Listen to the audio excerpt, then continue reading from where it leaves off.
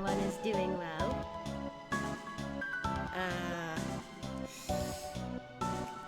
I have no words.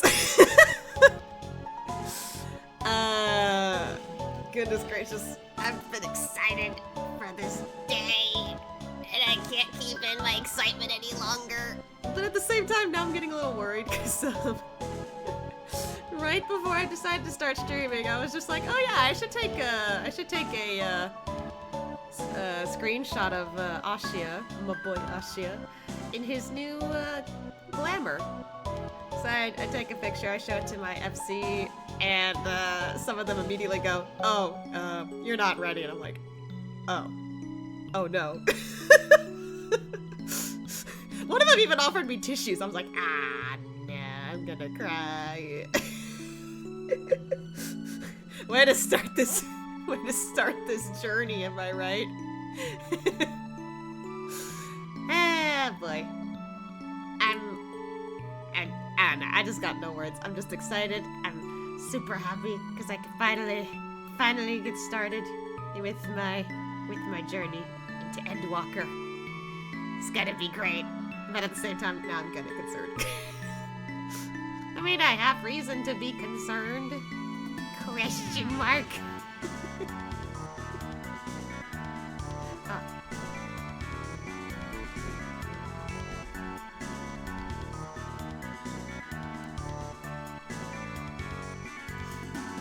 One more person just sent me their regards, and I'm just like, thank you.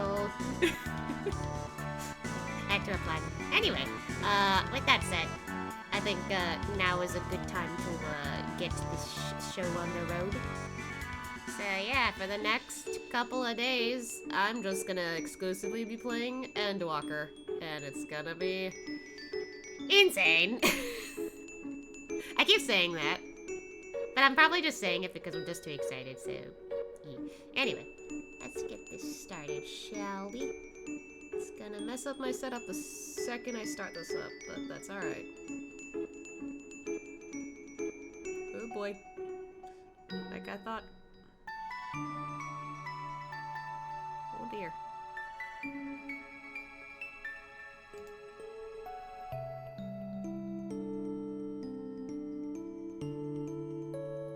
Ooh.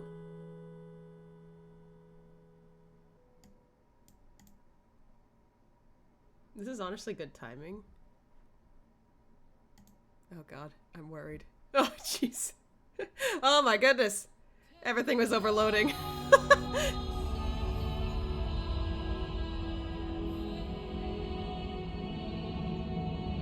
Uh-oh. Is my OBS good? I think we're good. Okay. Ooh, that was a little bit of overloading. That's never happened in a while. But I think we're good. I even noticed like all the things at the bottom. I was like, uh-oh. Was that supposed to be there? Don't worry, it's all fixed. This is what happens when I have too many. Zeracon! Hello! How are you?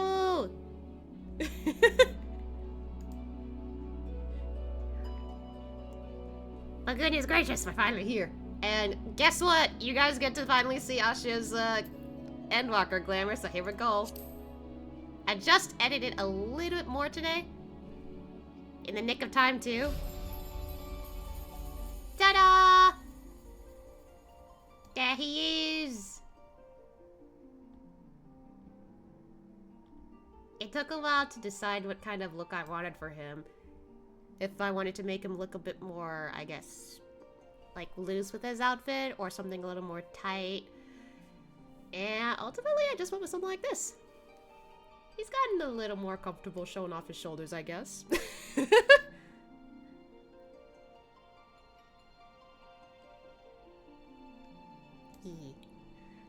I had relief wash over me. I just woke up thinking I had to get ready to go to work soon. Forgot I was off today. Hey, nice!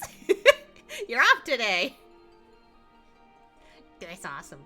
Take it, hey, like, going to work can be important because, you know, gotta make that dough. But taking a break every now and then, that's good too. But yeah. I'm really proud of this design. I did ask for other people's opinions on this because I was just like, I mean, I want to stick with the blue scheme, the blue color scheme that he's always had. But I was also struggling, like, would he wear this? Would he, like, eh.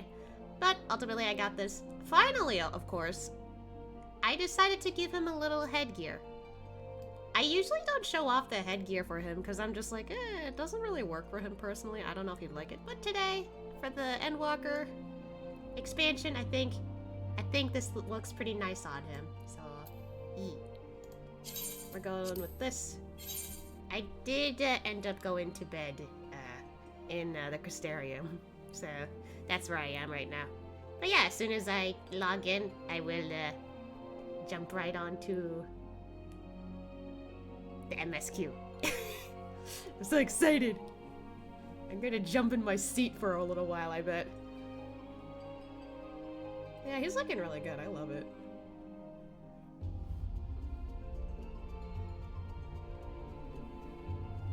Also, if there's anyone else who plays 14 and would like to join me for this journey, you are free to do so.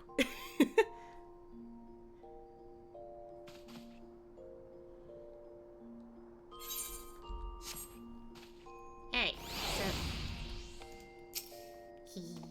I still have him. It's a Bing Boo!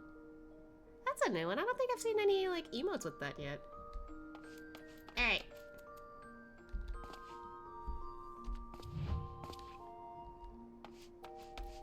Why is he there? Why is he there?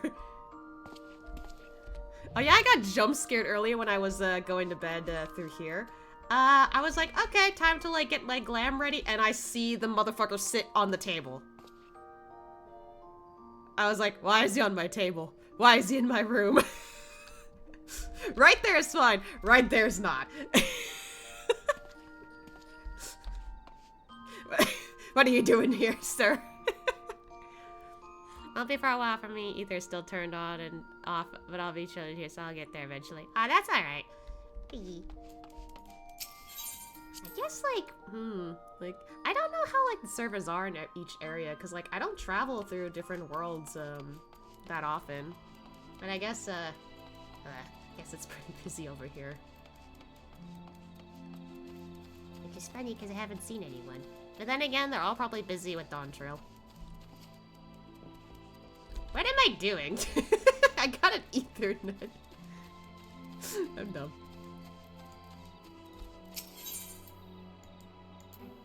Wait, I can... Doppelgate, genius. Luna, you dipshit.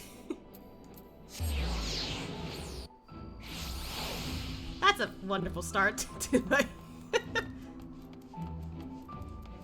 Oh, love your outfit. That's definitely from doing MSQ through Shadowbringers, for sure. And I know this because I got that outfit technically. I just haven't set it up for me.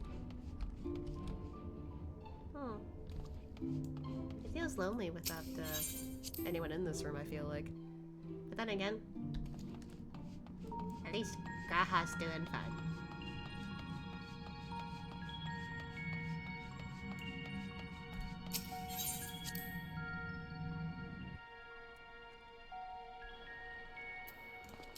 Oh, it's dark out. I just see that mount up there and I'm just like, ah! So before Dawn Trail, everything was open all the time, but ever since Dawn Trail, they limited certain areas for a time to help with server congestion. Everything should be back to normal by now. I don't know why they're still limiting Ether. Aw, that's why. I see. I kind of had a feeling that maybe that was why. But I didn't really think about it because I haven't seen anyone at all. Throughout my journey, I've mostly seen people during A Realm Reborn or just a few people in Heavensward, but that's it. I haven't seen much else with groups of people. It makes me sad because I'm a little behind, but at the same time, you know, I started this game pretty late. This game's been out for like nearly like half a decade. Actually, no, a decade and a half. I forget. Right? Am I right? I'm probably dumb. I believe I've already spoken with everyone from last stream. So, yeah, we're gonna immediately talk to Alfie. Are we gonna get new gear immediately? I don't know what kind of gear I'll get, but Ashia, do you have some time to talk? Also, I hope my mic setting's fine. I kind of adjusted a little bit so you can hear me clearly. I don't know, I feel like every time I talk, in general, it's hard to hear me, so I'm trying to, like, talk a little more louder, but I don't want to be too loud. So I adjusted my mic settings just in case. So if I sound alright, then that's good. If I don't, you know, I better fix that later. Anyway. yeah, I got time. I would like to gather everyone in Dawn's respite and together assess the situation in which we find ourselves. Okay. God, he looks so cool! Let us take stock of the facts, shall we? The crisis at hand began with the sudden appearance of ominous towers in a multitude of locations throughout the world. I normally use headphones using speakers. Now I hear you fine right now. I think you're good. Oh, that's good. Yay! Adjusting mic settings worked. My brain immediately just went Da da da da da da da da da.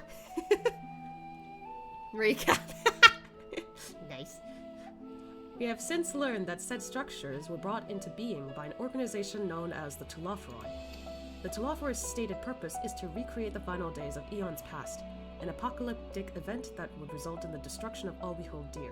Already we have these towers of theirs been the cause of untold suffering. Countless innocents kidnapped and imprisoned, their faith perverted for primal summonings. Yeah, that's messed up.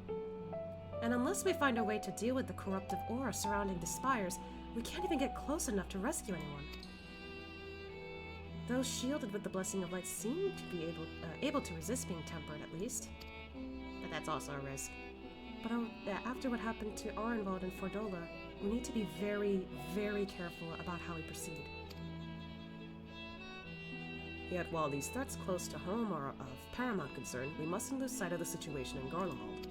Yeah, that too.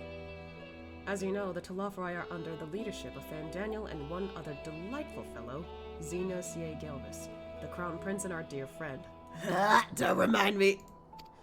To date, he's reclaimed his old body, murdered Emperor Varys, and plunged Garlemald into an even deeper pit of chaos. The capital has probably seen the worst of it. For a good while there, it saw the bloodiest fighting in the War of Succession, but that has since changed and in troubling ways. Aye, during our reconnaissance, the air was not once rent by the barking of cannons or the cries of discord.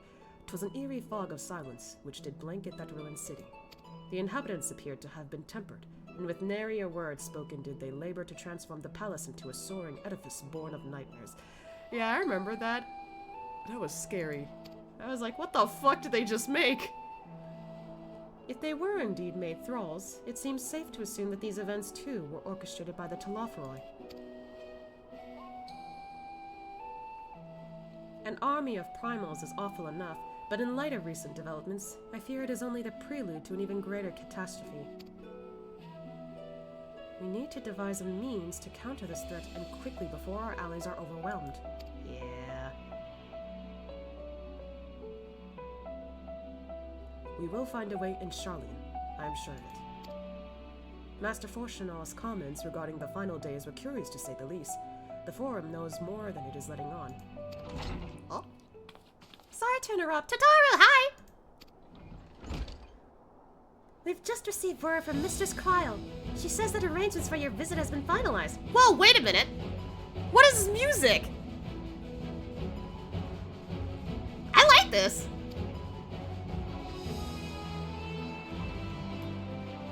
You're to head to Limsa and board the next ship bound for Sharlayan. And on arrival, present yourselves as associates of the students of Baldessian. Come to assist with the Order's restoration. I like this music! Earwiggles! Graha gets earwiggles! I haven't seen him do earwiggles in a while. The arrangements may be settled, but what are your thoughts? They must race at the prospect of returning home after so long.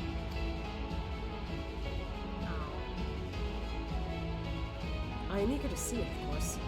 Of course. We should set off at once. Let's go, let's go, let's go! Then I'll accompany you to the docks. You need at least one person there to wave and cry and wish you a safe journey. Aww. Gladly, Tataru. This music's great. The chime! Oh my goodness! That's awesome! Do we need to say our goodbyes before we go? Anyone here? No? Just you? Safe journeys, and please do be careful. Oh, you're welcome. I will be safe. Thank you. I don't usually talk to the other Scions, but ever since, like, I think, Heavensward, I've just been like, yeah, I should talk to everyone. Like, goodness gracious. They're still my team. Alright. Limsa. Man, that music, I was immediately excited from that. The soundtrack is gonna, like, be awesome here, too, I bet. Jesus! I forgot how many people are here. What kind of outfit? Anyway.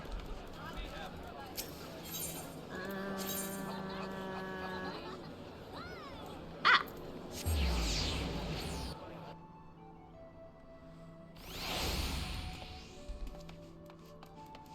There they are. Let's talk to each group. What a grim reason to bring you to Sharlayan.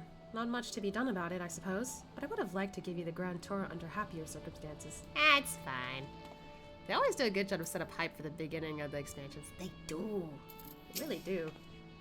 I might have lived on Master Matoya's cave for a good part of my life, but even for me, the thought of returning to Sharlayan is quite exciting. I could hardly imagine how it is for the others who lived most of their lives there. Like Alphinaud and Alice? Though a part of me looks forward to returning home, I've not forgotten that my father stripped us of the privileges of our family name. I hope it doesn't cause trouble with the officials upon our arrival. Yeah, hope not. Hey, what you doing, Thancred or Yanje? Contrary to what you might think, this will be like going home for me as well. I may have learned how to survive in Limsa Lominsa, but it was in Sharlayan where I was taught. Quite relentlessly, might I add. The skills to properly live. I think I recall Minfilia saying something like that back in Post-A Realm Reborn. I shudder to think what manner of truth awaiteth us beyond the Indigo Deep. Still, more do I dread the prospect of discussions long overdue.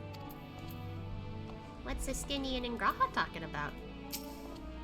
Sea travel can be tedious, but I don't mind it. 'Tis a rare experience for most Ishgardians. Really? Yeah, they mostly fly. Yeah. I never thought the day would come when I would be sailing home again. It always seemed so very far away. Aww. Hi, Tataru. Everyone's here, which is good because I've already paid for your passage and the fee is non-refundable. I mean, that sounds typical for most ships. Yeah, Thancred was a scoundrel and Louisoix found him and turned his life around, basically. Yeah, I remember that.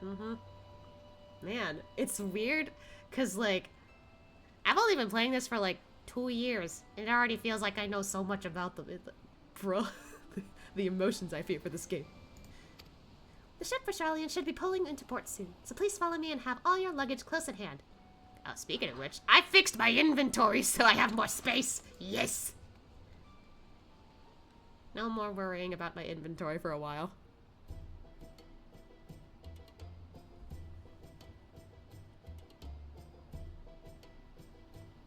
It's so funny that we're taking a ship, because I think for Asha, the only time we did that was to go to Doma. But for my previous two characters, which were both Lalafels, it was when they first joined the game, because they were both Arcanists. Aw, it's nice to see them chat still. I like that They've almost finished loading our cargo. We should be ready to depart right on schedule. Or so I'm told. Shh, casual. Sorry, the way he said that. Excellent. 'Tis nice to have a smooth beginning to one's journey, at the very least. It's funny. Oh, the moon is shining bright today. Master Louisoix came here on a ship very much like this one. The ship looks heavenly right now. Schedule. Exactly. And now, years later, The street urchin he befriended that day is bound for his mentor's homeland. With his mentor's grandchildren, no less. Aye. 'Tis upon reflection that every twist of time's river and fate's whims are brought into sharp relief. Thou hast matured much in the intervening years. Wert thou not caught attempting to relieve Master Louisoix of his purse scant moments after he made landfall upon this dock? Bruh.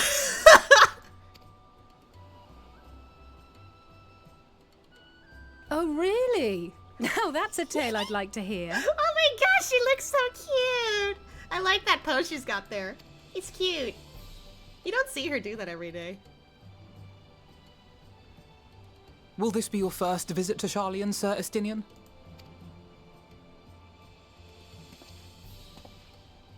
Sir Estinian?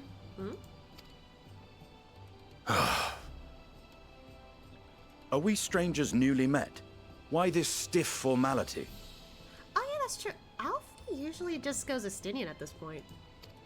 I, merely meant it as a professional courtesy, since we are now colleagues in an official sense. Ah. I'd rather you dispense with the sirs, especially in private company.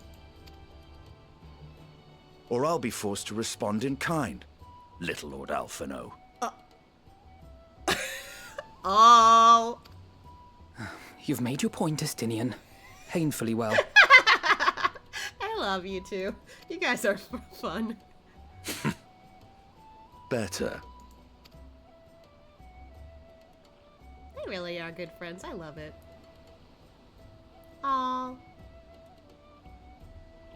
you all right, Tataru? You seem positively distraught. She's gonna miss us. Again.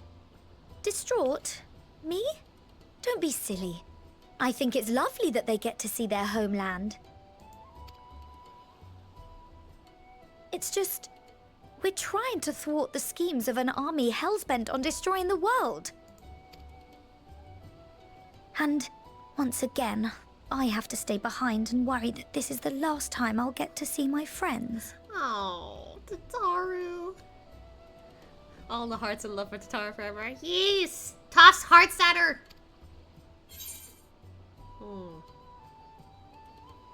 You know what? I want to reassure her so badly. I'll bring them back safe and sound. I promise. I'll hold you to that. Well, man, gotta grab hold of that pinky swear. Ah, good. You're still here. Hori Boulder! Coltoned. Or however you say his name. Hori! Coultonay! Yeah, I was right, What kinda. brings you all this way? I was kinda right. I always like struggled with that name for so long until finally I was like, I think I got it. We're to assist the Maelstrom and the Kobolds with a lunar primal operation, so we thought we'd see you off before heading to the tower. Aww. Flamine and the others wish you all a safe journey, and promise that they'll look after things here until you return. Flami? I thought it was Flamen. Unless they kind of changed pronunciations or something like, I don't know. We will too, of course. Aye. We, your fellow Scions of the Seventh Dawn, will do our part to ensure the end of the world won't happen on our watch. Is this the first time we're hearing his voice? We're set to sail! All aboard for Sharlayan! Well, if it is, that's kind of a good voice for him. I think they say it both ways, yeah. Oh, okay. It's time. Then we must delay no longer. We will contact you the moment we learn aught of value. Wish us luck.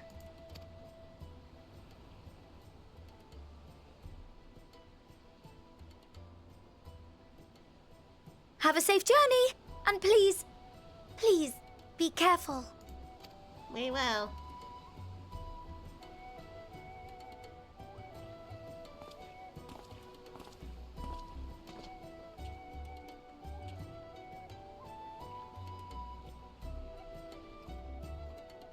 Aw, he's gonna watch from there. Bye, everyone. And so you venture forth unto the unknown. A fate beyond the horizon that cannot be divined. A future undefined and in flux. In uncertain times, naught but the simplest words of wisdom will suffice.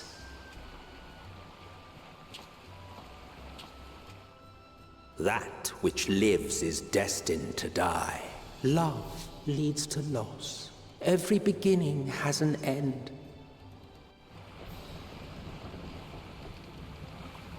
Treasure every moment, every step of your descent. This voice.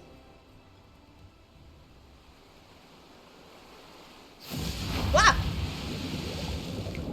Okay, I didn't expect us to go underwater. I was gonna say, this voice sounds... And there, in the depths where souls and stars rest, find your truth. Wait a minute, is that Emmett? It's been a while, but I distinctly remember that tone.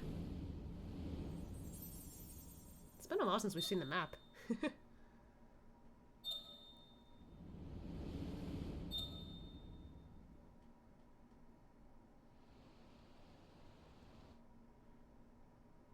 It is. I was... Okay. I didn't think I was accurate.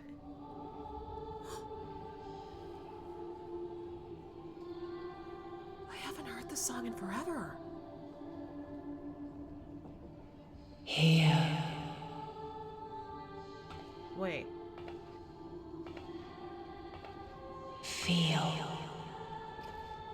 Why are we hearing her voice now? Think. We're just sitting there sleeping.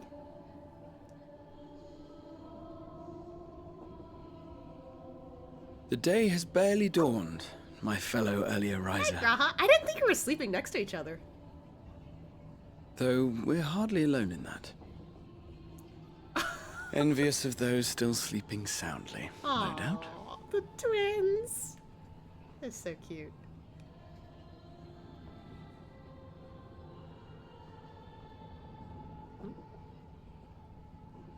Called out to you, you say? I've heard nothing myself. Oh. In any case, I dare say the sea air will do you good. Why not join the others on deck? Sharlayan should be coming into view at any moment.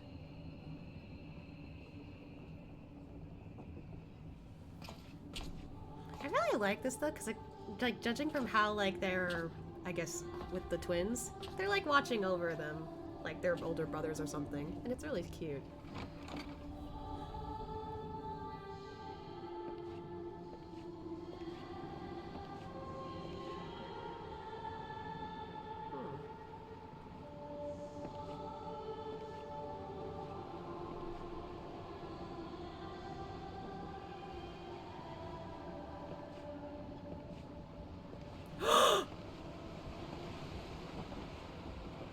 Wait, what?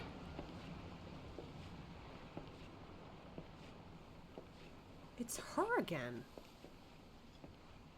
Oh, she looks more clear.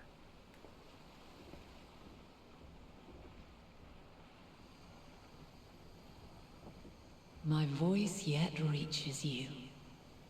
I am glad. It is Hydaelyn.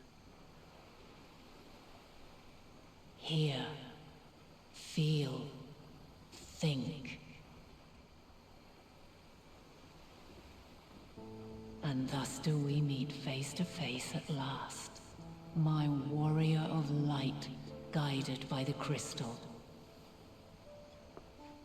Wow. She actually looks pretty. I've never seen her face till now.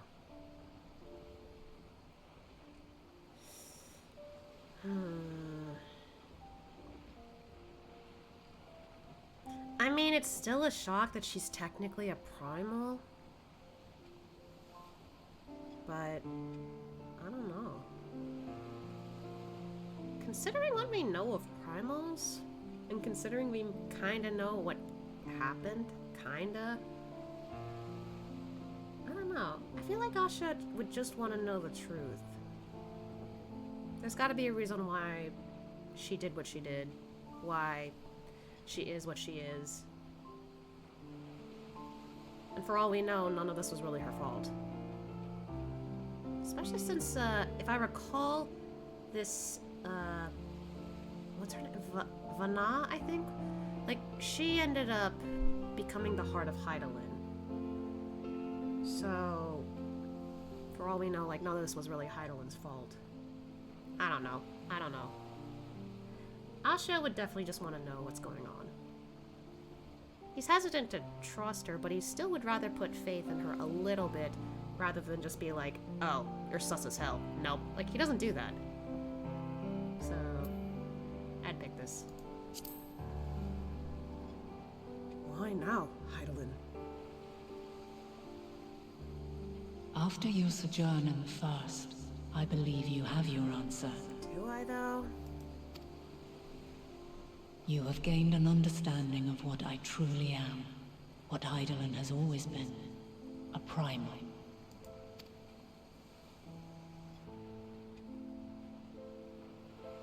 Zodiark was created to forestall the apocalypse which threatened the ancient world. And I was brought forth to bind him. So be like chains to him or something. Yet 7 times now, those who would orchestrate a return to that bygone era have rejoined a shard to the god I had sundered. The greater his strength grows, the swifter does mine own diminish. The power to draw your mind into the rift betwixt is no longer mine to wield. Yet though it taxes me sorely, I dare not leave these words unsaid.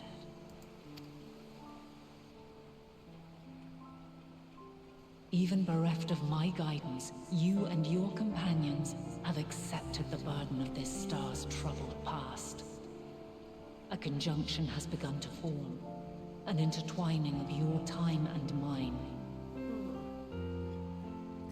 Well, the same thought process for me to what we know of primals, but she never took us over if she had the power. We still are in control of ourselves, so no reason to completely distrust her outright. Yeah, that's another thing, actually. I didn't really consider that either, but, like, that's another thing. Like, if she was created to stop Zodiark, there must be a reason why all this is happening. I didn't really consider the temperate part, but yeah, like, that too. She never did that. Even though it's possible, like, oh, like, are we?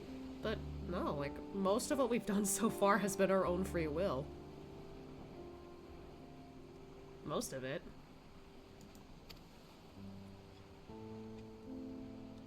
Wheels shudder and turn. Conflict looms. Monumental. Which will decide the fate of this world and all life upon it.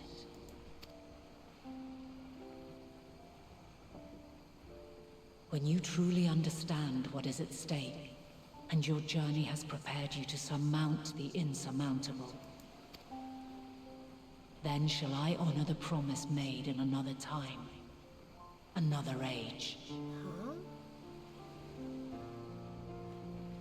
Most of it since we are a perpetual errand boy after all. Yeah, that is true. But I guess it also depends on how you view your character's, like, story. For Asha, like, he wouldn't have mind doing this. Even if it meant, like, oh, this was kind of his fate from the get-go. But, I don't know. He's grown, by this point, he's grown accustomed to being the hero. He doesn't care what others might think of him anymore. He's like, I'm still okay with this. I'm more comfortable with this now. Cast your peepers to the fore, folks. Sharlayan's just over yonder. Oh, there's no clicking. Okay, I thought I had to click. I will not keep you further. Your traveler's heart must yearn to behold this unfamiliar land. Wait, so... We shall meet again, and soon. Is she aware of what Ascia is? Because it's possible he might have been an ancient in the past.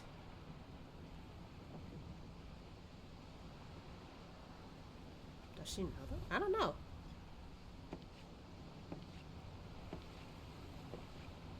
The twins are awake. You must have slept well. Oh, what a fine morning. Oh, still a bit stiff though. With the way you were sitting, no shit. And a good morning to you too. Taken a look at the island already? Nah. Oh. Same Then brain. let's go. Let's go. Might still be room in the prow if we're lucky. Already we're excited. Hi, everyone. Oh my gosh, I love that they're still talking in the background. They're getting more screen time together. The sleepers have arisen. There she is. Good old Sharlayan. Oh, I see it. The song! Oh, look at that!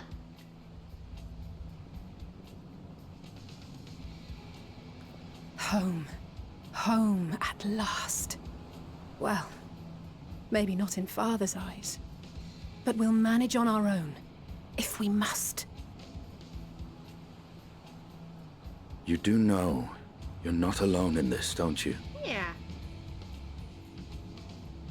Indeed, 'tis as Sir Estinian saith. Forget not the comrades who boarded this ship at your side, I prithee. Ariante sounds softer right here. That's sweet. Thank you, my friends. We are ever grateful for your steadfast support. Upon arrival, we will be disembarking into the heart of Sharlayan proper.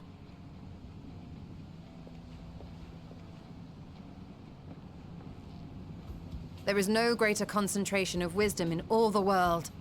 I am confident that somewhere within that center of knowledge and learning, we will find the answers we seek. He looks so cool. Aw, they're chatting.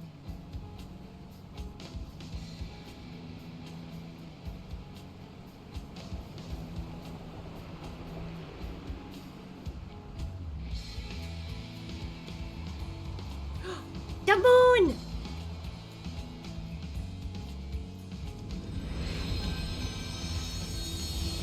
Title drop indeed. Endwalker! Yes! We're here!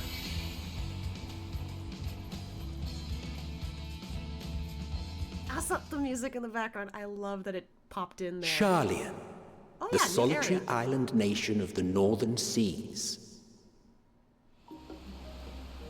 Where under the watchful gaze of Thaliak, patron deity of scholars, academics hoard all manner of knowledge and secrets. Once, they deigned to accept foreign students into a distant colony maintained in the Dravanian hinterlands. How swiftly they abandoned it once the first Garlean boot set hostile foot on Ala Megan soil. So averse to the prosecution of war, these men of wisdom, your would-be allies. Is that foreshadowing?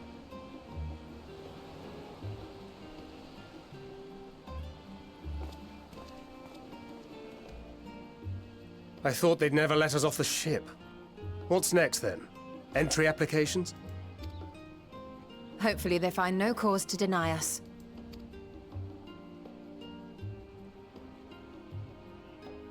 Hasn't Sharlayan all but severed relations with foreign powers? Those of us without direct ties, myself included, may be refused outright. Wait, so me being an adventurer doesn't help? Uh-oh. 'Tis true that, as a nation, Sharlayan only forms trade agreements with a select few neutral countries. But from a practical standpoint, an island cannot afford to be overly strict with its borders. Especially not if that island's people are wholly devoted to the accumulation of knowledge. If one submits the proper paperwork, with satisfactory evidence of identity and intent, then foreigners may be granted entry. Oh. May. Yeah, keyword may. Quite. So let us be absolutely clear on these points before we proceed. The immigration officer will ask for your affiliation and your purpose of visit.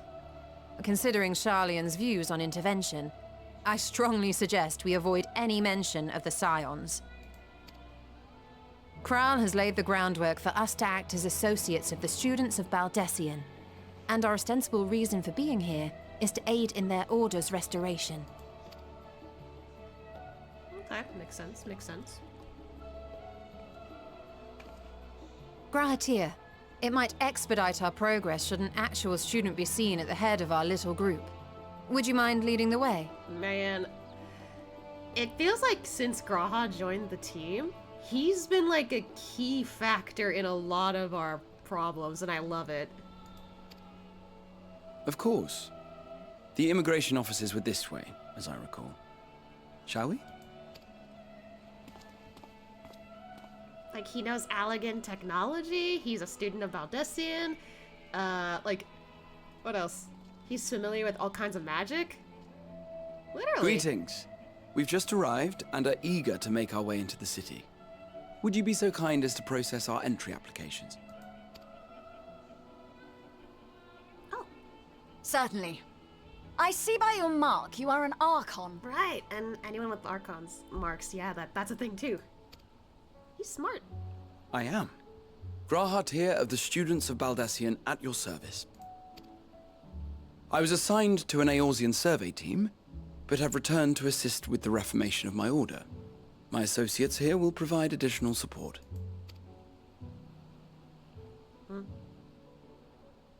Very good. I have paperwork detailing your group and its scheduled arrival for today. Okay, her face made it seem like that she was suspicious. Oh god. And it seems some few of your companions are also Archons. If you'll step forward, we can process those applications first. Okay.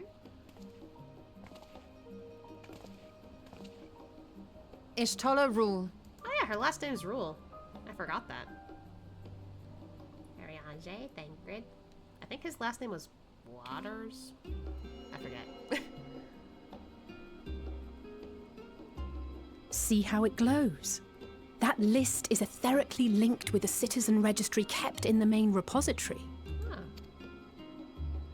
That's cool. I've confirmed your status as Archons and amended your travel records accordingly. Welcome home. Now, who do we have here? Is it the twins? Oh dear. Ah, okay, so it is the twins.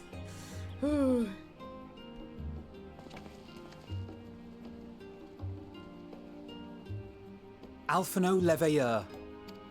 And Alize Leveilleur.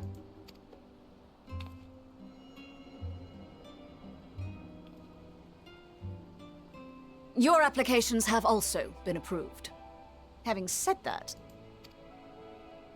the streets are abuzz with talk of how House Leveilleur's lord disowned his young progeny. Okay.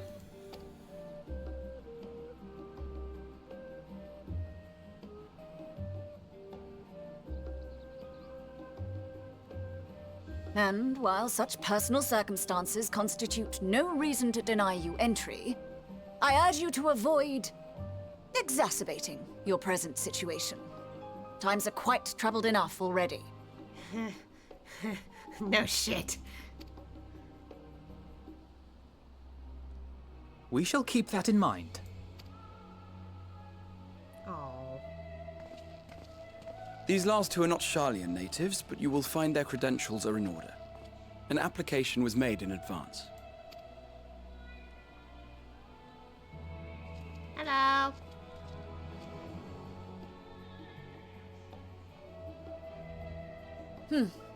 Name and occupation?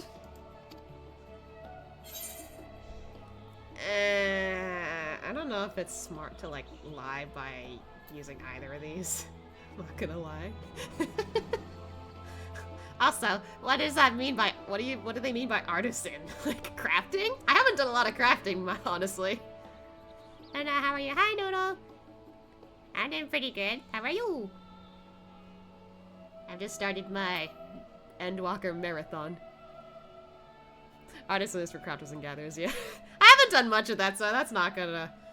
I could lie, technically, but nah. Also, this is just also sus. A little bit.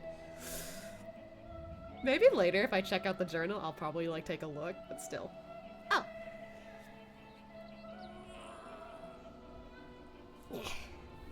Thanks for the stretcher name. I mean, it's probably safer to pick adventure, like, hey, I'm from Eorzea. It makes sense. No one's gonna question it. It's pretty common over there to have adventurers, I guess. Alright, so, this one. Ashia Mitsu, adventurer by trade. An adventurer? Well, I suppose that is considered a valid calling in your native Eorzea. And it does indeed match the profile provided. You may enter. Okay. I wonder if it was, like, also, like, the profile provided there. That'd be a little weird if I picked anything else. I don't know. But, again, if I'm curious enough, I'll check it out in the journal. And you, sir? Estinian Valino, formerly of the Order of the Knights Dragoon in Ishgard. Formerly, at least. And what, pray tell, is your profession now? Uh-oh. Did he not think about that?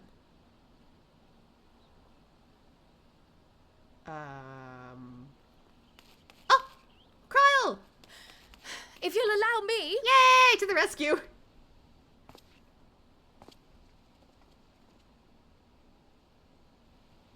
Oh, she's so tired. My associate is a mercenary, hired for his strength at arms. Surely you are aware of the dangers we often face on our forays into the wilderness. Mistress Baldessian, if you insist on sponsoring his entry, then so be it. But while I appreciate that desperate times call for desperate measures, I find your choice of company concerning. Be advised that even a single misstep may have severe repercussions for your organization. I have every confidence in my chosen company, dear and trusted comrades that they are. But I thank you for your concern. I know, my friends, thank you.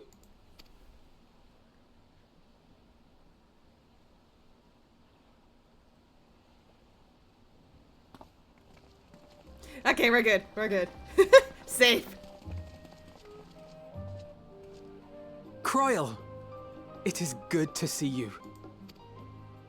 Likewise. Long voyage notwithstanding, you all seem none the worse for wear. There is much to discuss, but this is hardly the place. Let's be on our way, shall we? Okay.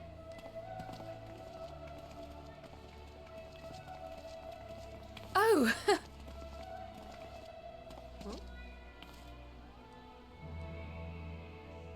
Welcome, friends, to Sharlayan. Aww. As your mercenary, I should hope my welcome includes a generous salary. Well, I had to say something. So taciturn. Nice way to be like, oh, thank you. I'll thank you for letting me join. Can I have my money as a gift? I love that. Estinian, that's funny. I love Estinian's interaction with Tatar and Kryl. From the looks of it, it's already going off to a good start. Anyway, I am unaccustomed to fabricating lies on demand. Why should it matter how I earn my living? I mean, Ashia also doesn't really like to lie either. But if he has to, he will. But usually just to, like, you know, protect people's, like, identity or secrets or whatever like that. Either that or he'll just be silently quiet and just, you know, smile. Here we are at last, the great city of Sharlayan. You may have noticed some similarities with the Crystarium, yes? In fact, Oh, but we really should let Kral have her say first. We can continue this conversation at another time. Wait, hold on.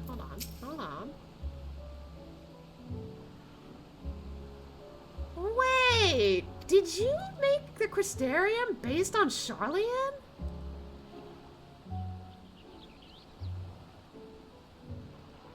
That's so cool!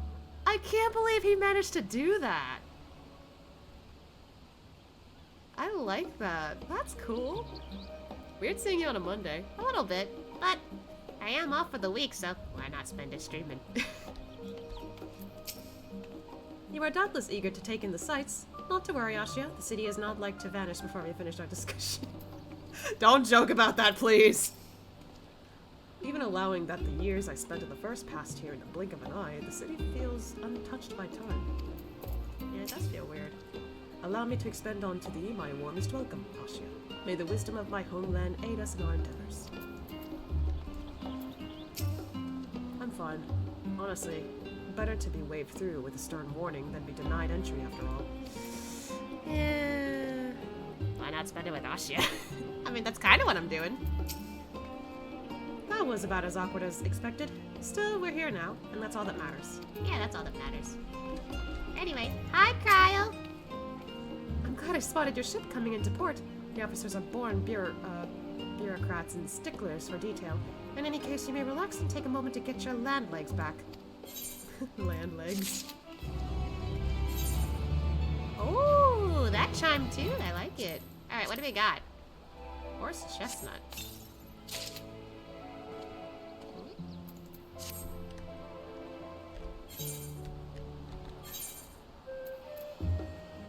Is that the new one we got?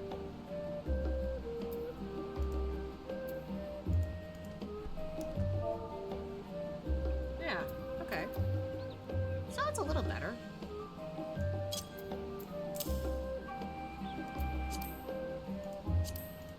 How's it look? Oh. Okay.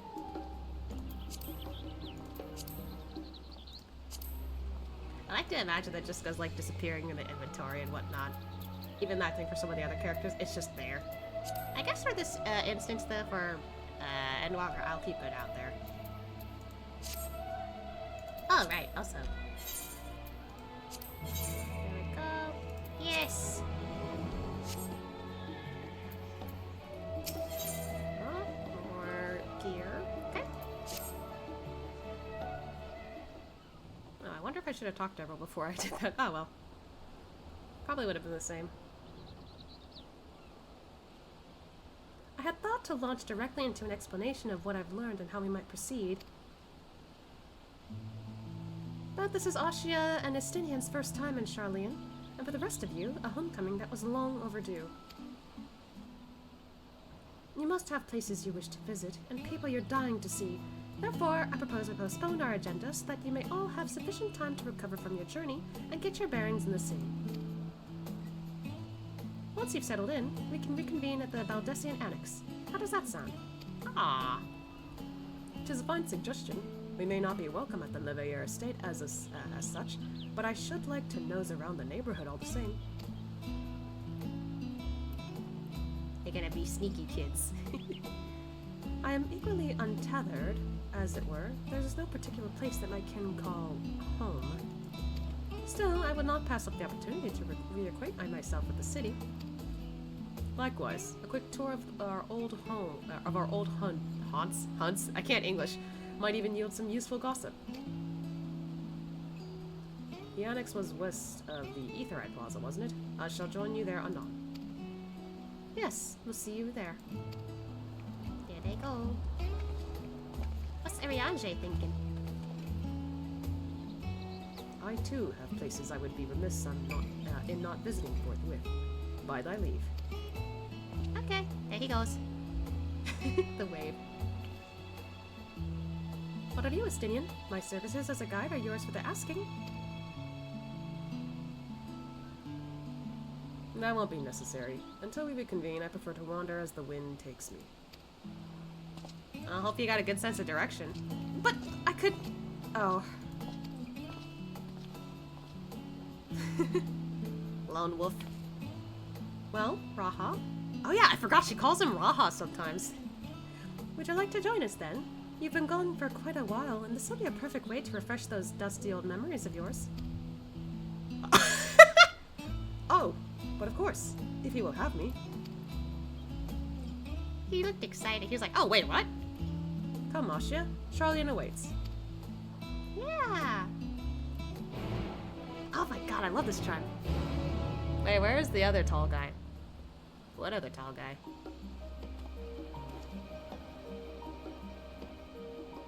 Ariange or Estidian? I'm confused. Oh dear. His enthusiasm is infectious, isn't it? You mean Graha's? Yes. After you, my friend. I am more than content to follow your lead.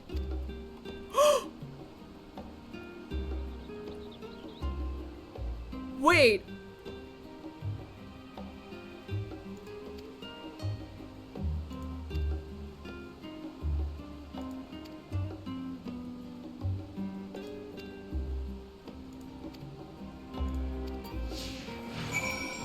Wait.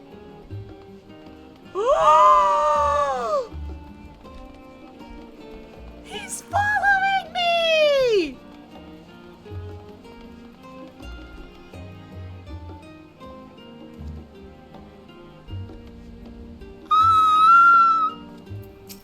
Oh, I can talk with him.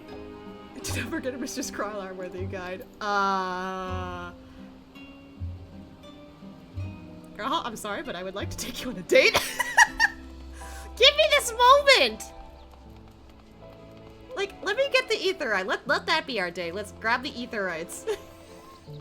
Oh my god, no way! I didn't know that would happen here. You know, this has happened once during the, holy shit. During the, first time I experienced the Halloween event here. And it was while, going around with, what's his name? Papa Gruff was his name, I think. I think that was his name. Oh my god, this is big. Wow. But yeah, that happened there too.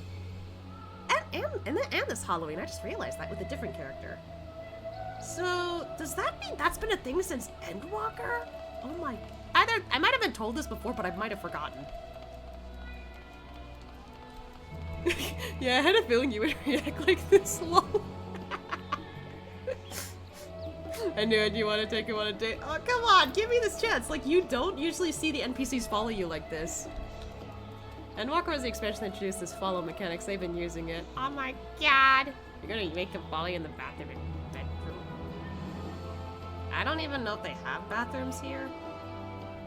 And even if they had bedrooms, I don't think the game will let you do that. I don't think it will. Oh, there's Aetherite. That is pretty. It looks like a shell.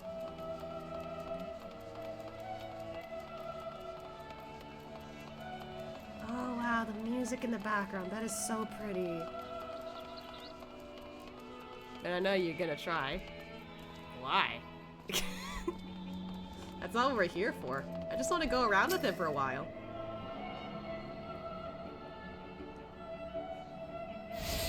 Oh, he walked up a little. Huh. Okay, where's I need to look for a couple more. Oh, okay. How about we go in a big circle? So let's follow this way. I think I see the next ether right there. I like this song. It's really pretty.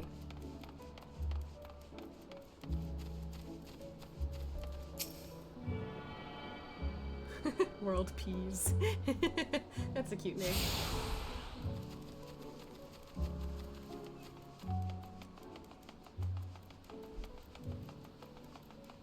Wow. Tranquility. Ooh. That's a pretty name. Am I going the right way? Yeah, I'm going the right way. Okay. This is so pretty. Wow.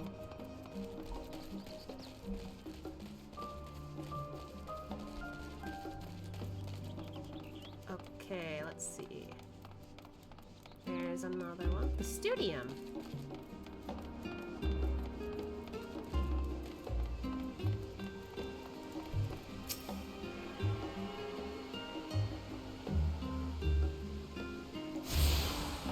This is such a pretty place. I like it.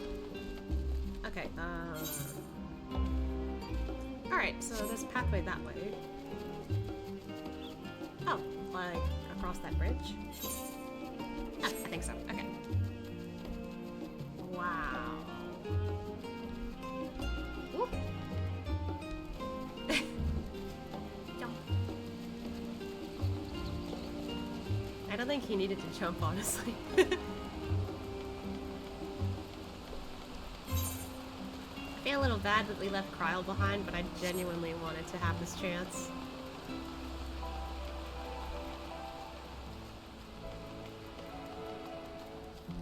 Is it up there? Oh, it is!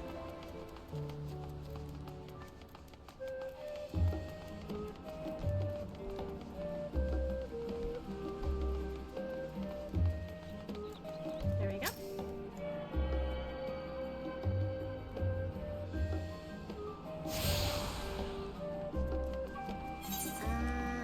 Okay, keep going that way. I like this though. Oh my goodness, look at everything from here! Wow. I can kind of hear water from here, but I don't know where it's coming from, but this is really pretty. I keep saying that, but oh my gosh.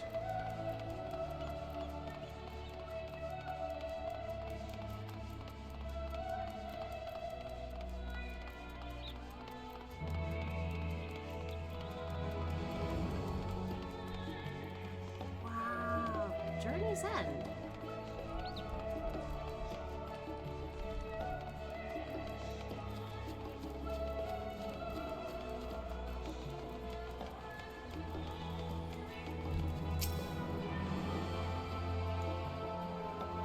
Oh, there's a fountain there. I didn't realize. There's a fountain beneath you. Wait, over over here, or wait. Wait. Huh?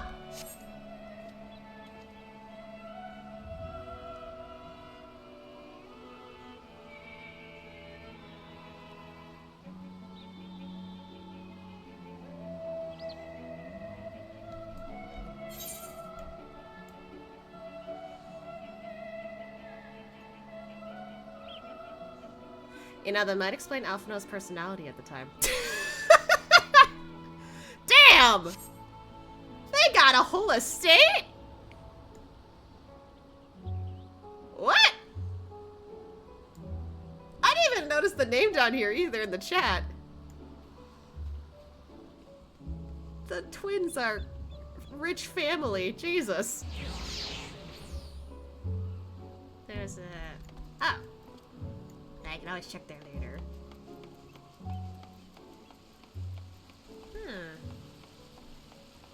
This fountain's pretty cute. Oh my goodness, the sun is already setting.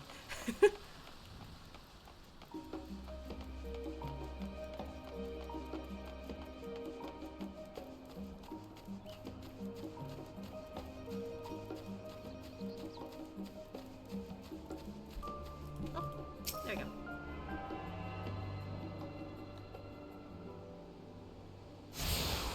There we go.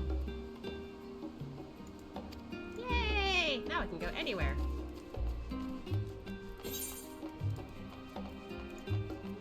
I kind of want to check out that area again just to see the fountain.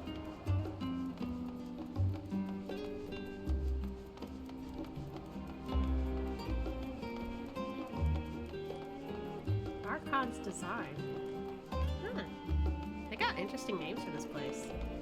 Oh my goodness, there's so many players here. Okay, I guess not everyone's over by Dawn Trail. Oh my god! Ah, this fountain. Okay. Okay. Is there an... I'm actually curious if there was like another one up here. bird thing. Oh, it's nighttime. Ah, this fountain. They got a lot of fountains here.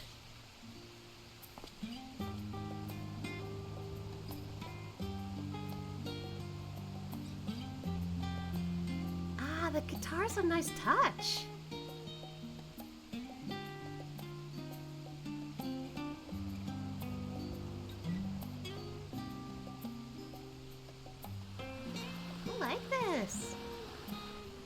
This is still far off a little bit. Later towards the end, there's gonna be a time where I want, wait, stop? Oh, stop you? Okay, to do a side quest. It'll be worth it inside. It's a side quest, but I know you'll love it. Okay. Do you fly just the chrono flight? I doubt it. Also, I can't use mounts here, so I don't think we can do that. There'll be some time in the future streams, because it'll toward the end of Endwalker. Oh, okay. Gotcha, gotcha. Love the music in the game. It is pretty. I love it. I already love it. I don't know if I love it more than the one in Crystarium, though. But the guitar is a nice touch to this theme. Do I want to take a... I kind of want to take a screenshot of Grawha here. But at the same time, I don't know which fountain do I like more. There's that one. There's this one. And then there's the one by the Livier Estate.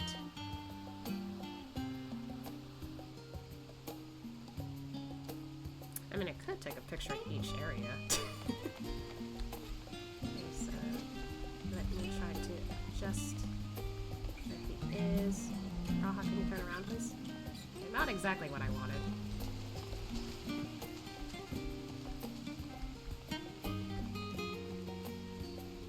Okay.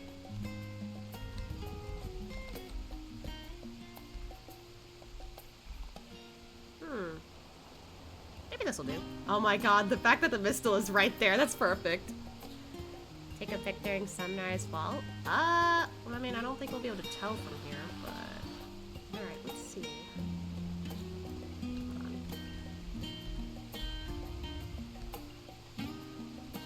Like good old times. Oh wait, this is perfect, actually. That looks fine. Okay.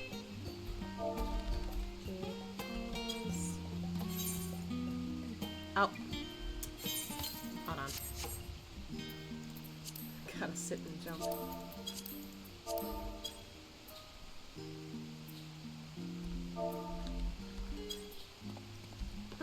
Okay.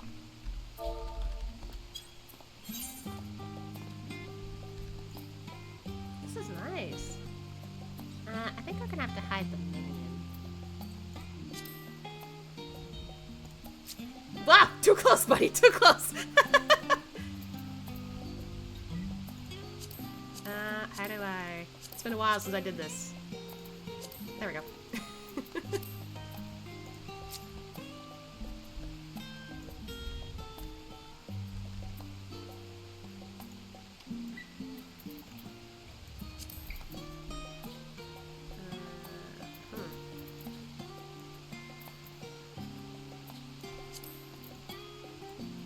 It's a little awkward with this thing in the way.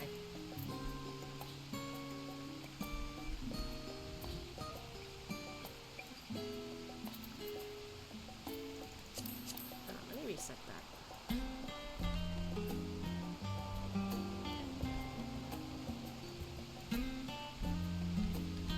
This is tough. I'm taking a bit, but this is tough.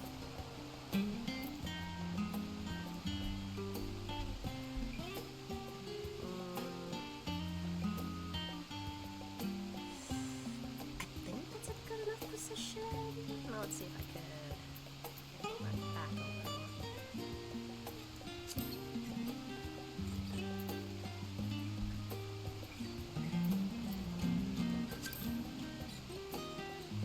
Ah! Whoops.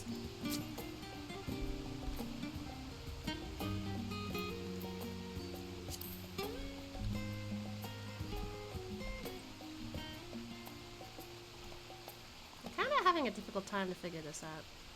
You can press R to turn it off and on while you adjust the music. Oh! Oh, I forgot about that. You can tell I don't G-pose often.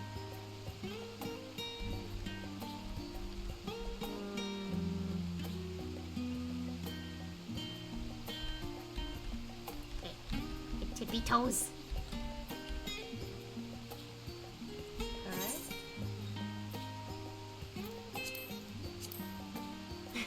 That looks cool. Let's scroll back a little. Okay, that's a little too bright.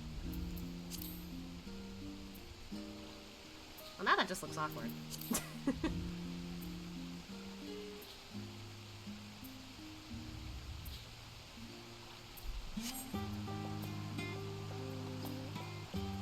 No, that kind of looks pretty cool, though.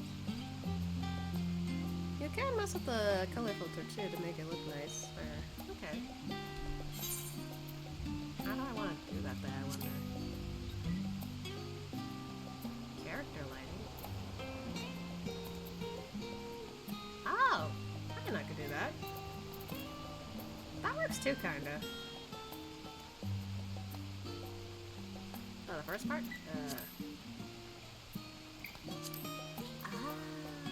Oh, okay. I mean, that's technically still kind of work. I don't know, let me put that back down just to...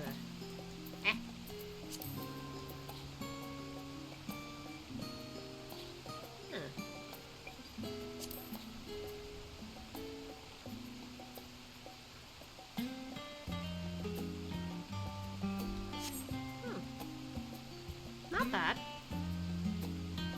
Okay. Oh, right. I should make sure they don't blink. Alright. There we go.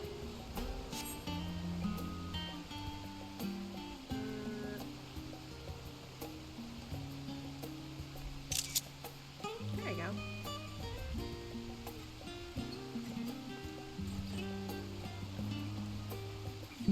I also got a clipboard version of it. Okay.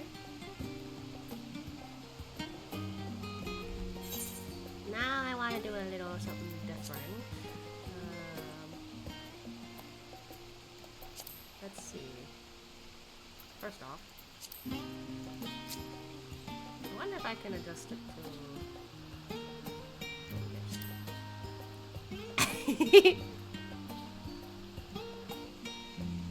Just looking at each other. I don't think I could change emotes for him, though. I don't think.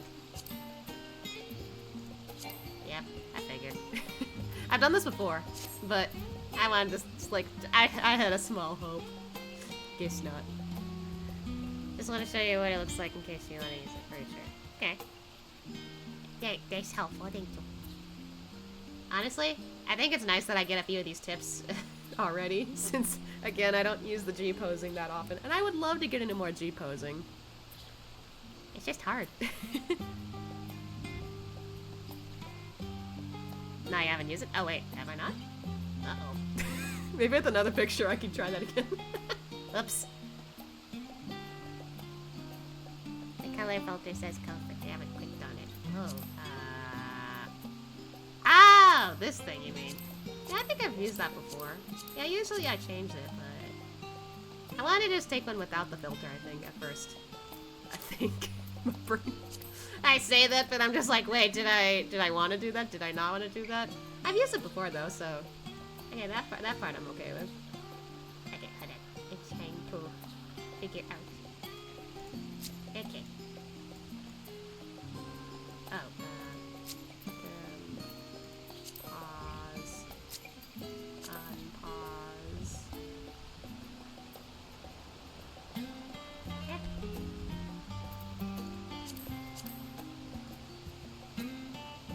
Can I not get him to... I can't get him to turn that far, I guess.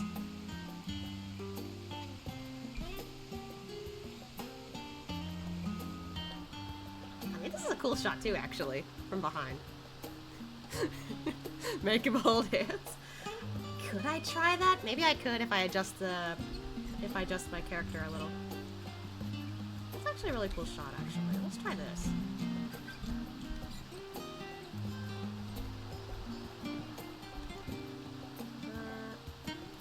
Hold on. I'm having too much fun with this.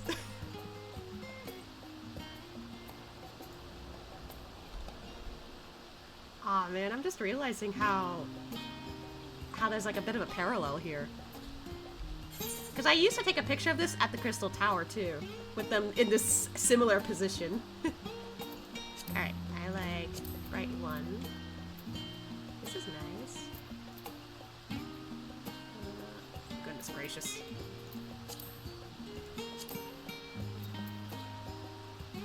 That's bright. Ah!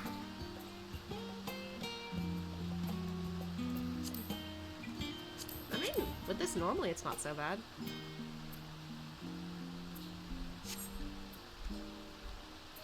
It's already nighttime in this. Okay. This looks like a nice one. Right, I almost forgot.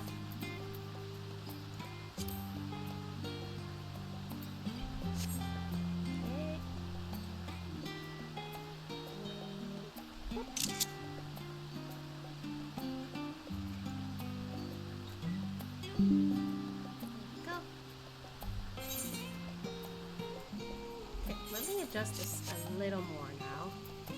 See if I can actually get that holding hands thing work.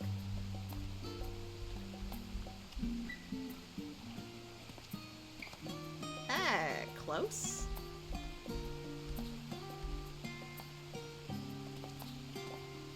Oh, wait, that's kind of close actually. Maybe.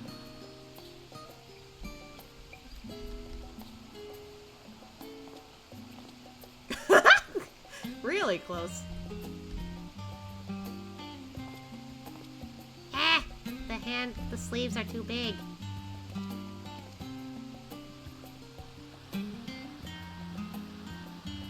Not sure too tall, just a little bit.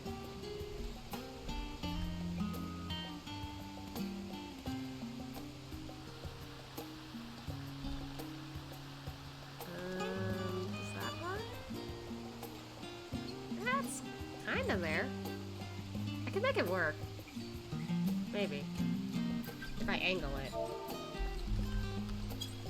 Sorry, I'm having too much fun with the G posing. I just really like this.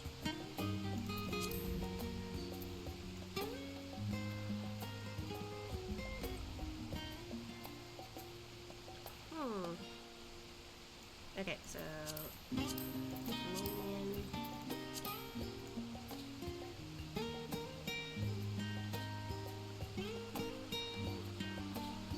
Okay, so how about I just drop off first?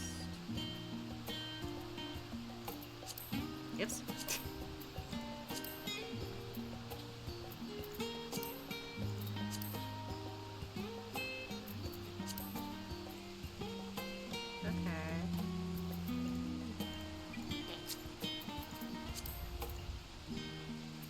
Now his position slightly changed because of the arm.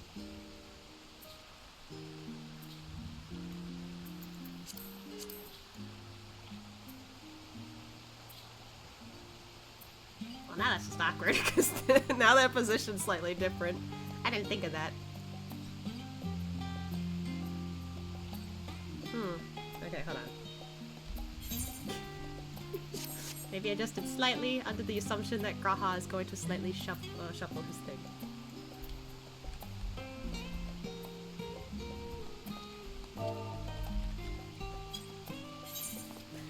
I don't think he's gonna open up tonight. I've been trying all this time. Maybe next time. Aw, That's alright. It happens sometimes, I guess. Graha, Graha, Graha! Okay.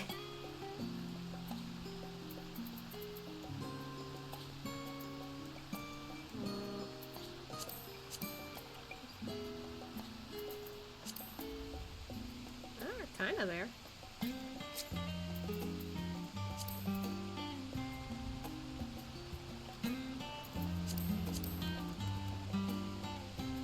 Oh, we're kinda there. If I pause it at a certain spot, I don't think that's gonna look that bad. Or maybe I should back up just a bit. Man, I'm so stingy with this.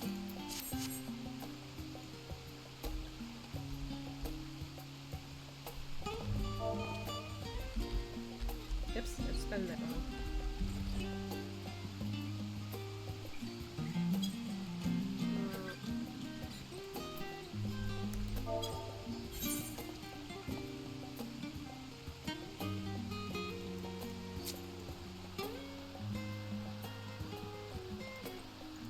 can't believe I'm spending so much time trying to get this done.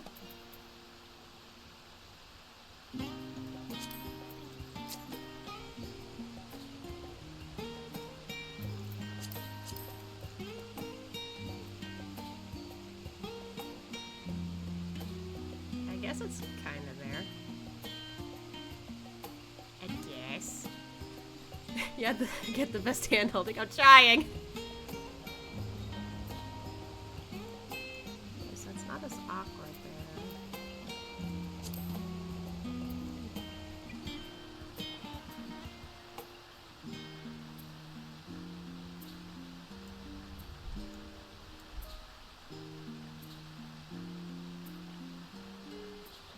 Oh, right. Forgot the minion.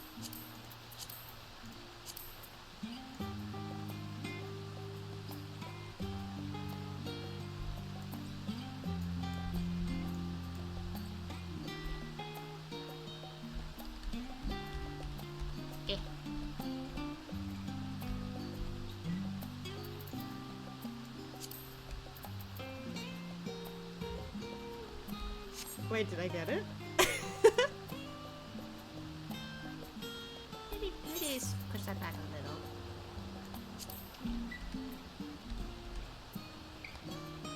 I would like to get some of the stars. Oh man, that's actually pretty.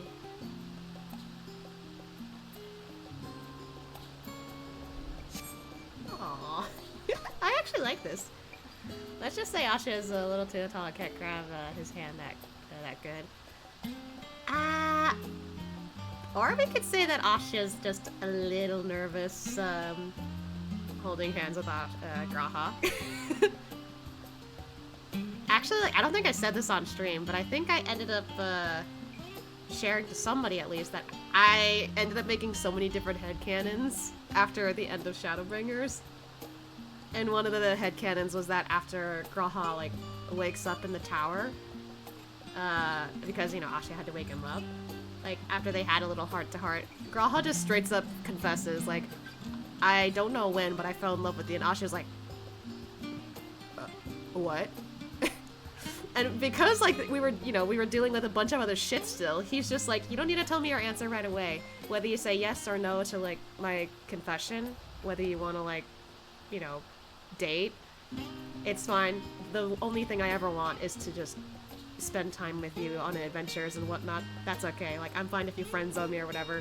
Like, he's totally chill with that. So it gets to the point where Asha's like, what do? I really want to hang out with him, but I'm just like, feelings. Do I reciprocate? So he's just awkward, maybe, just holding Graha's hand. Maybe that could be a headcanon. Anyway, I think this is a good picture. It's cute. I love this. There we go. And with that, I think we'll end the Jeep poses for now. This is so cute. Oh god, it got cloudy. Spent all that time and it got cloudy. Does he walk with us if we walk? Oh, he does. Okay, interesting. Okay. Whee! What? Did he just... What just... Hold on. Let me see that again. He just teleports to the ground! What happens if I just, like, jump in the fountain and does he just... Nope. Okay, that's kind of funny.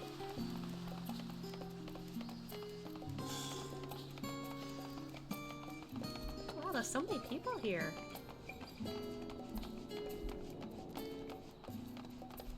It got all cloudy and dark. Ah, well. Oh god, poof into existence. That's fine, though. I'm happy I finally got to hang out with Graha just a little bit throughout this. This was nice. Okay, sorry, crowd. Now we'll talk to you. I'm so sorry. I just had to. I had to spend time with Graha a little. Honestly, if the weather changed a little bit, maybe I would have taken a screenshot, like, by the water. But then we'd be here all day, so... All set? Then let us be on our way. Our first stop, amusingly enough, will be the last stand. It's a cafe on the west side of the harbor. Oh! Cool. Okay, I kind of know some stuff about this before, because I remember seeing it during, what's it? I think the Final Fantasy 16 event. Okay. That's cool. Now she can just be around here, too. Come on, let's head to the cafe. It might not seem so at a glance, but the last stand is actually a very important part of the city. Does Graha say something different after I get Kyle? I'm grateful to have Kryle's help in reacquainting myself with this place. It's almost as if I'm seeing it all with my new eyes, as you are. Aww. Been waiting 30 years in that cloudy mess while you hold hands across. Look, I needed it. I needed that in my life. Okay, let's see. Oh, there's several places you could look into. Okay, interesting. Alright. Why don't we, I guess, RP walk and look around here? What you gotta say, you two? Storage facility. This place is called the Peristyle, and it is the first stop for cargo unloaded at the docks. You'll find the usual necessities for daily living and other imports vital to running an island nation, but also supplies that further Sharlayan's pursuit of knowledge, namely large quantities of books, specimens, and samples. Sorting these stacks certainly seemed to keep the attendants busy. Huh. What you got, Graha? With all unusual wares coming and going at all hours, I expect the assistance of an intrepid adventurer who would be highly appreciated. I see no reason why you couldn't undertake any task which pique your interest. You have been cleared by the immigration officials, after all. I look forward to the day your name is celebrated in Sharlayan the same way it is in Eorzea. Aww. Man, it's so clear he's such a fanboy and I love it. I think I, like, choked on my spit for a second. Hold on. As a rocket, I'm trying to open up this bottle of water. Ah! I hope I don't spill. I'm trying to open it. It's not working. Hold on. There we go.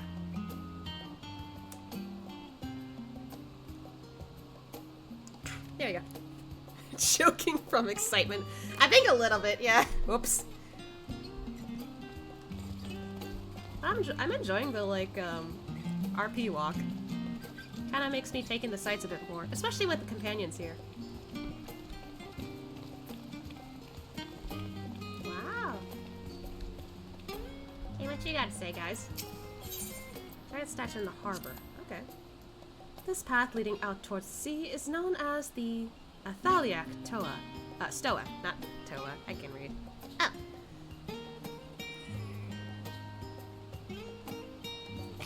Thanks for the stitcher, team. So named the statue of the scholar which stands at its end. As you know, the Sharlayan people prize the accumulation of wisdom above all else. Thus, when Thaliak was chosen as our patron deity, it was more of a matter of pragmaticism than belief, an alignment of principles, as it were. Oh wait, I kind of remember Alphino, like, mentioned that during, like, our dungeons. He'd say, Thaliak, protect me, or something. I think. Kryle's still walking fast after those short legs. I said it before, I think, but I think, like, because of their races, they all have to, like, have a certain set, like, speed to walk, I guess. And I imagine because of the fact that Lalafels are short, they got more stamina, therefore they're able to, like, walk around faster. I like to think that's the headcanon, but still, I don't know what others think. We may have honored him with a rather impressive sculpture, yes, but our faith is not so restrictive as that of, say, the Ishgardians. Individual Sharlayans can, and do, worship the divinities of their choosing. Okay. What you got, Graha? Now that is a sight one could hardly forget, the great statue of Thaliak. As a student of Baldessian, I was usually quartered on the Isle of Vale, but I would gaze upon the scholar's wise features every time I returned by ship to the city. Aww. Okay, so that's where the last stand is.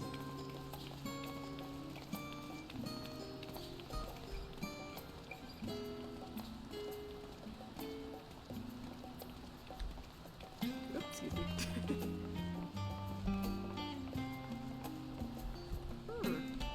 Does Graha say something different? Ah, yes, the last stand. Now that is an inviting aroma. Okay, so he does say something different when we approach this place. If Kyle beats VOD race, I've never shown my face again. Lalapels can catch up, I will say. Whoop. And here we are, the last stand. I may have mentioned this before, but although our research into nutrition and food preparation is quite extensive, the average Sharlayan tends to regard seasoning and flavor with a certain indifference. How can I put this? The food is, it's bland, as encapsulated by our infamous Archon loaf. The prevailing sentiment towards cuisine is dietary value first, and taste in a distant second. Ugh, I don't know why I can't have both. Waddle, waddle, waddle. There was one pupil at the studium, however, who could stomach the school's insipid meals no longer, so he quit his lessons and poured all his savings into building a proper eatery. And so the last stand came to be. It is, as the name implies, the sole dedicated outpost of fine dining in Sharlayan, the one and only bastion of the culinary arts in an isle of otherwise mediocre fare. I seem to recall their burger being hailed as one of the more impressive items on the menu. Not that I ever had the pleasure of eating one myself. You never had a burger? Someone get that man a burger! Because you were a typical Sharlayan when it came to cheap and convenient, Raha. But surely Tatara has since taught you how to appreciate a well-prepared dish. We should all stop in when the time permits, and sample the cafe's delights. Yes, please, can we have a picnic? Or, I don't know, a luncheon? I don't know, something! Give this man a burger, I swear! Shall we press on? The stairs to the side of the cafe there will take us up to the Aetheryte Plaza. So now... Oh, this way? Okay, now I'll start running. We're starting to get a little... on time. I can English. I'm too excited. Holy shit, what is happening over there? What are people... What is happening over there?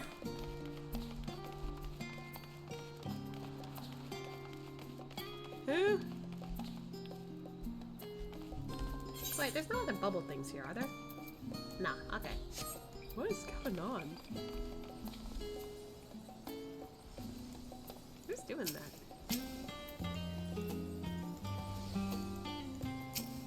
I can't see who's doing that.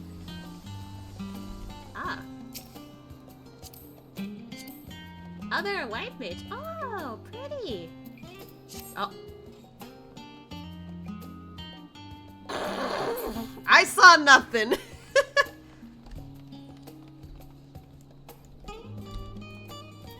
What'd you guys say? The Aetheryte looks different from how I remember it. It's not usually a shell? Dedge. An unusual shape, isn't it? I assure you, however, that is a perfectly functioning Aetheryte. Remember to attune yourself before we move on. I already did, thank you. Now, being the diligent tour guide that I am, I should make mention of the... Well, my headphones. They decided to stretch. Confluence, research facility located on this very plaza. Its much vaunted discoveries are the reason Sharlayan stands at the forefront of teleportation technology. In deciphering the underlying principles of elegant Aetherites, it allowed us to understand and reconstruct what was essentially a lost art. And off we go to the our next destination. I can read. Our path leads northeast to the Agora, Sharlayan's largest marketplace. Agora, okay. Oh, and there's a few things we could look into before heading there. Okay. I see one.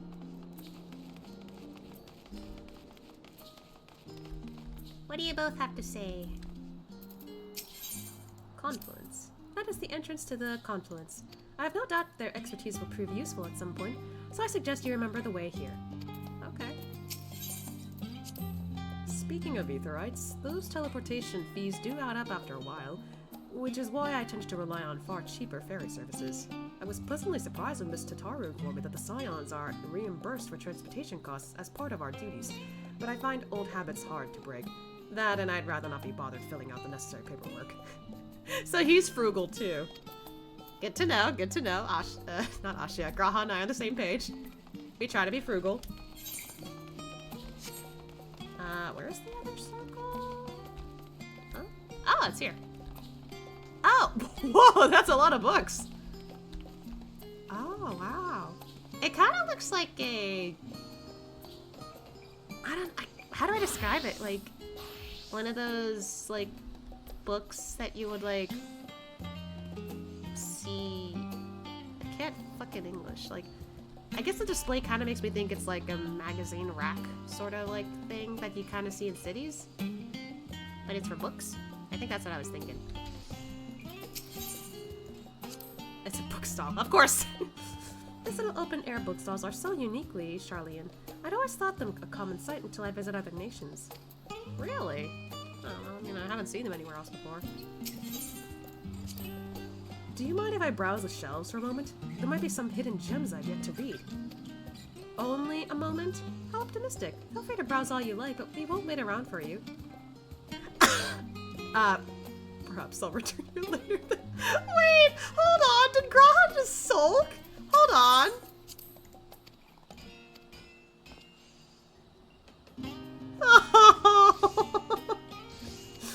Aww. It's okay. I think, like, if Asha was in your shoes, he'd want to read those books too. He's also a bit of a bookworm.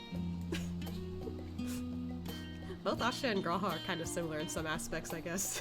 I didn't even think about that when making the characters. I mean, how would I know? I didn't even know Graha existed until later in the game. Alright. What you guys say? Anything worth cracking my coin purse for today, I wonder? What do you want to buy, though? Oh, right, because we're in the marketplace. Welcome to the Agora, where you can find wares made in Sharlayan, as well as a wide selection of imported goods. We also used to sell questionable prototypes from the various research institutes, but I think that practice has thankfully died out, for the most part. I have concerns. Otherwise, I can think of no better place to stock up for your next big adventure. Am I overselling it? On a more serious note, was that a joke? On a more serious note, the next stop on our tour is one which has particular relevance to our ultimate purpose here. You must head back to the Aetherai Plaza, follow the path north, then climb the stairs up to that imposing building at the very top. Okay.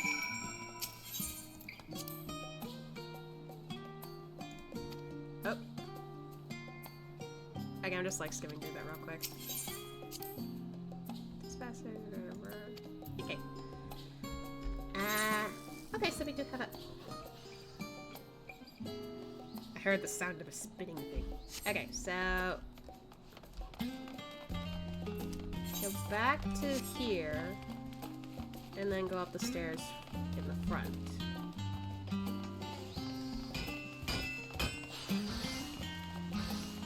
I like how the little wind-up mistle is just like right next to Graha the whole time. I love it. It's literally just following Graha.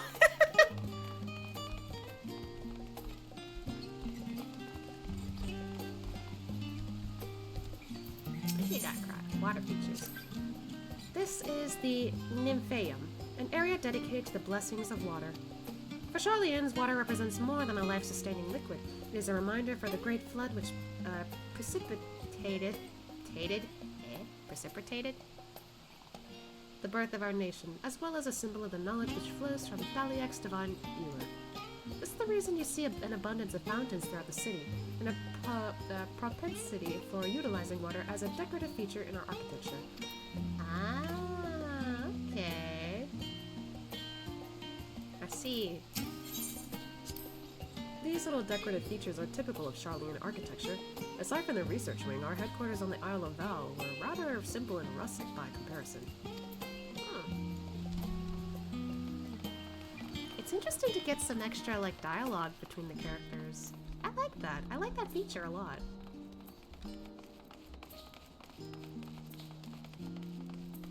Here we are.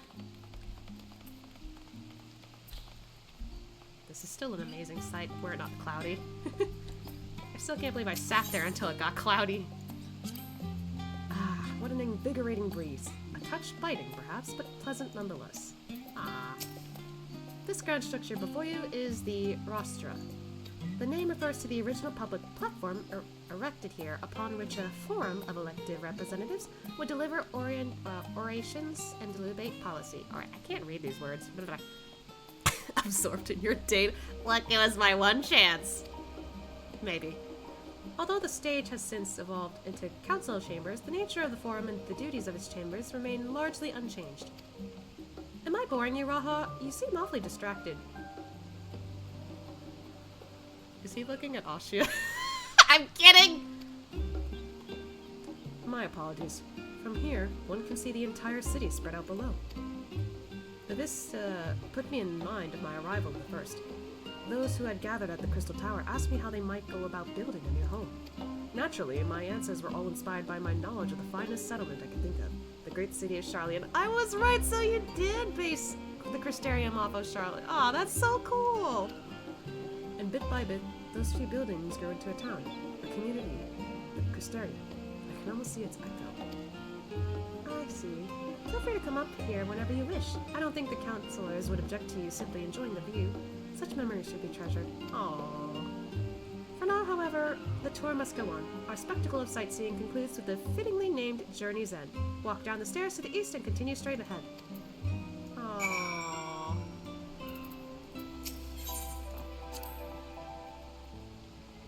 Okay. Haha, you good? Do you not feel the cold? Granted, it is not terribly chilly for these northern climes, but compared to the temperate weather of Limsel and Insa. Yeah, I think Asha would prefer maybe a bit around here. He's gotten used to, like, cold, I guess. No, you know, thanks to Ishgard, I guess. Up, wrong way. Hey, there's a viper. Cute. What, Mr. Gamer? I just noticed the name. Legit, the Mistle is always next to Grahan. It's so cute. I love it. The dialogue. Okay.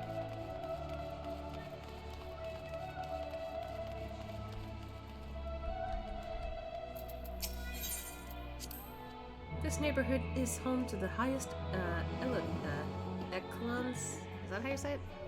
Of Sharlayan society. I never did feel comfortable enough to wander these streets on a whim. We've arrived at Journey's End. History tells us that this was where those who put ashore with Archon Nyakref? How do you say that? Built their first homes. In the present day, it serves as the residential district for the most important officials and the oldest Sharlayan families. Wow. Considering how long Graha was in the first, I always think it's a cool thought if we could get, like, before in the first of Graha's adventure, slowly building the city around the crystal. I mean, when he arrived, the tower just appeared so clearly the town wasn't there. And the building the large community he didn't just happen overnight. I don't know, I always find it a cool thought. Yeah, I would have been fascinated seeing that. It would have been interesting to, like, discover this, honestly. Actually, that's, like, another, like, thing I remember making a headcanon of. Because I feel like depending on how people, like, decide to, like, I don't know, ship their Warrior of Light with Graha, because I know there's tons of people who would do that at this point. I started seeing fan art of that on my Twitter now. No spoilers, but still. But, like, literally, like, people will have their own story of how, like, oh, how their Warrior of Light fell in love with Graha or whatever like that. But I didn't consider that at the time. So when I thought about it, like, thinking headcanon-wise, I was like, what if at one point during, you know, his time building the Crystarium, what if at one point Graha was like, okay, I know I'm here for, like, a mission. I know I'm here to try to save the future and this world. Am I in love with Ashia? Like, it wasn't something he immediately thought of. I don't know how many people would have, like, I don't know. I feel like most people would probably just go like, oh, they fell in love immediately, or oh, they fell in love after Shadowbringers, or during Shadowbringers, I don't know. But, like, for me, I was just like, oh, Graha might have fallen in love before, you know, he even realized, oh, wait, I know I'm doing this for the future, but uh-oh, what if my feelings get in the way? And then Ashia, like, he hasn't decided yet if he's, you know, loves him. He just saw him as a really good friend at the time. So, it's interesting. I don't know, that's just me. I get obsessed with it at one point. Yeah, there do be a lot of personal headcanons, right? I don't know, maybe it's because I'm the type to, like, you know, I'm the type of person who likes to see characters, like, develop their personalities together at first, and then over time they're just like, oh wait a minute. Like, I don't mind the trope, like, for, you know, love at first sight, but I feel like it's been done so much that I'm just like, I feel like there needs to be some, like, a little more original, like, tropes mixed with it for that to work. And, like, I don't know. Maybe some other, like, tropes that I've seen also that goes along with this, I'm just like, it could work, but again, maybe a little more originality. Here, I'm just like, what if they didn't consider that at first? One of them discovered his feelings before Asya, and then over time, like, what's it? Like, G'raha realizes his feelings for Asya after, like, a, you know, long period of time. Then Asya realizes feelings in the modern time. I'm just like, that's interesting. I think I've only seen this one other time too, like in Heaven Official's Blessing, which is funny because I think after Shadowbringers I'm just like, oh shit, now that I like see a possibility of them shipped together, I see that example as like how like they get together. I'm just like, oh no. They remind me of these characters in this show, which is really good. And the same way, which is probably why I like hanging out here so much when you play. I'm very attached to the characters. Aww. That makes me happy to hear. Aww. I didn't think that, like, my point of view with this also, like, caught your attention. Thank you.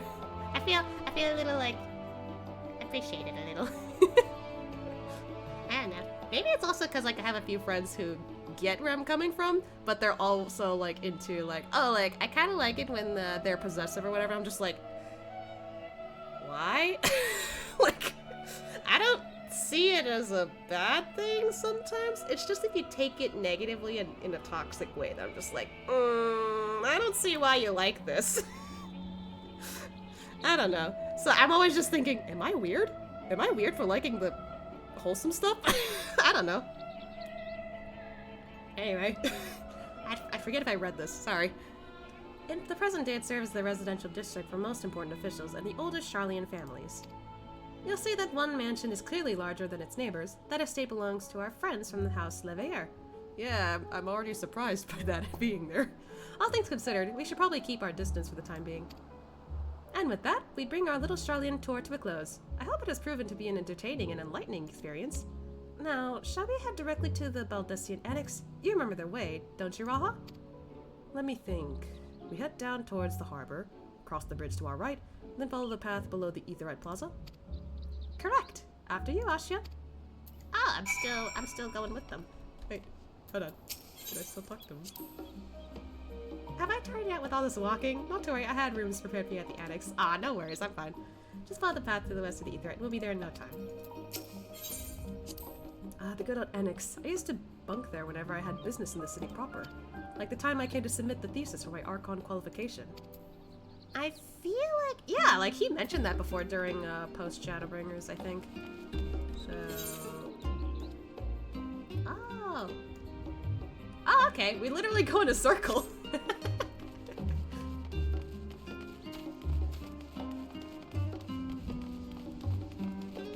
Now it's all nice and pretty out. Took a while.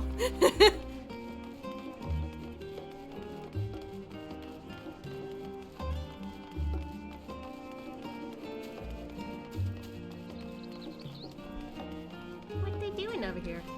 Oh, they're gathering flowers? Oh. Oh, I thought they were talking to me for a second. Whoops.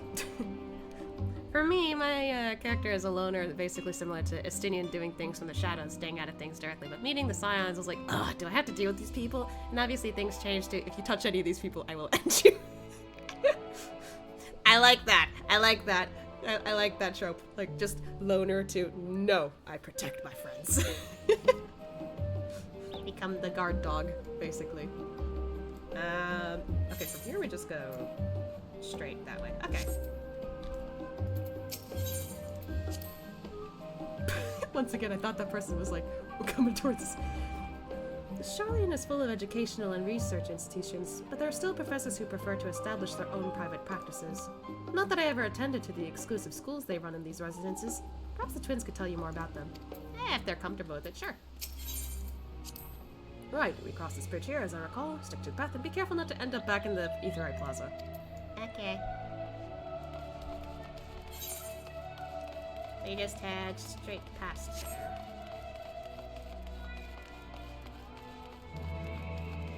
Right? Yeah. I'm double checking. I try to keep up with my directions.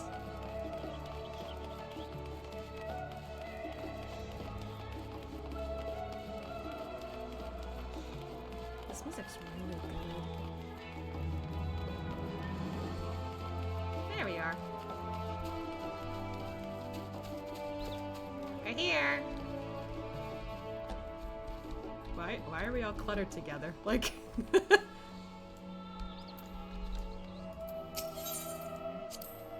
This is it, the Baldessian Annex. As the joyous look on Raha's face has undoubtedly informed you. It's joyous, alright, because he's with me. This is the Baldessian Annex. If you continue up the hill, you arrive on the doorstep of Phenomenon. But I think we've explored enough for one day. We can take you there another time. Inside with you then. Oh, okay.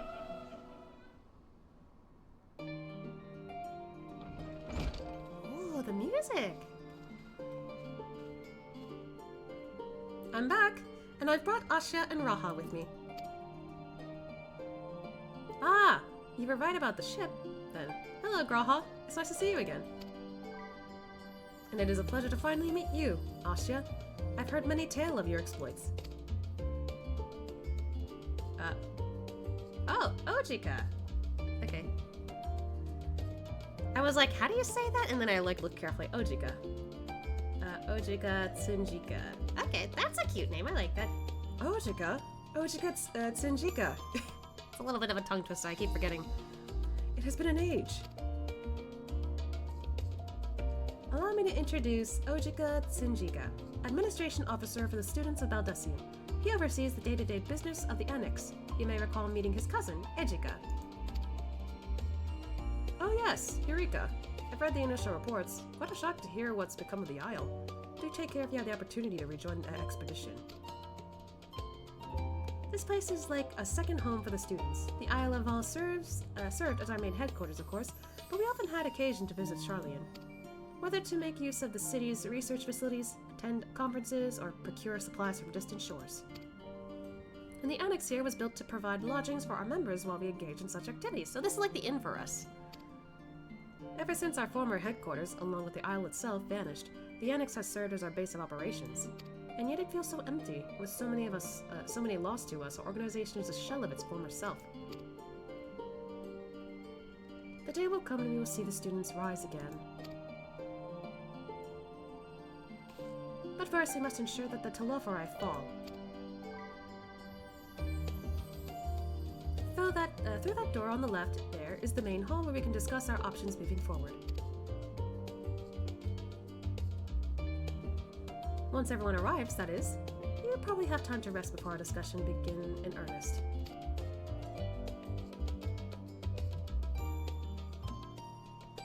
I had private quarters prepared for you in the Andron, so please feel free to make yourselves at home.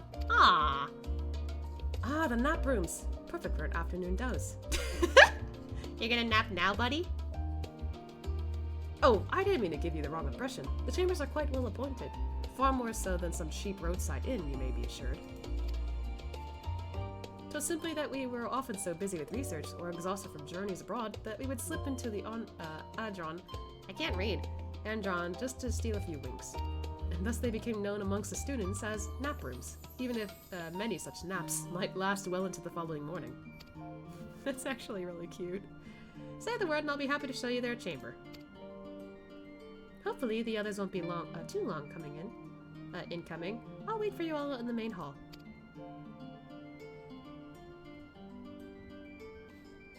I kind of want to see what the quarters look like.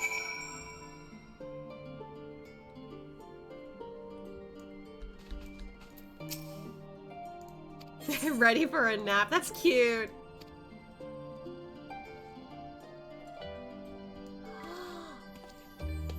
Whoa! Whoa! They got everything here, huh? Oh, and the desk is right next to the bed. That's cool. Ooh, pretty rocks. Nice room. Yeah, it's a lot fancier than I expected. Oh my god, Ashia is going to read books.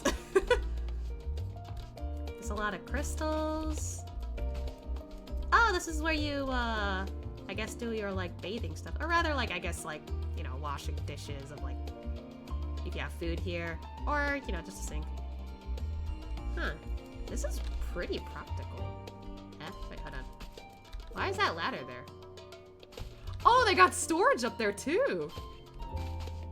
Sheesh. Okay, this is a lot fancier than I thought. Wow.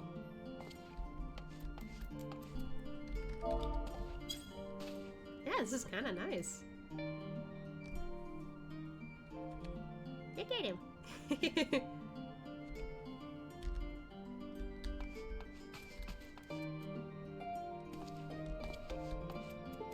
Well, got a new place to sleep. Nice. I like the reworked workroom into a small room look. I can't English. Ah! Yeah, that's nice. I like it. And like you could have like meetings here. That's cool if you wanted to. Alright. That's enough looking around.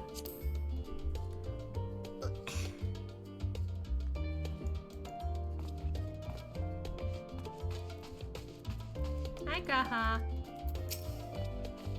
Do you have papers pasted on the walls on your room? It was not unusual for occupants to pin up notes or documents and such, and then forget to take them when they went on their merry way. Sometimes it was quite deliberate, though. You might see complaints addressed to other members, or a thank you card for the engrossing literature someone left behind. Aww, that's sweet. Beloved traditions that I should know better than to dwell upon. If you are to create a future for the future of the students of Baldessian and so many others, you must look to the days ahead. Aww. Alright. Let's go to the main hall. Or your friend could sleep on the top of the table. I don't know if I'd like that. That day you were tripping over your words every few sentences was so funny. Look, I was kind of feeling either tired or too excited. No couch for them. I mean, they could try to sleep on that one couch I was on. I don't know how comfy that would be, though. Wow. Whoa. Hold on. Oh, wait, that's a map that looks to Doma. Oh, is that the Oni Island? I can't tell. Oh, it's the Mughals! Right! And then the, what's it, the King Mog. I remember fighting him twice, both normal and savage. Wow. Oh, that's the Crystal Tower. That's where the Crystal Tower is. You don't see the tower, but it is crystallized around here. I think that's the case. Is that Oz's Law? The full map is in there too, you passed it. Did I? Was it this one, or was there another part of the map that I missed? Oh! This? That's cool. I didn't even realize. Oh, never mind, it's behind Kyle. Oh, this is the full map. Okay, okay. I'm dumb. But then again, it's my first time seeing all of this, so... Yeah, so this is Eorzea. Up there, Sharlayan. Up there, is Garlemald. Actually, can I do this from home? There we go. Up there is Garlemald. I haven't seen that yet.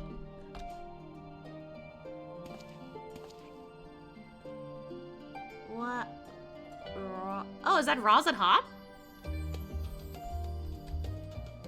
And then over there is Doma. And a couple other things. Oh god. Ah!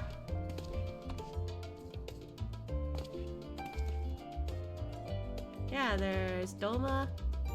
There's forgot the name of that place already. Kugane, that's what it was. Okay, cool.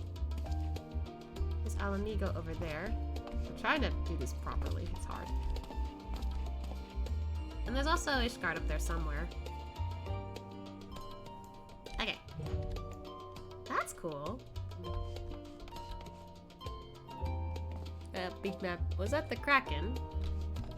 The Quacken? Wait, where? I'm now confused. Over by that corner, or? I mean, I guess.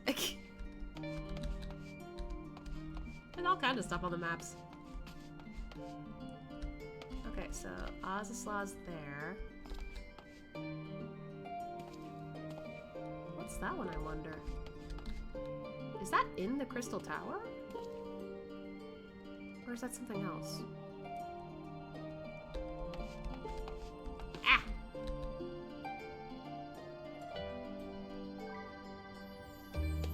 That kinda looks like the Crystal Tower too, but it's not what I expected.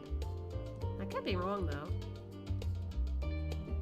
I just realized I'm not on top of anything. I'm just on top of air.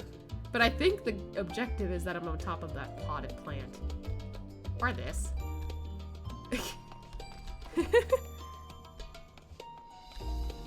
But interesting to see all these details. Oh, and this is at, I think, what's it, Cardinal, I think?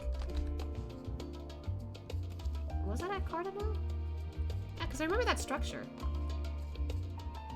It's interesting to see all these details on that. Wow. Asha has ascended. Bow down. Over here.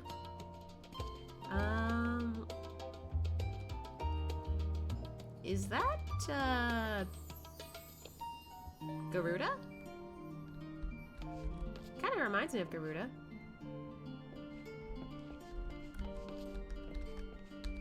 There's another map here, but I can't quite tell what it's for.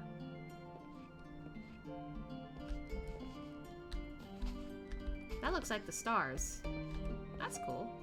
They do got astrology here, so... But yeah, I like the details that they got here. It definitely shows they've done their research and stuff. Feeling refreshed and alert? Our colleagues should be wandering in soon, so I suggest we stay here and wait for them to join us. That was a lot of, like, cool stuff we got to see. I love it. Everyone is here. I'm cracking my knuckles. Hey, there's Oriange. Pray forgive me. I was delayed. It's fine, Oriange. We're all here now. I mean, it's not unlike him to be a little late, I guess. Let's get down to business then, shall we?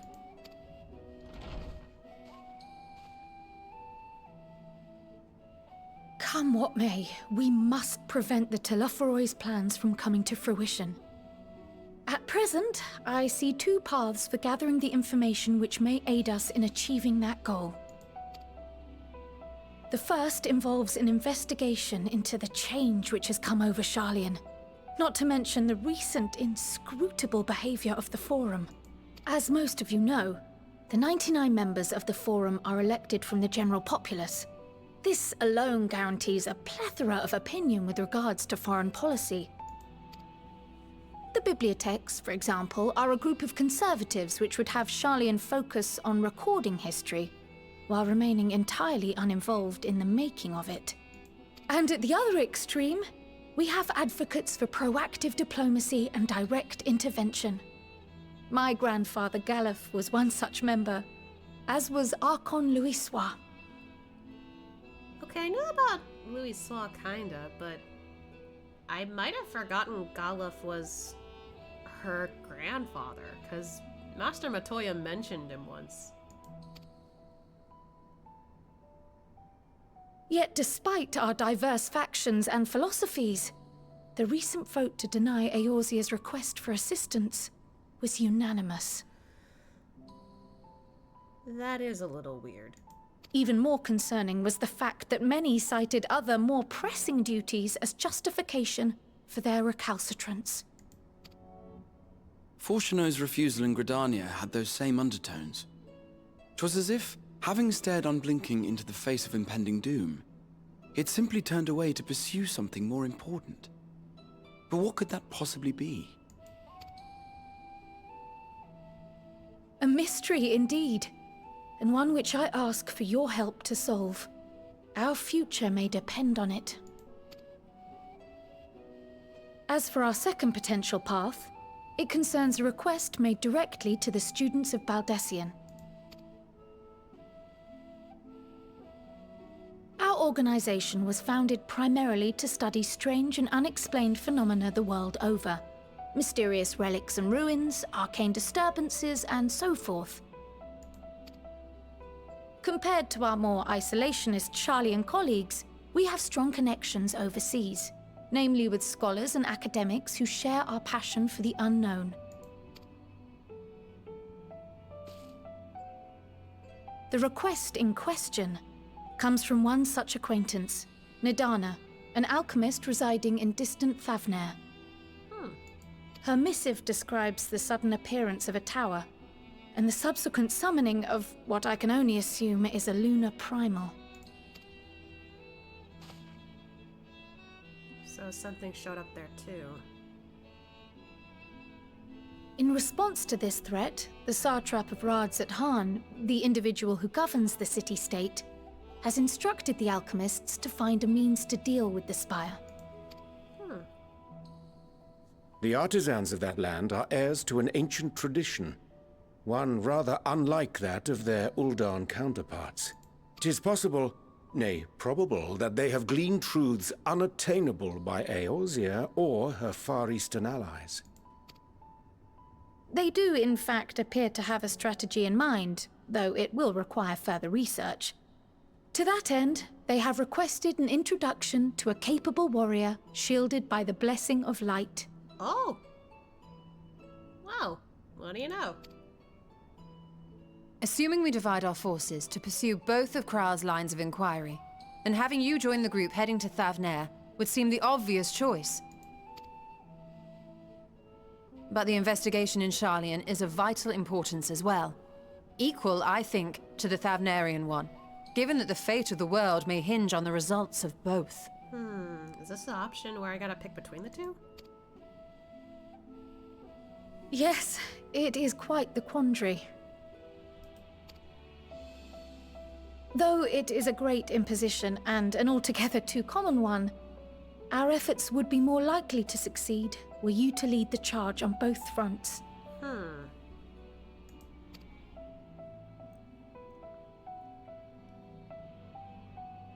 You are indeed our champion. As to which task to tackle first, we will defer to your decision. Let us next decide how everyone else might best be assigned. As for myself, I shall continue what I've begun in Sharlayan. I should also like to steal the services of an Archon or two. I mean, we got 4. And thereby gain access to a greater range of reading material. I will help with that. Okay, so she's staying. Allow me to offer my assistance. I have some small amount of experience in the field of research. Okay, so he's staying too.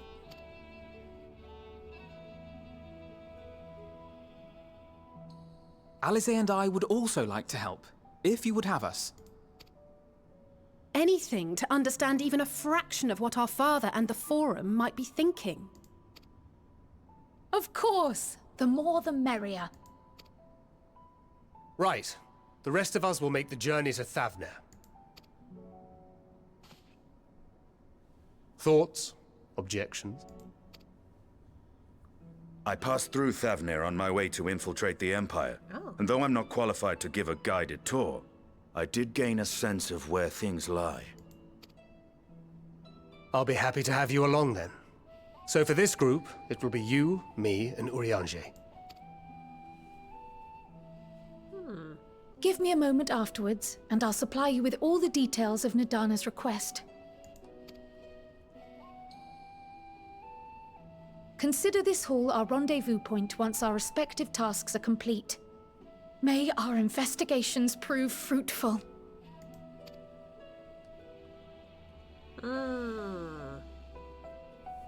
Where do we begin, I wonder? How to choose where you start your adventure. Whew. So it is kind of like how we go by with Shadowbringers.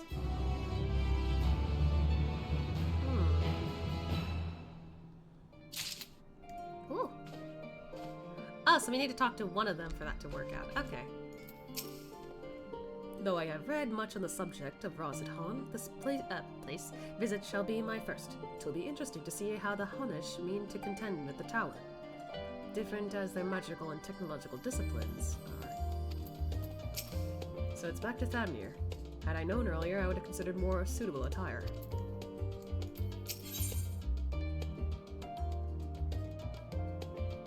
Yogurt and spices in the drink? Interesting. Talk to everyone else here first. I still don't understand how the vote could be unanimous. What could possibly convince them all to turn their backs on Eorzea? If the Forum is intent on concealing its intentions, then a cursory investigation will avail us little, I suspect. We will need to dig deeper, and with the greatest of care. The process by which Forum members are elected is fair and equitable. Neither wealth nor social standing offers any advantages to a prospective candidate. But fairly elected or not, Master Matoya still found them all to be insufferable. I remember that. Our tour of the city was a pleasant distraction. I feel more than ready now to tackle the challenges of the day.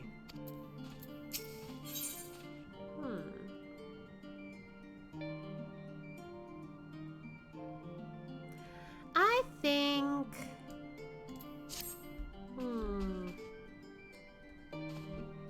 Both are definitely important. But I think I'm more intrigued by what's happening in the Forum, since that's kinda why we're here in the first place. Oh, before I move on.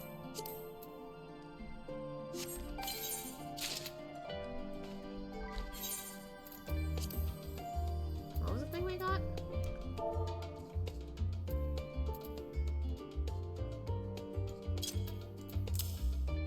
Oh, I actually considered getting this outfit in the marketplace. Who would have thought I'd actually get it earlier?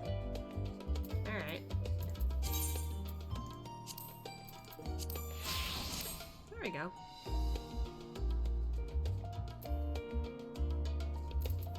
Wait, it's literally the same one. That's just higher quality. Well, what was I supposed to expect? Okay. But yeah, since we're technically here to check on the Forum first, I think I'll go check this out. Plus, you can get gear from the legs. That one you just get food, so I'm just like, I'm not really looking forward to getting some food items. So we'll get this first. An unsettling change has come over Sharlayan, but together we will divine the underlying cause for the Forum's callousness. As I mentioned before, however, questioning the counselors directly is a fruitless endeavor. They seem to have already come to a consensus as to what and how little they are willing to divulge, which is why I began scouring Sharlayan's archives of historical records for any hint of a connection to the final days. Suffice it to say that progress has been slow. There are only so many dusty pages one can skim in a day, but now that I have this band of willing reinforcements, the search should proceed all the swifter. Let us reconvene outside Nalmanon, shall we? I can't. How do you say that? Exit the annex to the right, and you'll find the archives of the western edge of the woods.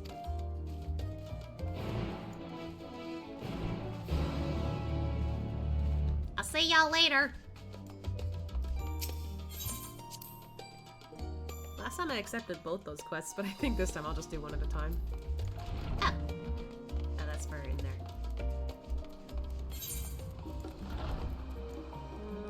Okay. This way.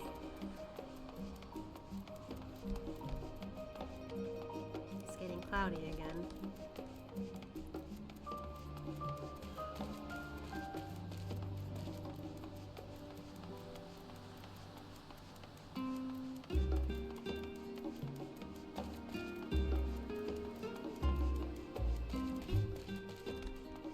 Oh wait, is it over there? Oh, it's probably up in that building. Okay. I was about to be like, am I going the wrong way?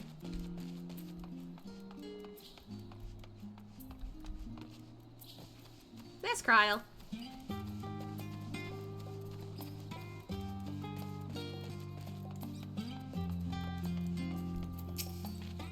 My directions were easy enough to follow, I hope.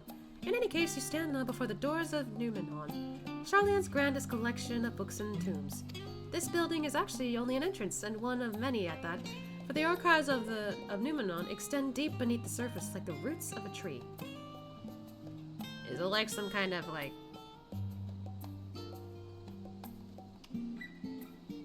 magic treehouse kind of library? I don't know. The vast halls of the great Gubal library pale in comparison to Numenor's endless maze of subterranean chambers. Any citizen of Sharlayan is free to enter and peruse its shelves.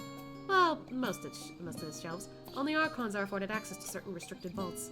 I've dispatched Estella and Raha to investigate those. Meanwhile, Alice and Alphina will help me continue my search through the stacks open to the general public.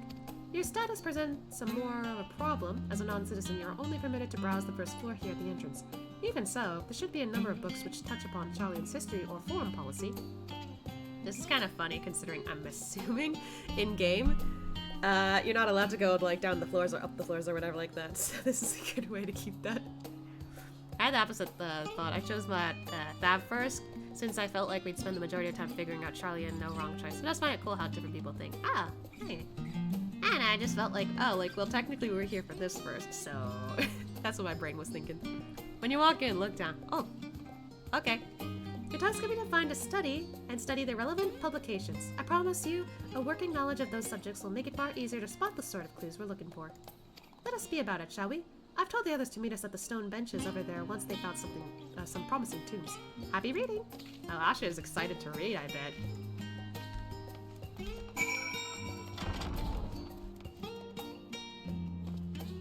Whoa! You said looked. Oh my god.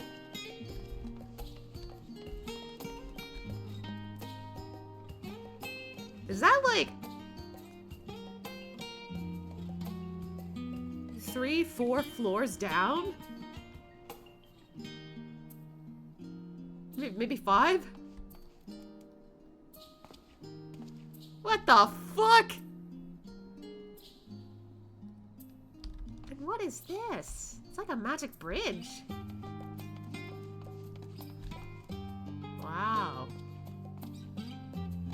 If a library like this existed IRL, it would be insane. Oh man, Asha would be drooling over all these books. He loves reading. Yeah, let's start over here first. Brightly colored book. Title of this fine reads, The Story of Sharlayan. Read the book? Okay. Long, long ago, on an island in the Northern Sea, there lived a Rogadin man by the name of Nyakref. I can't say his name. Yeah, I'll just say Nyuk. Was a student of astrology, and he divined that a flood of terrifying proportions would soon sweep over the lands of Eorzea. So it was that he built a gigantic ship, assembled a crew, and set sail for that imperiled realm. The flood arrived as foretold, and to their horror, as the strangely churning waters drove the people towards the ocean. It was there, however, that Nyuk crew hauled them aboard his ark, but the danger had not passed. The towering waves approached, threatening to smash the vessel to pieces. With only a moment to spare, Nyuk wove a mighty spell of teleportation and shifted the entire ship to safely atop Albalathia's spine. Refugees from the surrounding regions huddled there alongside them, but it was not long before disputes over the dwindling supply of food led to violence and bloodshed. Saddened by the sight, Nyuk gathered unto his crew and his grateful passengers and abandoned the ark to those redeemed, reddened peaks. They journeyed to the coast where they built a new ship, intent upon returning to the northern seas. They landed on the beach out of an island and settled upon that very spot. That settlement prospered and grew, and in time it became the city of Sharlayan. We live into this day. Did you watch the Endwalker trailer or did you skip the trailers for spoilers? I actually watched it at the end of post Shadowbringers, so I kind of have a small hint of what might be happening, but not a lot to go on. Relics of Old Colony. Okay. I like that he takes the time to like put the book to his face. Many years ago, on the banks of the Thaliak in the Dravanian hinterlands, a Sharlayan colony once thrived. This settlement was originally established as a mere outpost to the study of ethereal sea in the year 30 1311 of the 6th Astral Era. Scholars dispatched to Eorzea found the facilities wanting, and their demands encouraged a gradual expansion in structures and services. As rumors spread of a growing community of academics, the area was further inundated with Eorzean students hoping to share in the renowned wisdom of the Sharlayans. 50 years later, the Forum passed a motion to recognize what had become a flourishing town as an official Sharlayan colony. Eorzean residents took to calling the colony itself Sharlayan, which led to no small amount of confusion when discussions turned to the subject of the motherland. In response, some Sharlayan inhabitants, if pressed for a name, would simply refer to it as Emporium. Following the exodus, however, goblins and treasure hunters claimed for themselves a corner of the abandoned colony and gave it yet another name, Hydaelyn. I know that. The following chapters go on to introduce the most prominent features of Hydaelyn. This book does not appear to contain additional information on the Forum or cover the history of the Sharlayan motherland in greater detail. Okay. I don't see any more interesting books.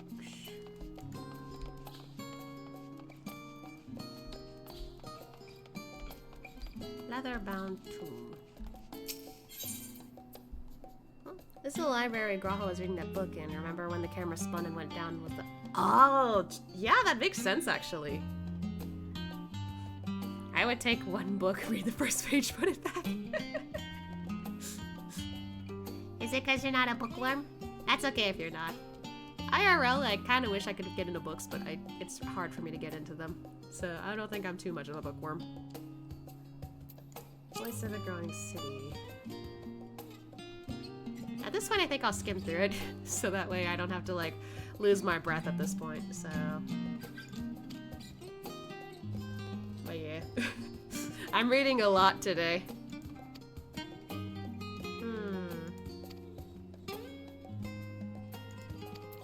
Okay, so that was relevant. Excuse me.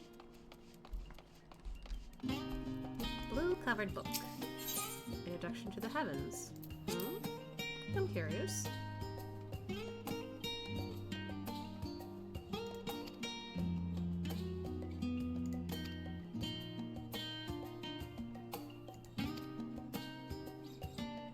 Talks about Oleg.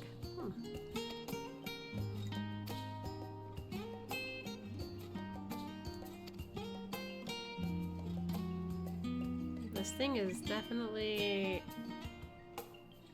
I guess, edging us to learn more.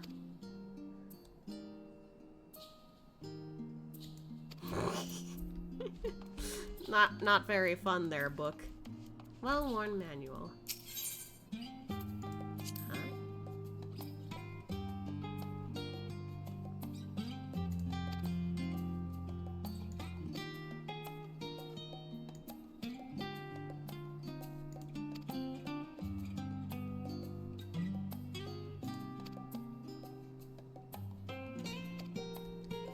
I guess this is something about how, like, how to, like, feel like you're still in your 20s, question mark? Not really, unless it's good. Ah, yeah, that's also fair. It's always amazing how fast we read in our heads when you're not reading a lot. Yeah. Because our eyes look faster than our mouths speak. Okay, so that's not relevant. That's okay. Somewhat interesting. And it looks like there's only one book left over here. Unless there's another one over here that I'm missing. Nope. Looks like that's the last book. How convenient. We went in a whole circle. Stewards of Wisdom.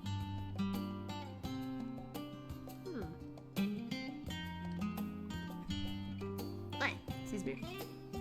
The only books I read fully was Molly's Story, A Puppy Tale, and other stuff like that. Oh.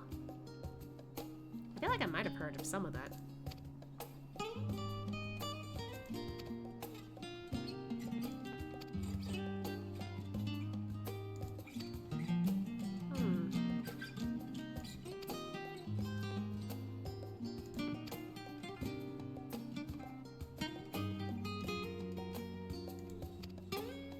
There we go. You gained a fundamental understanding of Sharlayan history and the foundation of the Forum. Alright. Time to meet up with my friends.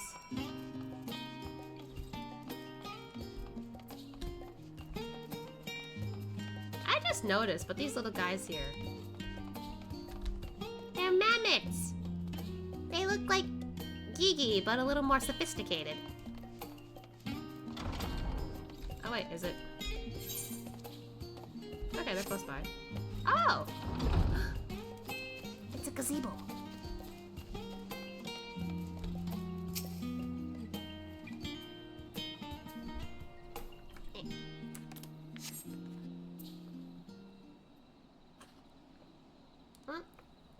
There's Alice and Graha.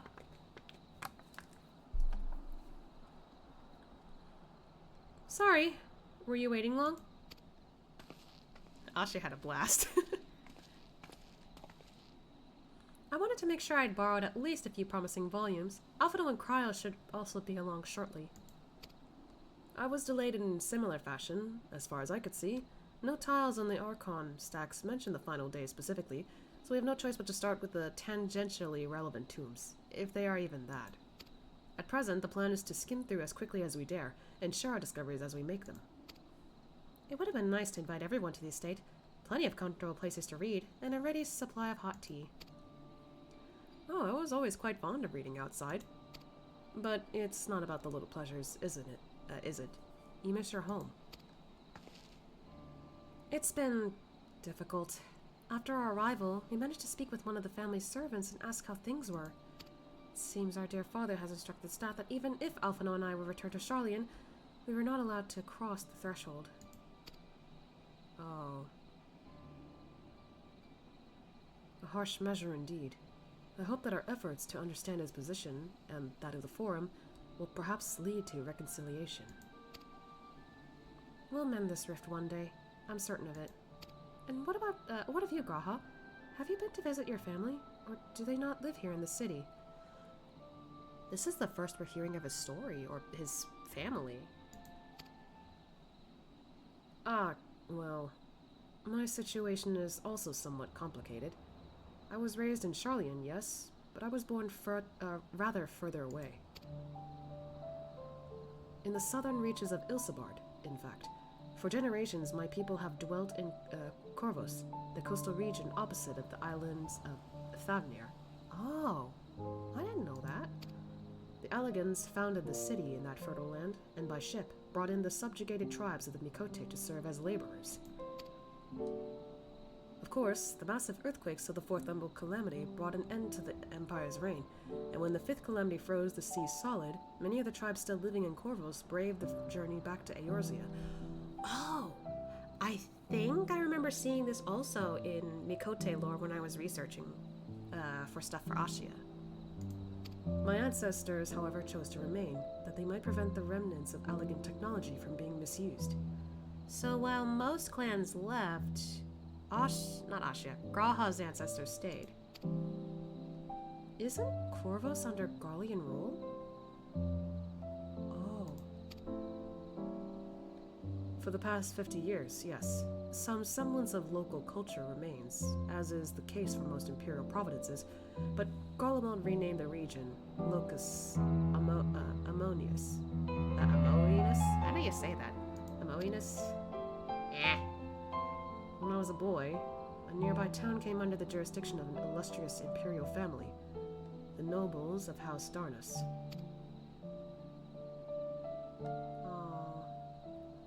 House Darnus demonstrated a singular interest in Allagan civilization, and so my tribe was forced to consider a plan of action. For some time already, the voices has been raised in favor of abandoning our ancient customs. After all, the Allagan Eye no longer passed to our eldest children as reliably as it once had. Fear of discovery led to Discovery eventually tipped the scales, and the decision was made to bury our ties to the knowledge and traditions of Allag. As the last child born with the Allagan Eye, I was given over to the custody of friends in the students of Baldessian, who had me registered as a Sharlayan citizen. I never even considered.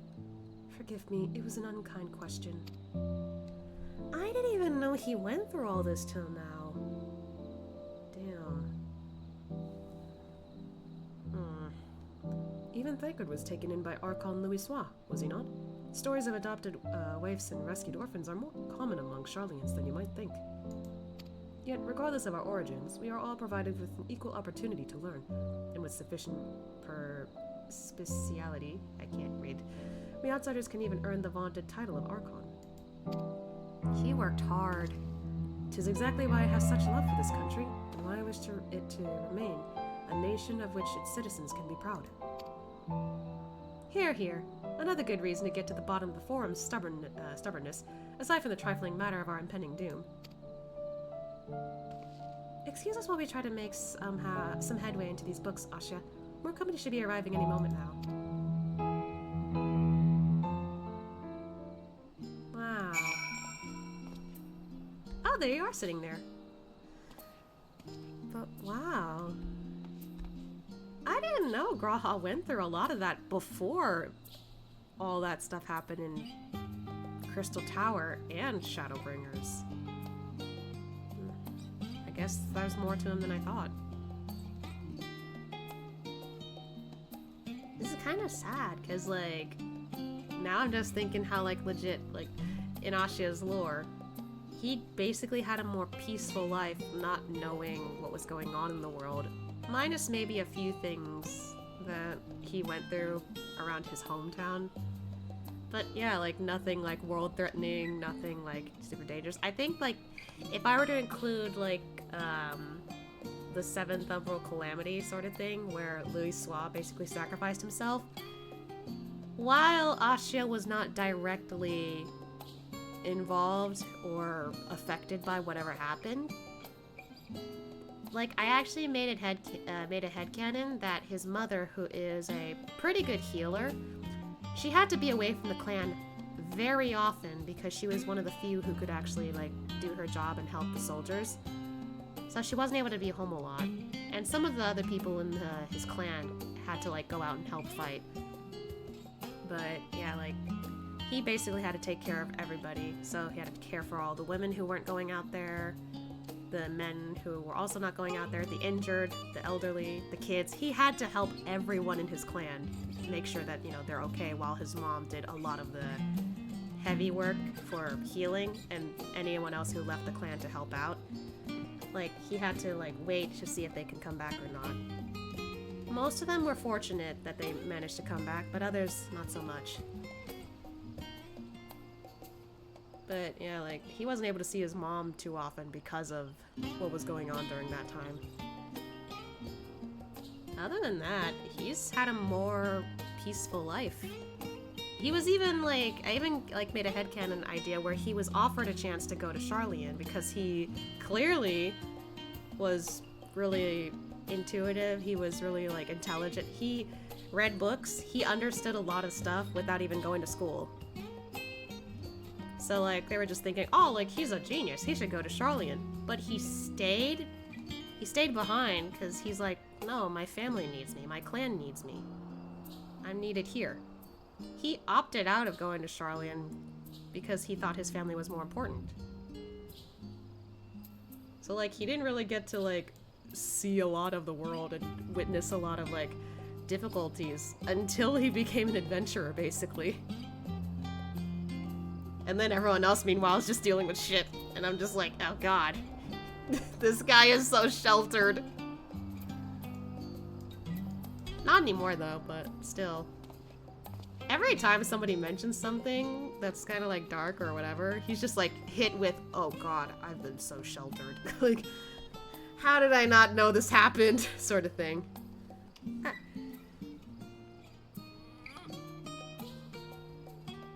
Yeah. Thanks for the shut your name.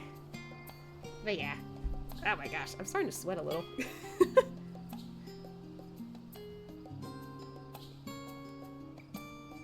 Okay.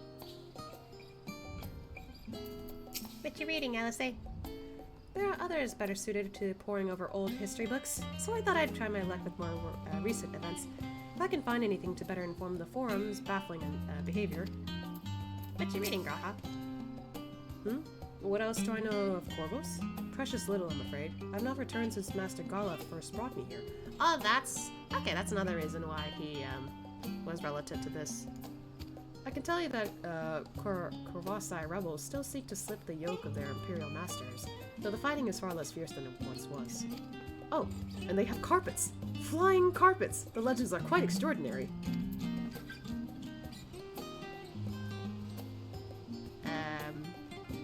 Prince Ali. Fabulous he. Alibaba. Sorry, I had to. It is getting warmer. Well, yeah, there's the heater here, so... I'm also wearing a little more, like, warmer clothing, so I don't really need the blanket. But it's interesting to learn more about the characters here. There's Kryl and Alfie. We returned with our selections. Although I must say, the pickings were quite slim indeed.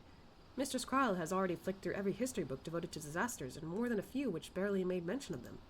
As such, we'll be looking into research papers on the Umbral calamities, as well as articles written by prominent forum members. Perhaps their knowledge of the final days come from an unexpected source. Speaking of which, might I ask you a few questions related to the final days? Why me? Excuse me. I'm the only one here who didn't witness the events of Amarad firsthand. Oh, okay, that's why. And fear I may be overlooking critical details. Okay. My thanks. Now, where to begin? First things first, what kind of phenomena did the ancients encounter as the final days drew nigh?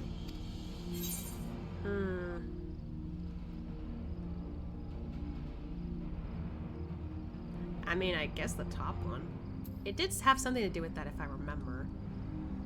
The complete destabilization of creation magics.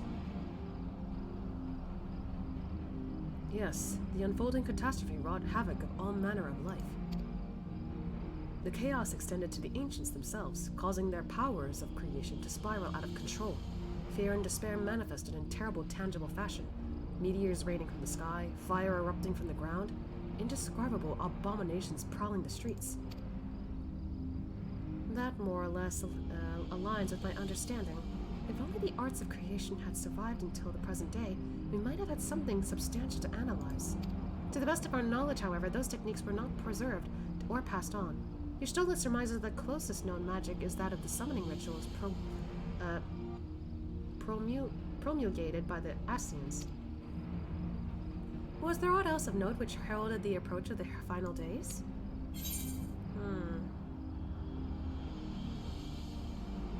Alpha, no, you can answer this one. No. The entire star was engulfed by disaster all at once. I think you may be misremembering. As I recall, it was more of a gradual spread. Really? I don't remember. How was I supposed to know? I don't remember. The Amarotine spoke of a keening sound that rose from the land itself just before our region was visiting by a catastrophe. We never did hear the sound ourselves, of course, thrust as we were into the midst of the madness. Well, maybe that's why I kind of misremembered. So the ground was crying out, you say? To be considered the harbinger of doom, it must have been quite distinctive, and probably quite loud. I'll have to speak with one of Numenon's mammoths, and ask after any books which make mention of such a sound. Last but not least, would you describe how the ancients sought to quell this unprecedented calamity? What definitive action did they take? They knocked Dolomon from the sky. I mean, they summoned Zodiark first, so... Then they summoned Hydaelyn.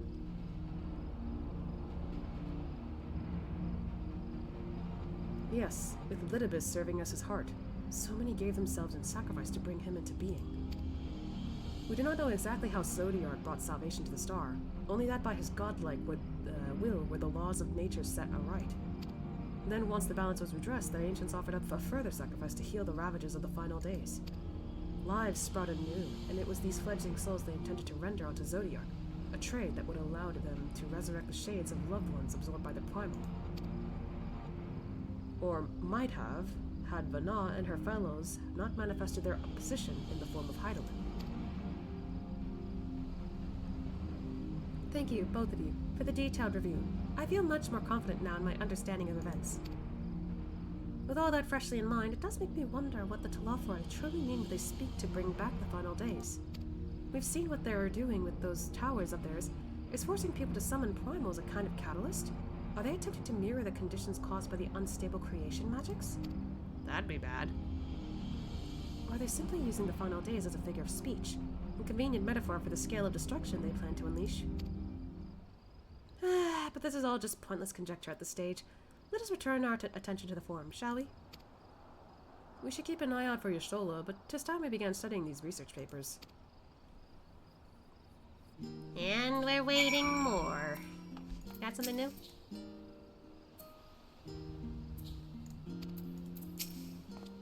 No? Kyle's over here. It really is comforting to have all these dedicated assistants on hand. Right then, enough chatting, more reading. Okay. Alfie's over here. Oh, he's reading too. Many forum members are also researchers or professors. If they know aught of the final days, then that knowledge might surface in their writing. That is my hope, anyway. Where is your Stola?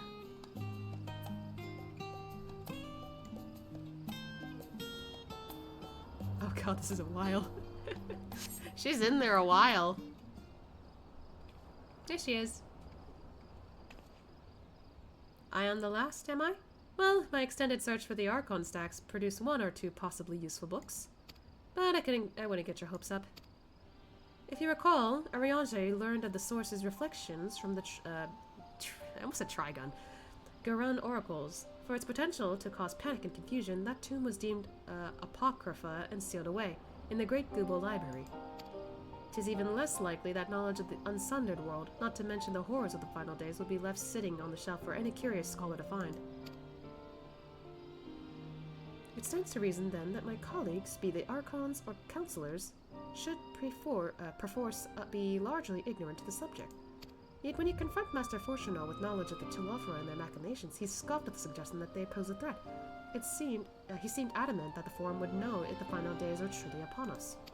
Which only supports the conclusion that whatever privileged wisdom is guiding the Forum's behavior, it is being kept a secret from the rest of the nation. That's really weird. Not that I mean to excuse myself from reading duty.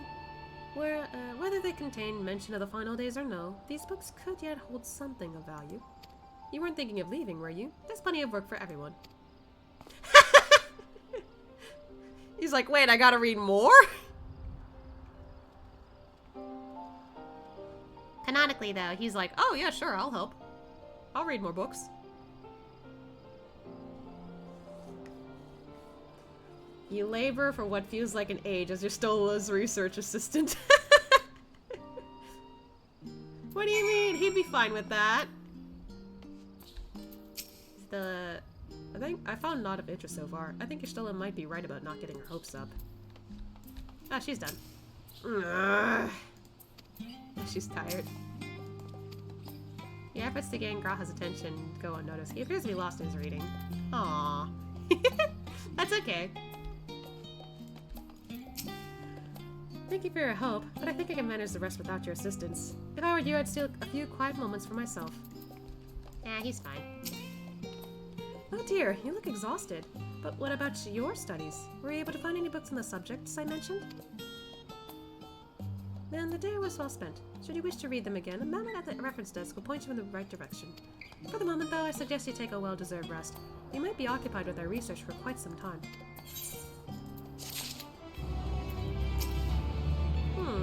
Well, I did find one paper focused on the world before the advent of the First Umbral Calamity, but it reads more like a work of fanciful fiction than an actual academic supposition. I didn't think there'd be fan fiction in this world.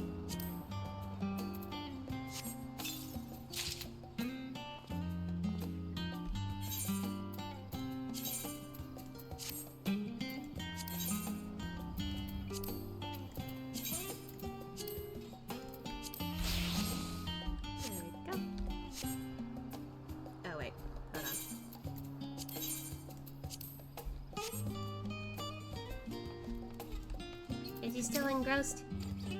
Yeah. Ready for a tea break, Asya?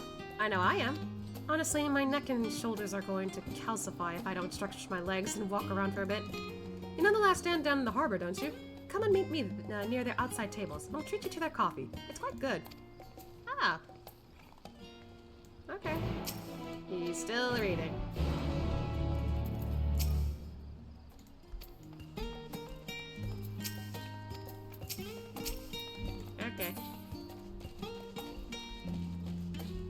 Honestly, that's kind of a nice spot to, like, hang out.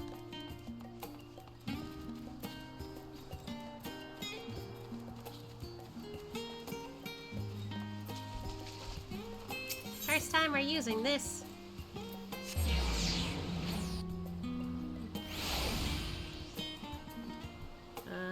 Last stand is over here. Alice. There she is.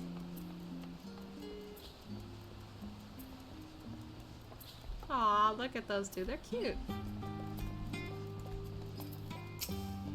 As busy as ever, I see. How very Sharlayan that no other gourmet cafe has sprung up to compete for customers. Actually, this crowd gives me an idea. Before I place an order, why don't we ask a few questions and gauge the mood of the city? I'm interested to hear what the average citizen has to say about the Telophorite. You might even learn something new. Worth a try, don't you think? Oh, Alice's sticking with us now.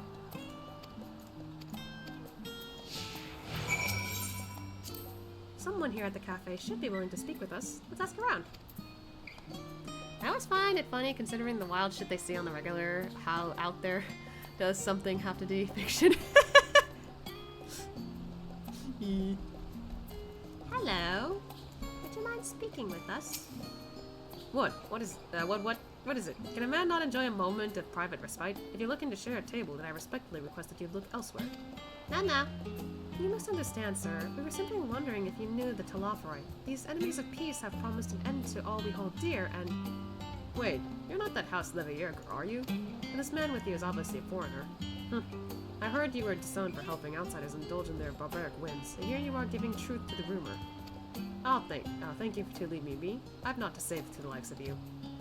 Well, I must apologize. 'Twas foolish of me to expect an ounce of civility from one so enlightened. Come, Asha. Wow. They don't like her, do they?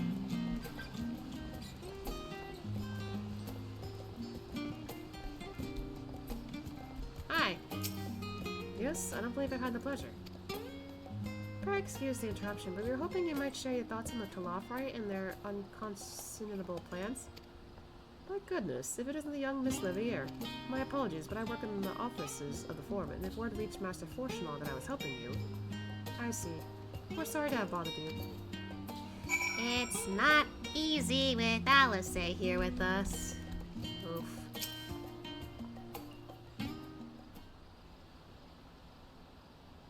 Welcome, sir. What can I offer you today?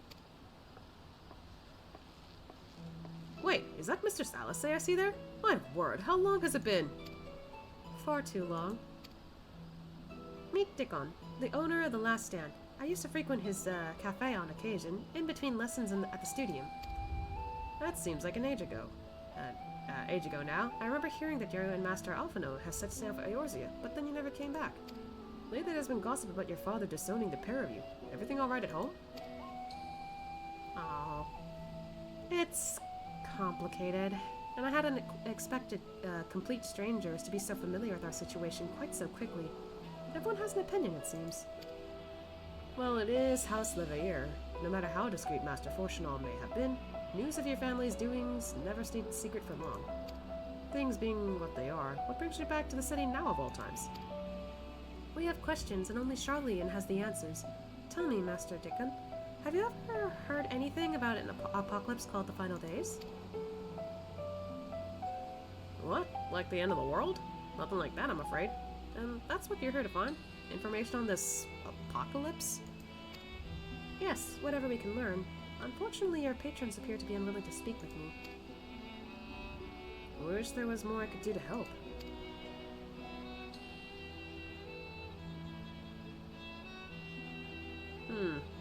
But maybe there is. You're a visitor to Sharlayan, aren't you? Then if you will know your face, we should be able to pass you off as a server with none the wiser. We just finished preparing a few orders. Strike up some friendly conversation while you're setting down the food, and you might just get your answers you're looking for. So literally Asha. Not a bad idea. I hate to ask, but what do you think? He's got this. That's the spirit. Pay attention now, and I'll explain where each of these dishes need to go. The tea set is for the chatty group, sitting by the water's edge. The omelette is for one of our regulars, a Highlander by the name of Gisla, She's sitting at an outside table with a friend of hers. Behind them, you should see a Mikote gentleman. He ordered the oven-baked lobster. Ooh, I like lobster. Got all that? If you're not sure, just ask and I'll explain it again. Good luck. Gotcha. So, passing. I think you're better off if I stay here, out of sight. Find out what you can and there'll be a hot cup of coffee waiting for you. Oh, thanks.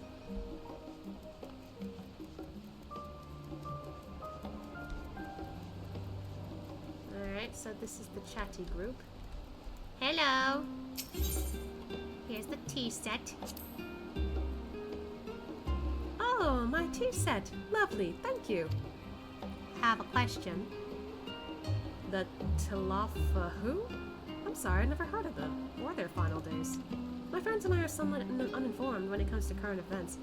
Now, if you wanted to hear about ritual arcane practices of the 6th Astral Era, common or esoteric, then I'd be happy to talk your ear off.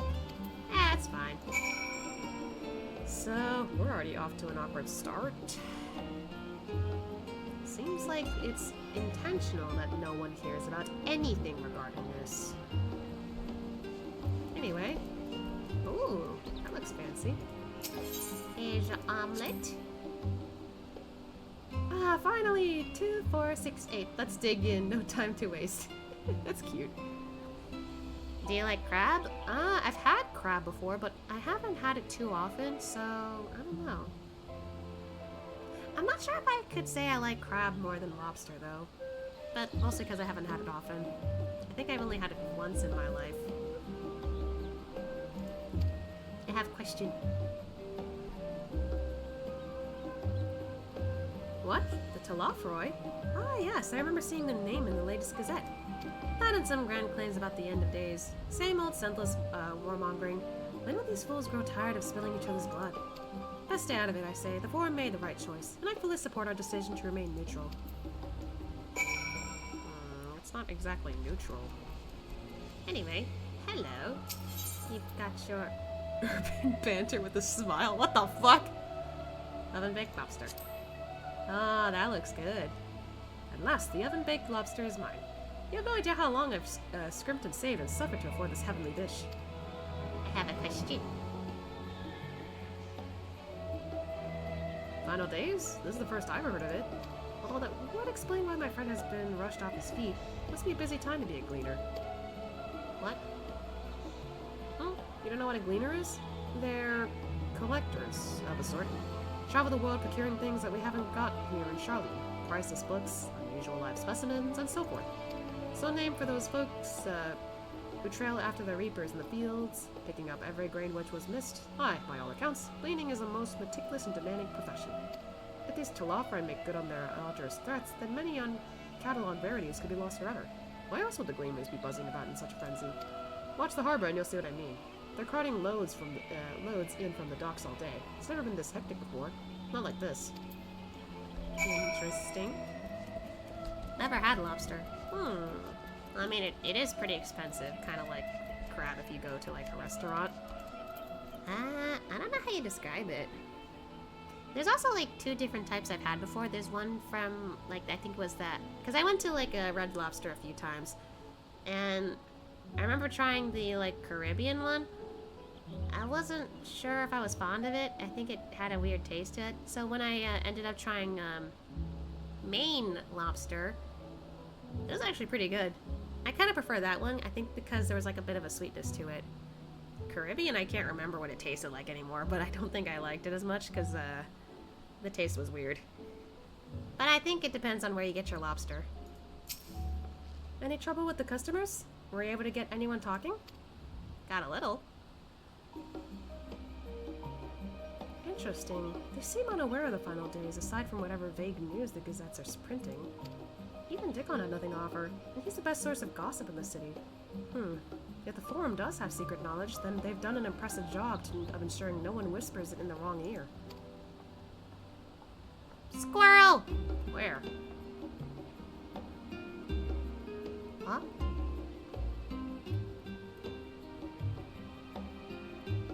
What? In any case, thank you for playing up the part so well. Here, that cup of coffee I promised. Was there a squirrel? least. Don't mind me. Okay. Let's enjoy our drinks somewhere else, shall we? Maybe behind the peristyle, away from the gossips and their wagging tongues? Okay.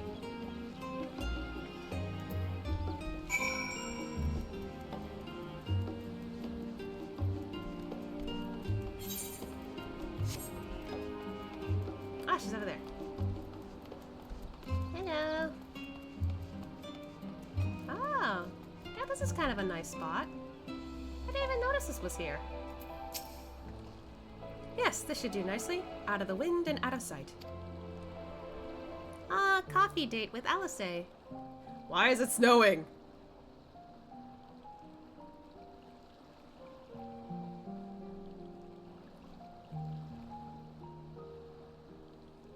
I didn't expect the snow. When our father disowned us, I couldn't believe what I was hearing.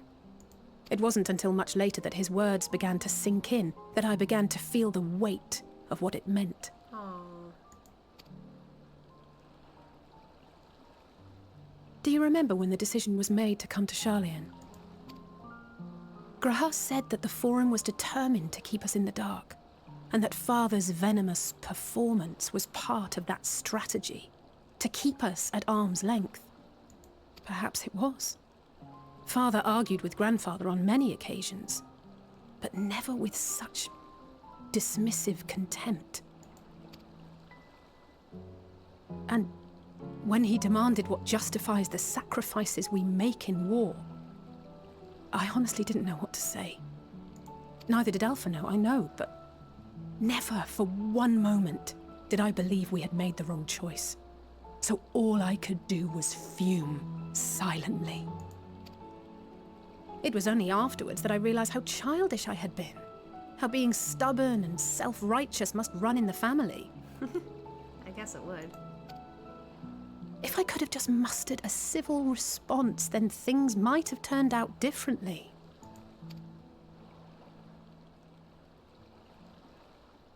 Huh?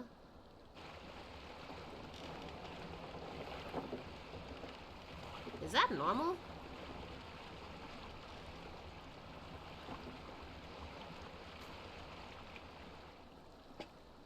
They must be ferrying goods to Labyrinthos. What's that? A vast complex beneath the island. Sharlayan is famous for archiving knowledge from around the world. Well, that knowledge is not preserved exclusively in dusty tomes and desiccated samples. Pizza acquired. Ooh, nice. Our living library, comprised of all manner of flora and fauna, is housed and studied within that underground facility.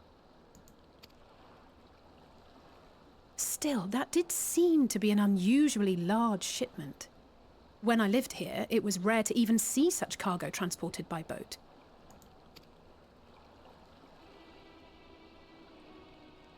Wait!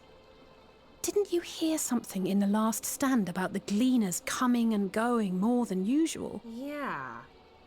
Well, I think they're the ones we saw manning those boats. And gleaners answer to the Forum. Oh.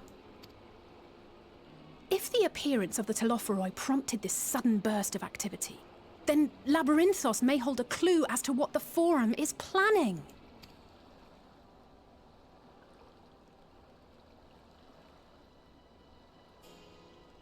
Well, things got a little more interesting around here.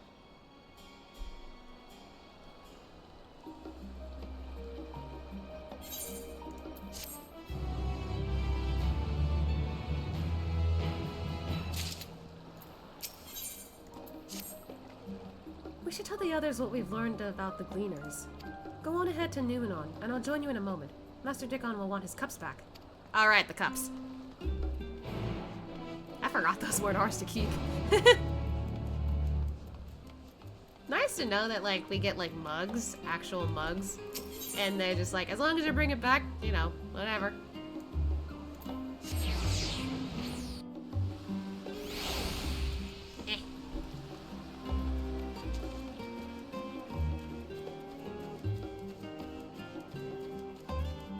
Everyone's still over here. Goodness! Did I even even notice that it started snowing? I didn't even know it snows here. Is that coffee I smell? Did I miss the tea break? You missed out on a coffee day with me, Graha. Where does Alice say? I thought she was with you.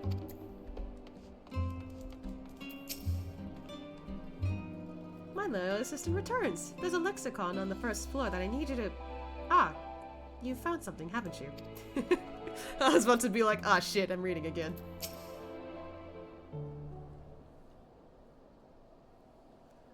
Welcome back, Asya. Been for a walk and cleared your head, have you? Oh, there she is.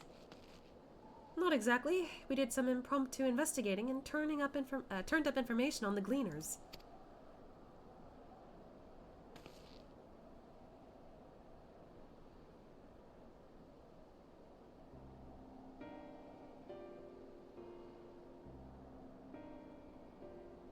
It makes sense. The Gleaners take their requests directly from institutions and bureaucrats, but as you say, they ultimately answer to the Forum.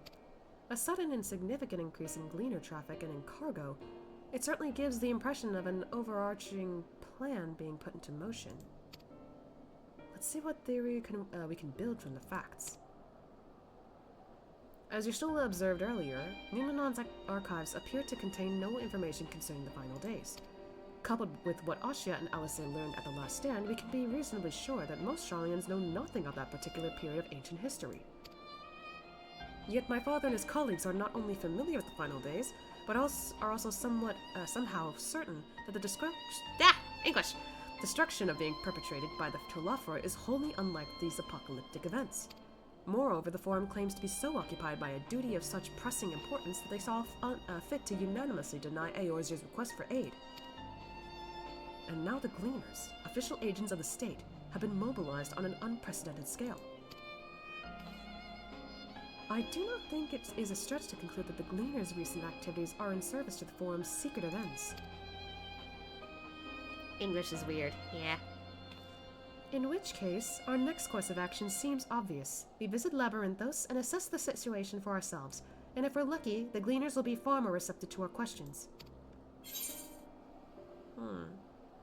Anything would be better than burying my head in another dusty book. No, Asya wouldn't mind that.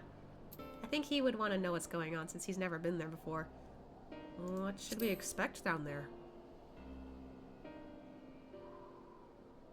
Oh, I would hate to spoil the surprise. But I love surprises being spoiled. No, I'm just kidding. Maybe a little bit, but not all the time. As for myself, there are a few more subjects I would like to research. I may join you later, but feel free to leave behind your borrowed books and be on your way. I'll see to it that each is returned to its proper place. That would be a great help. Thank you, Raha. Aw, he's not coming with us? Man. Let's head down the stairs over there, and I'll show you where the entrance is.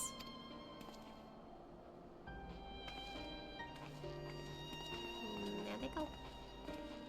I can't wait for this. Oh? Oh, Graha's still sitting here with his books. Watch your step in Labyrinthos. It's rather more perilous than a simple storehouse, although that will likely make the experience all the more attractive to an adventurer like you. Aw, thanks, Graha. So, this way? Oh. Whoop. Ready? Labyrinthos is not too far from here, but you may find the path a bit disorienting. I'll take the lead, so stay close. Follow us and try not to fall behind. Okay. Off we go then. Oh. They're walking there. I walk faster than her. Goodness gracious. It's pleasant here amongst the trees. Yeah. We really should move along.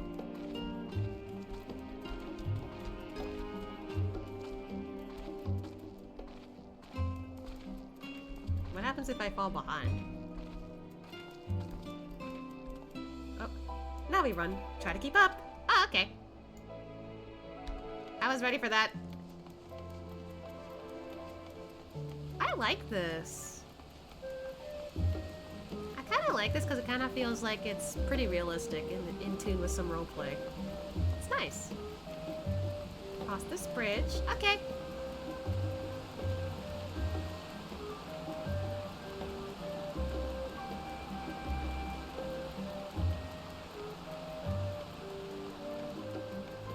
Oh.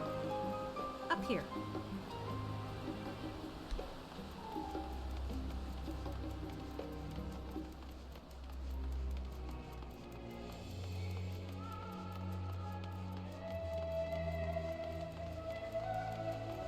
Caught up.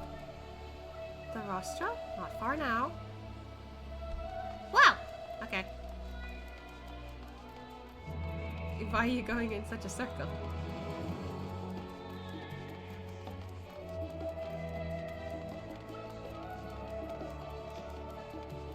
Through these doors? Oh. Here we are. Through this door and down the stairs. You did remember to attune to the shard back there, didn't you? It'll make your life much easier if you need to come back in a hurry. Otherwise, you should keep moving. Nah, I'm good.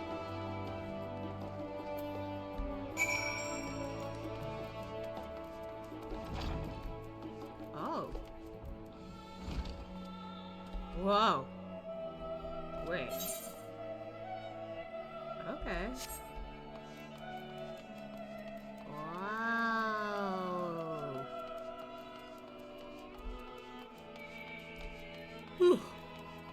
Excuse me. There's a chocobo keep.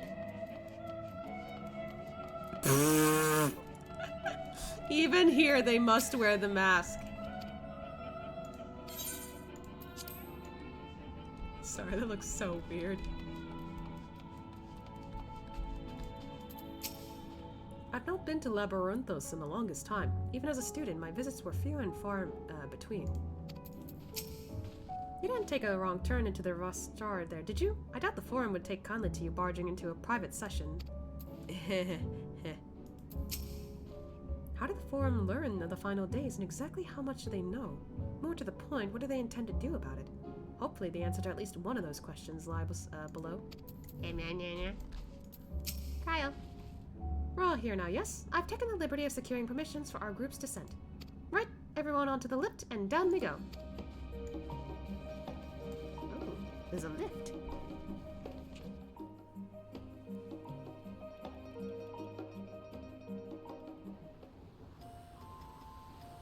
Wah! It's raining indoors. Deep beneath the scholar's city shines a false sun within a fabricated sky. What the? In any age exist those who consider the floor an extension of their bookshelves. And this vault's architects surely belonged to that special breed. If the stack grows too high, start a new one. If no room remains, then make more rooms. A simple solution at first, and then bit by bit, a profound transformation. Knowledge buried beneath knowledge, a growing, creeping labyrinth from which there is no escape.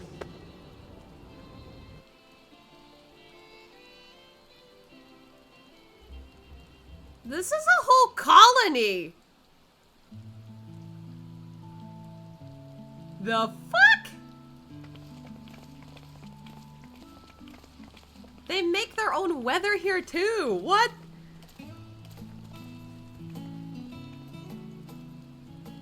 Not what you expected.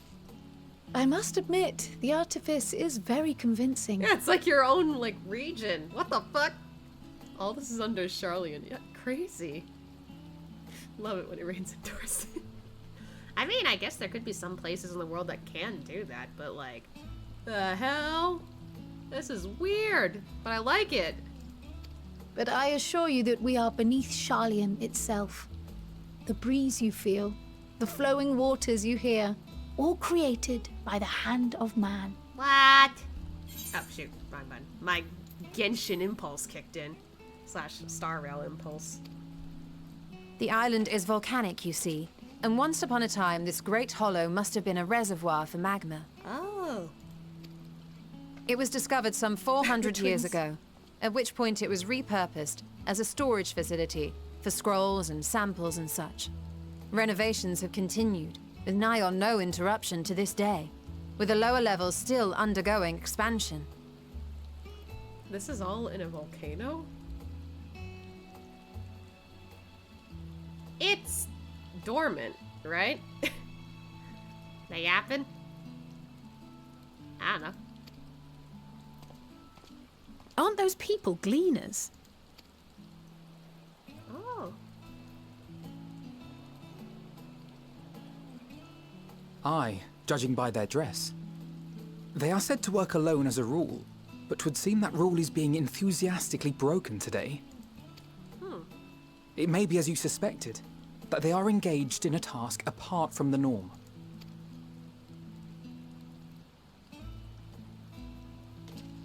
Let's spread out and get some answers then.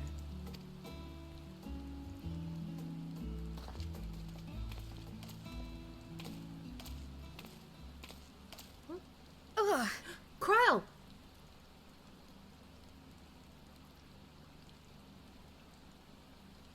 You okay? Did you call to me just now? No. No.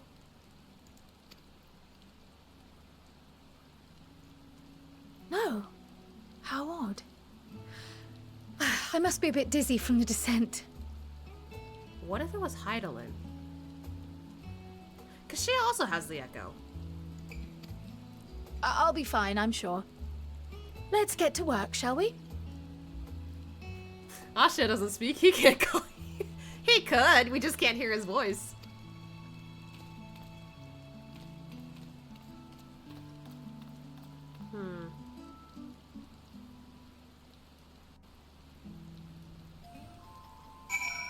Got my umbrella here for the occasion. Oh, we could use our mounts here. Oh, that's cool.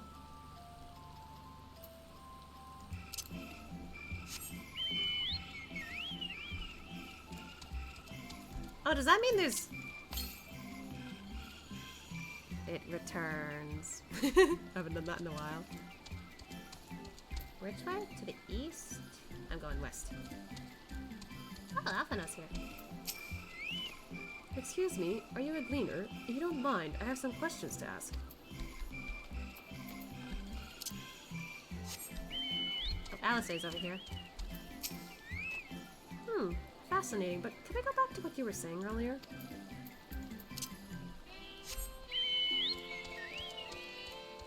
I wanna find...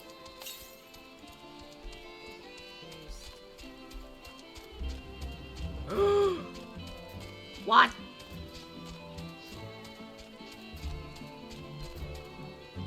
There's enemies here. Ollie does. I mean, true, but... Okay, didn't expect that. I mean, I guess it makes sense that there's enemies here, but at the same time I was just like, wait, what? Northeast, this way.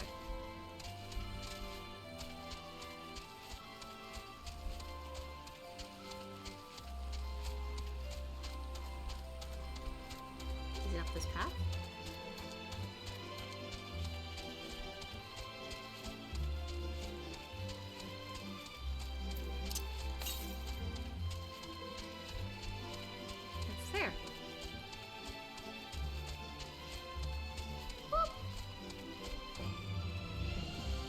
You can see that way.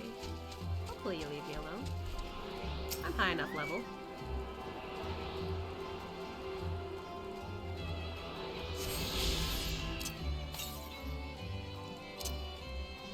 Okay, I'll keep looking for more until after I get through some of the, get through some of the MSQ.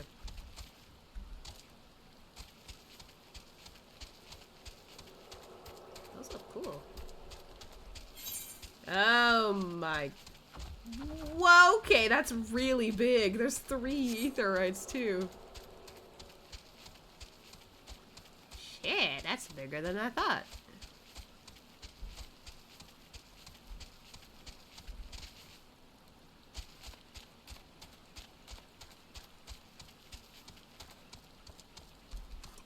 I find it hilarious hilarious that they have to make them enemies for the gameplay reasons, but for lore reasons, they're preserving the specimens here for a reason. We're just going around killing them. Ah, shit. Yeah. That's kind of a Okay, Yvstolla's over here. I want to talk to her before we continue with that. Maybe if we can find Cryle. Oh my god, look at this place. No, I'm not shirking my duties. I've not been down here in an age and wish to get my bearings before I went bumbling about. From what I can see, however, there is not obviously out of place. It seems we shall have to resort to discreet inquiries, as usual.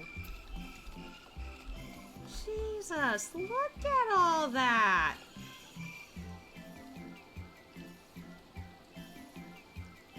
That's insane. Cryle's there.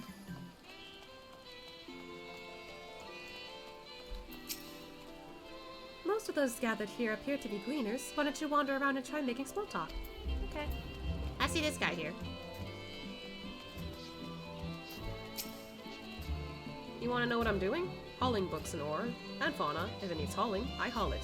Every decade or so, they take stock in Labyrinthos, you know. Sort and tidy up the inventory. Never seen an operation like this before, though. They just did one a few summers ago, even. Then, with no warning at all, this mess gets dropped in our laps. Orders from on high. Damned if I know the reason. Could be that they're changing the layout. Preparing for the next big expansion. Okay. Tiev? What do you have? Let me think. The Ring Siege should be item 1058, Cumin Seeds, 1059, Snargleberry, 1060, or were they 1061? Excuse me. My head feels like it's stuffed with Moko grass. Why are more loads to take out than carry in? Why do all this at once and risk mixing it up? What if someone mistakes the Kurthan carrots for the Garo Banyan carrots? What then? So she's a bit stressed. Erinville. I feel like I've seen fan art of him somewhere. Have I seen this guy before? It's hard to tell. You here to help or give me more headaches? Because if you don't have the look of a gleaner, and I'm in no mood for idle chatter. One of my colleagues was so exhausted he took a tumble and crashed into a pile of crates. Now I have a pack of marmots running loose.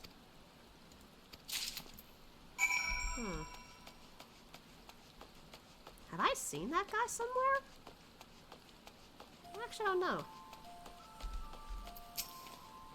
Any luck, Asha? What tales did the gleaners have to tell?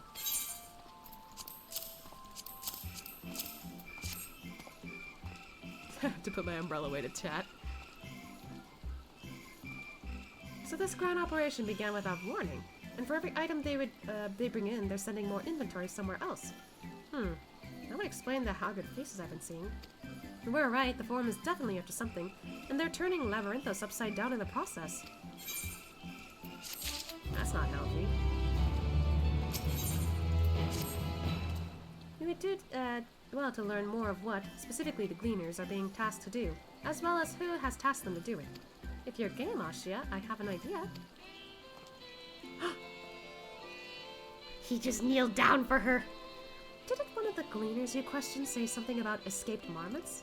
Perhaps if you were to help him capture said creatures, he might be inclined towards a more friendly and enlightening conversation. Ah, I see. Little bit of IOU. Gotcha. Oh, it's turning sunny now. Nice. In the meantime, I will turn my charms upon this Gleaner here. You can compare notes afterwards. Happy hunting! He was about to bring out his umbrella again.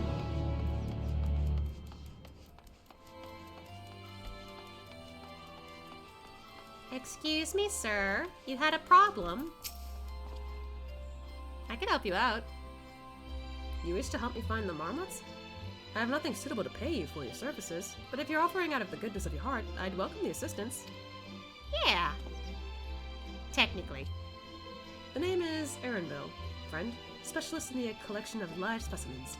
That said, the capture of these Nagsian marmots is a trial I have no desire to repeat. Grizzled mice, they called them. Oh. Yeah, the reason you got that cutscene changes depending on what the in the game, whether it was at the time of the scene. Ah. I mean, yeah. But it's funny that happens sometimes. One time it was like, what's it? I think it was just suddenly raining in the middle of a cutscene, and I was just like, this is so out of place. Why are we doing this in the rain? But it was so funny still. For mercy, there are no other marmot species on this tier at present, so there should be no mistaking our little fugitives. If you happen to catch any, stuff them in this sack. Gently, of course. Okay. Where to begin, you wonder?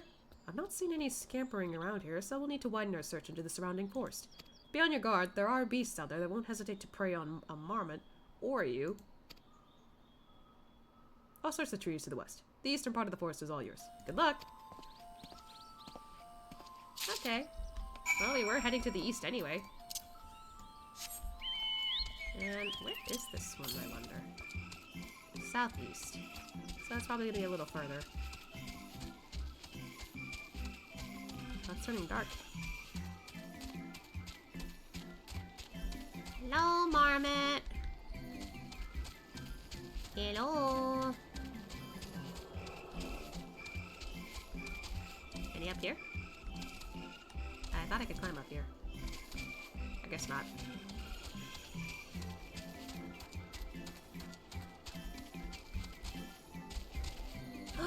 Uh-oh. Hi. Uh-oh. A coyote. The battle music!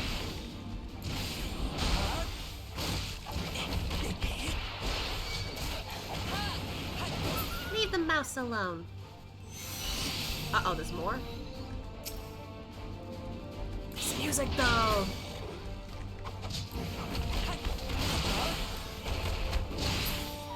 Any more? Aww. You're a little cute.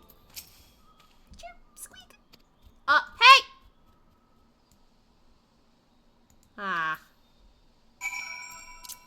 Well. Gently, you say. Oh no, that's not what I meant at all. Although this is suddenly giving me flashbacks to Hildebrand. Oh god.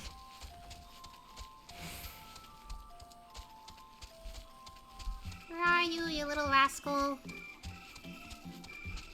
I'm not gonna hurt you. Trying to bring you to safety. I see you. Oh boy, here we go again. How far are we from this? Okay. If he runs away a little more, then maybe I could get that. Hey! Oh boy.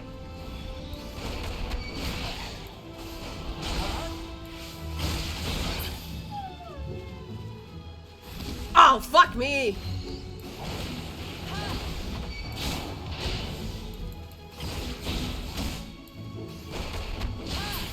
No biggie.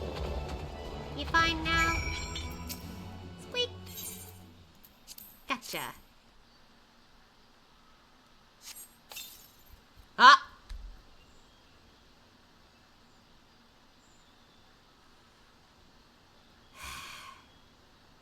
Did you notice the troll's legs?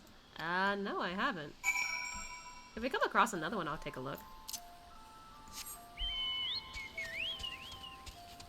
It's right there, actually. Kinda looks like a dragon? I just find it funny how the fur stops at their waist. Okay. I noticed that too, but I was just like, what, besides the fact that it stops there?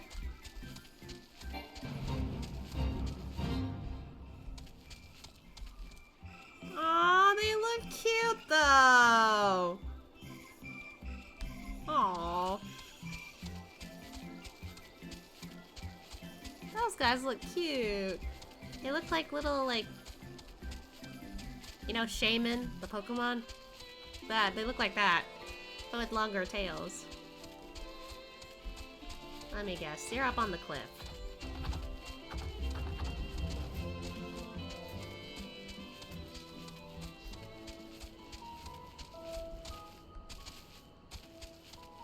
No? Okay, maybe you're not on the cliff. Oh no, you're hiding it behind the rocks. Oh, but I don't want to kill it. That me. Like, it looks cute. Alright. You good now, little guy? Chirp. Tippy toe, sneaky. Haha. Squeak, squeak. Yay! We got it!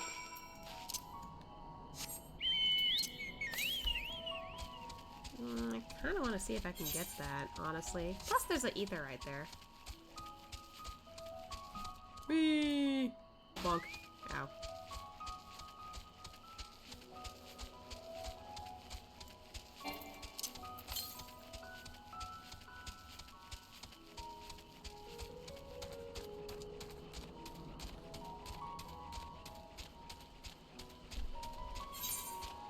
I just realized there's no ether right over there.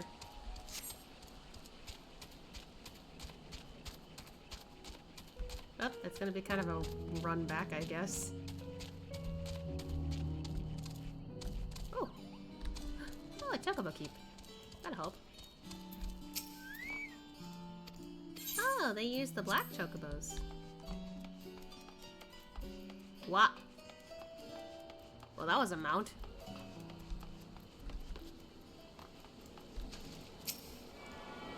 I thought this was like deep water for a minute. But then that wouldn't make any sense. Alright. Guess it's a little farther than I thought. So we'll get back to this later. Let's try riding on Roko. We haven't been on Roko in a while. I usually use Kuto.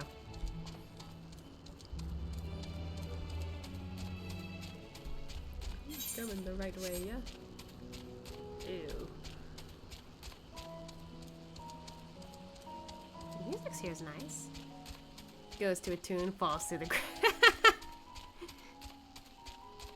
That would have been horrible. Ah, what a nice ether to tune to. Ah! Just falls.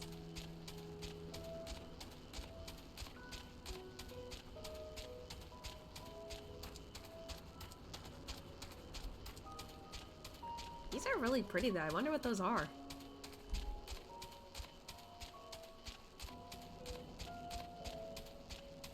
Would be nice if I could have a faster way to get around, but unfortunately our mount speed is this. Hello, I'm back with your rodent. How did you fare? I tracked down 3 of the pack, which leaves 1 accounted for. I have the one you need. Ah, there's the odd marmot out. Wait here a moment while I put our friends in a holding cage. Okay.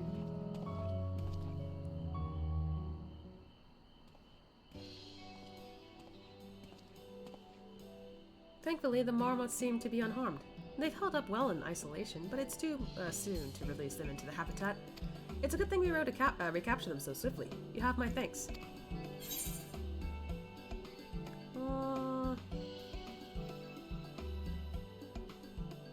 I feel like that's a bit direct. I kind of want to know what you'll do with them. What will you do with the marmots now? That's for the Forum to decide. They are the guiding authority behind Labyrinthos, after all, and this job was but one small part of this great inventory of theirs. Suitable for consumption and easy to breed. Those are the 2 conditions I was given for the stock I was instructed to procure. Consumption? And easy to breed? Wait, we eat those things? Not sure if I like that. I don't know what the Forum had planned for these creatures, but at the very least, I doubt they'll be served for dinner today or tomorrow. There you are, Asya.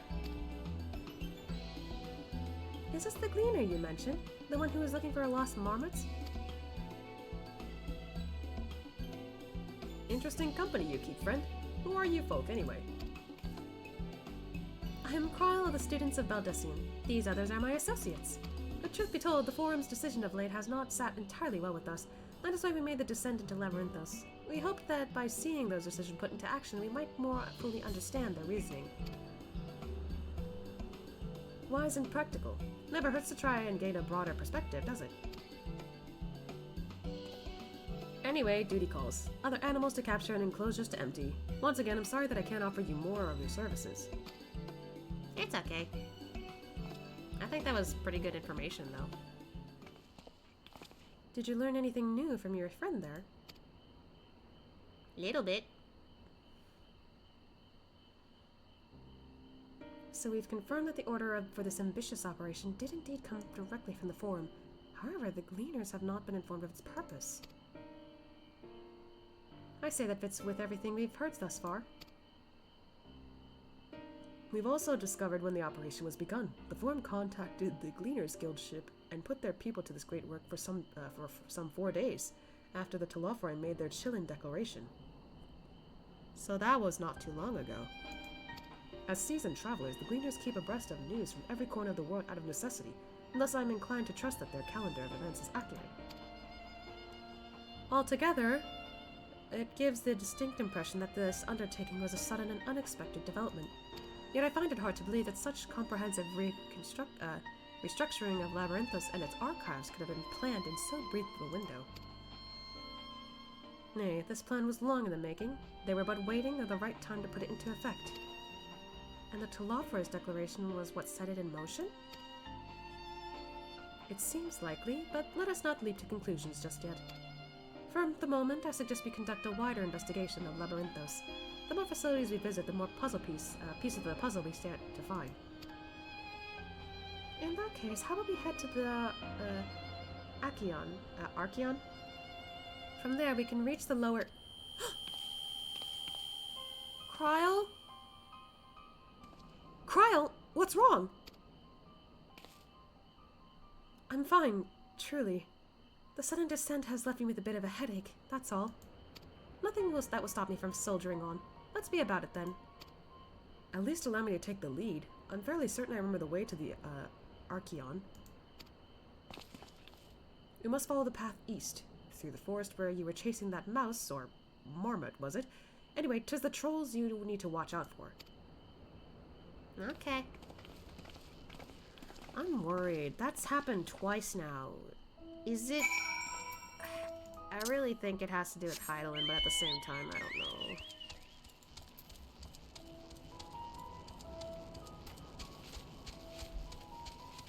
It facilitates nighttime, too. Wow.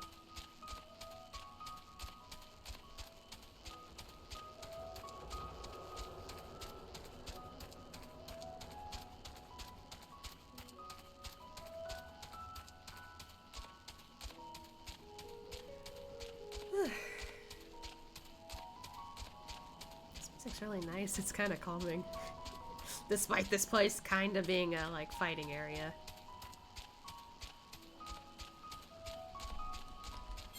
Okay, so we were gonna head there eventually.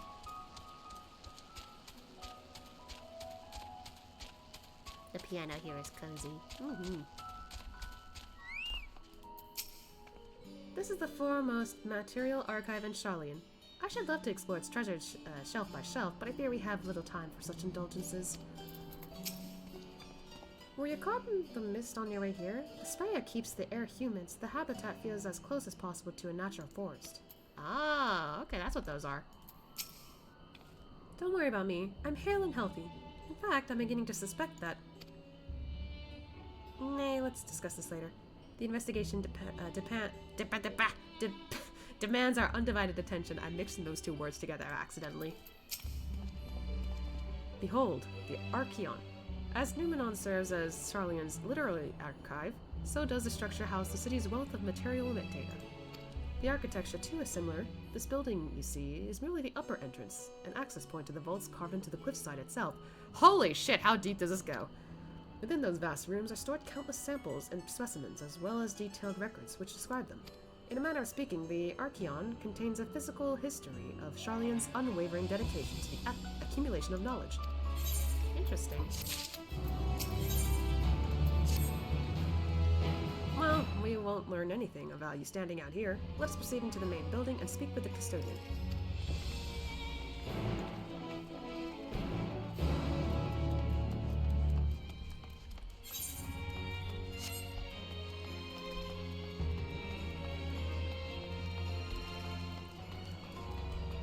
There's so much here, Jesus.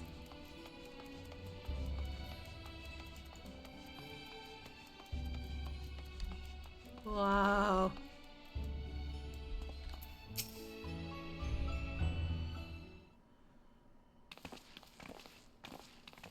There's a frog. Greetings. We're here to peruse the Archeon vaults. Peruse? You're clearly not cleaners, then. Might I ask your affiliation? We belong to the students of Baldessian, but is that relevant? I was given to believe that the vaults, those open to the public at least, were open to the public. Ordinarily, yes, that would be the case. At present, however, access is restricted. Only persons directly involved in the reorganization efforts are permitted to enter. Huh. Not us, then. I suppose we had better move along to another facility. This building has a lift which connects to the middle tier, yes? Might we at least make use of that? That service has also been suspended, I'm afraid. For the time being, priority has been given to over to the convenience of inventory. What? So this is as far as we can go? I apologize for the inconvenience. Please come again after our restructuring operation is concluded. By that time, it'll be too late. We're getting so close to getting answers. We need to rethink our approach. Let us step outside for the moment, shall we?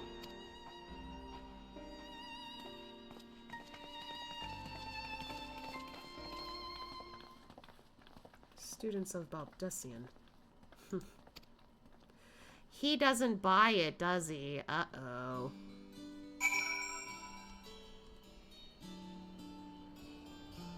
That's not good. The Forum must be wary of exposure indeed to so heavily restrict the use of public institutions. If they're going to close off facilities, then they ought to announce it. The students must be furious. Labyrinthos is constructed in the shape of a mortar. This upper layer is called the outer circuit, and the medial circuit lies one tier below us. We are at an impasse. As we have no other leads, I should like to pursue this one further. But I doubt that our stone-faced custodian will be swayed by heartfelt pleas. We must seek another means to access the lower levels. 'Tis likely that the people in this area are involved in the restructuring in one way or another.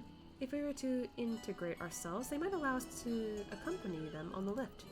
Let us ask around. Surely someone is in need of a few strong backs to lighten the load. I don't know. Starting to think they kind of know what's up, which is not good for us.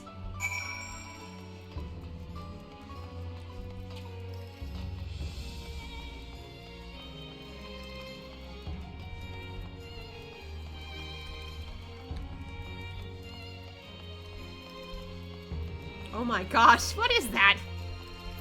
Hello. What's that? Take you down on the lift with me? Sorry, not a chance. I've been up and down all day, and only now I finally found a spare moment to rest. I did see a gleaner fellow heading out the gate there, though, shouldering a large pack, engaged in some manner of task. Maybe he'll be headed down there below after he's done with whatever it is he's doing. Okay, we got one guy.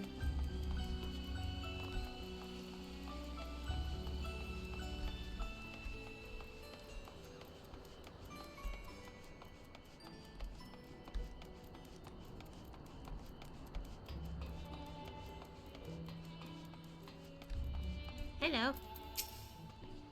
Am I taking the lift? Oh no, we're just students. They won't let us into the Archeon. Even though we found... Actually, we have no idea what it is we found. There's no record of such a creature anywhere. But it was wandering around Tranquility, so we thought to donate it to the vaults.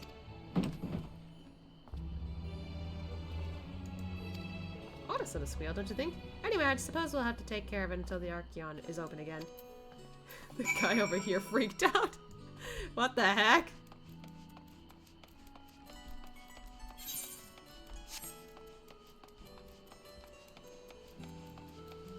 Well, anyway, turns out there's something over here.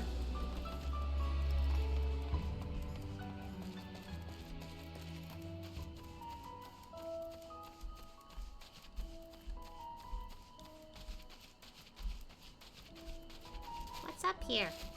Let me up. No?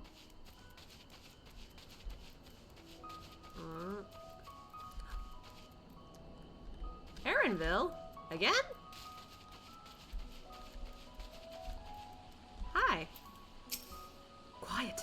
You'll frighten it away. Hi. Luna wants a piece. What? No? Ah, it's you again. I don't mean to be rude, but I'm in the middle of another task. The cloudkin I need to capture is close. Very close. Want me to help?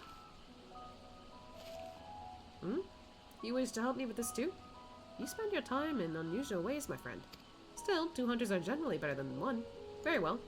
A canal here is a common gathering spot for birds of all kind, but the one I'm after today is the hornbill. Oh no. Its feathers are green and its cry is a distinctive caw. Single it out and shoot it with this sleeping dart. Ah, I'm shooting something, I see. The effects are short-lived, so I'll lie in wait down by the riverbank to claim our quarry. Be sure to hit the right one. Okay.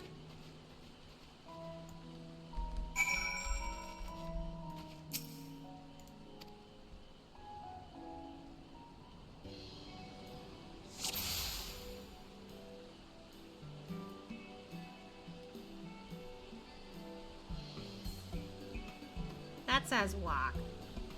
That says coo. It's green. Caw.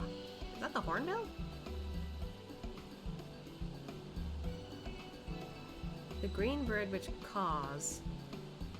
Yeah, that one goes coo. Walk. Caw. Okay.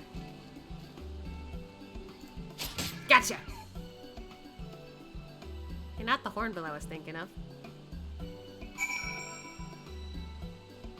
I was thinking of the shoebill, I think. You know, the one that stares at you and doesn't stop staring.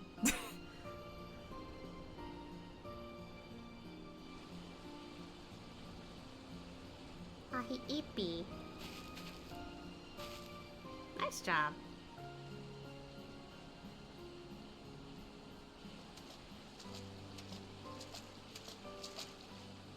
A fair shot.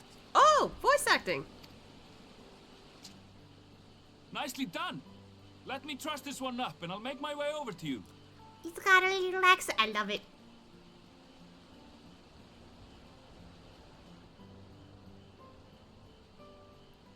Aww. Potential new companion? I like this.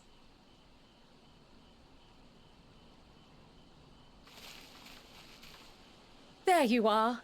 Any new revelations?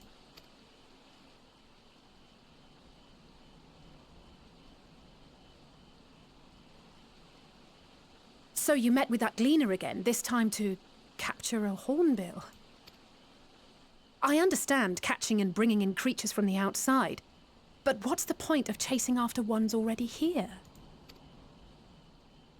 Oh, it's a simple thing, really. Oh. Occasionally, we remove specimens no longer needed for study, or those we've had difficulty raising. But we can't simply turn them loose. I'm back with food. Nice. Safely returning such creatures to their native habitats is another facet of a cleaner's duties. Oh, okay. But not in this case, I'm afraid. I've been asked to bring the bird below. Why is that? The restricted section in the lower levels of Labyrinthos. Open only to a select few researchers handpicked by the Forum. The projects down there are the subject of rumor and hearsay. Forbidden magics. Advanced technologies that can never be allowed to fall into outside hands. Even Archons are not privy to the truth. Interesting. Those who are, the researchers involved in this secretive work, are not permitted to walk freely in the city, and are instead required to live in isolated quarters. Oh. That sounds pretty rough.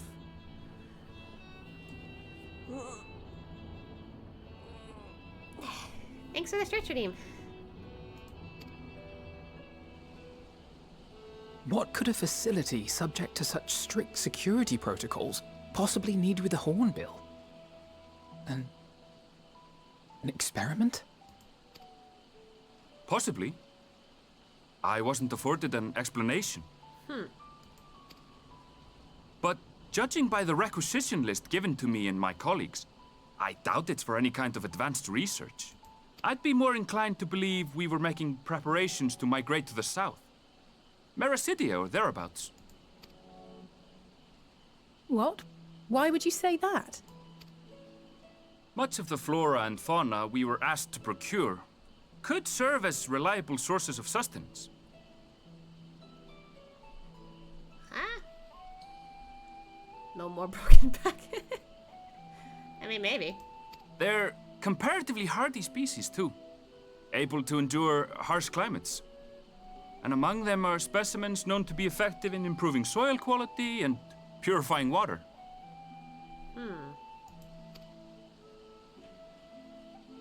When you put it that way, migration does sound like a reasonable assumption.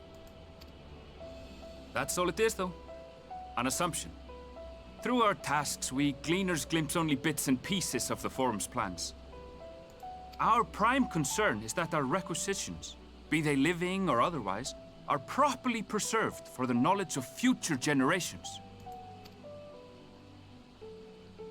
Now, I really must be going. I regret that I cannot reward you as you deserve. That's okay.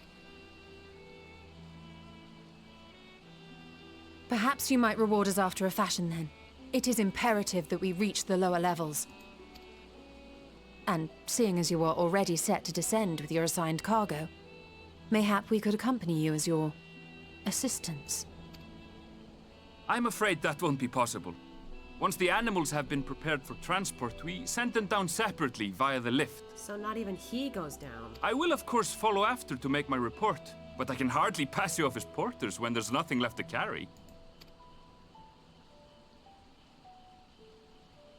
Indeed. Pray forget I said anything.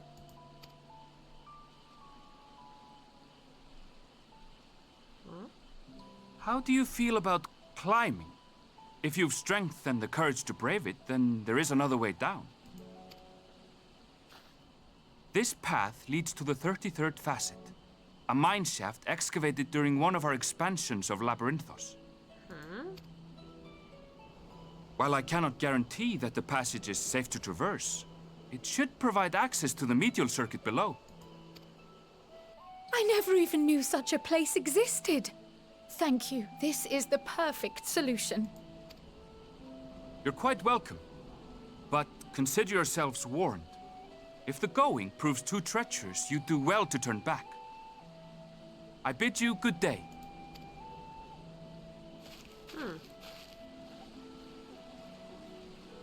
He's been awfully nice to us about Well, that. turning back is hardly an option, not when we've come this far. Let's go and take a look at this mine shaft.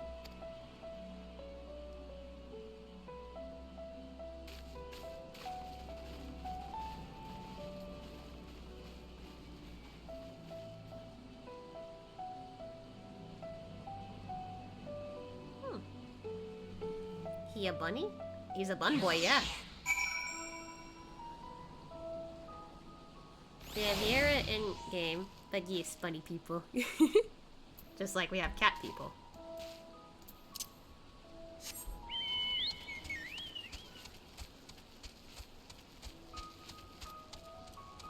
Well, this'll be interesting.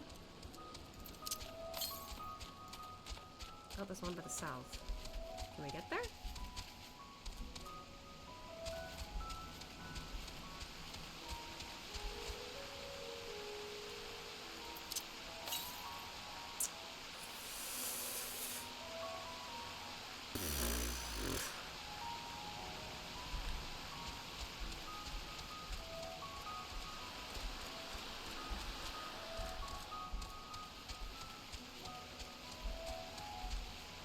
I guess that'd be a little hard to jump down to, huh?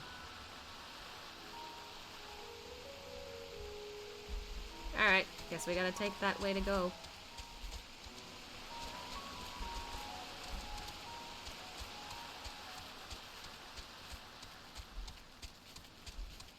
that's not an odd name.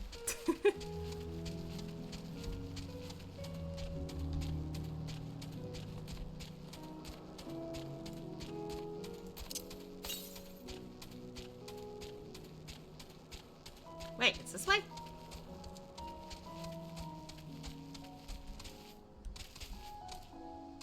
Nope, it's this way. I can't freaking...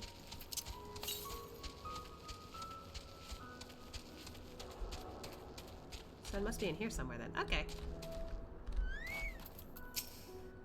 I never would have noticed this cave on my own. Thank the scholar that Ehrenveld knew of it, and that you were there to persuade him to share. I took a quick peek inside, but it's awfully dark in there. The medial circuit, which Ehrenwald mentioned, is the tier directly below us. Unlike the lowest level of Labyrinthos, with its rigid security, one can usually roam the middle layer quite freely. Let us see what we might find. This must be it, the entrance to the mine shaft. 'Tis faint, but I hear something moving within. Creatures honed there by the researchers, you think? Well, slavering beasts aside, we will need to watch our footing. We should tighten our straps and such before we continue.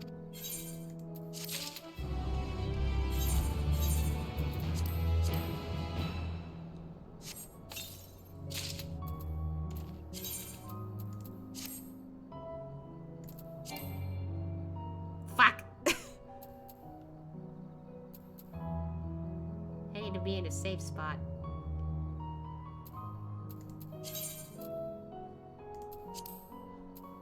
I'll just leave it like that for now. It won't let you invisible wall. Yeah, I kind of figured after checking the map also. Man-made though it may be, the shaft was designed to resemble a natural cave system. Heed Ehrenwald's warning, and do step carefully. Did they say anything different? Nope.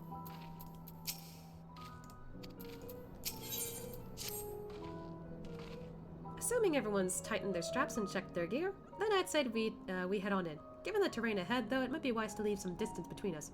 We don't want to be stumbling over each other if it comes to a fight. Take it slow and don't forget to check your surroundings from time to time. We can meet up again at the other end of the tunnel. You say that, but I'm gonna rush on in. Whee!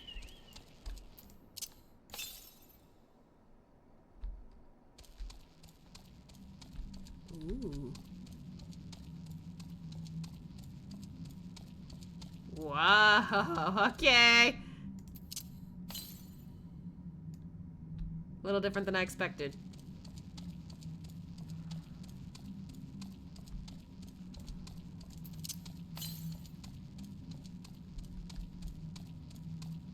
Oh, there's the ether current. What the fuck is that? Ew. Not a spooky cave at all. It's a lot bigger than I expected, I will say that. Southwest, so definitely... Whoop, wrong button. Farther from here.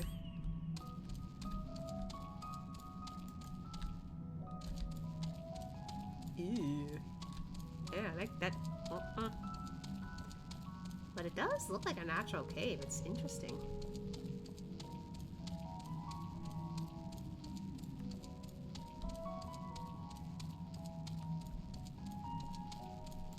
Alright.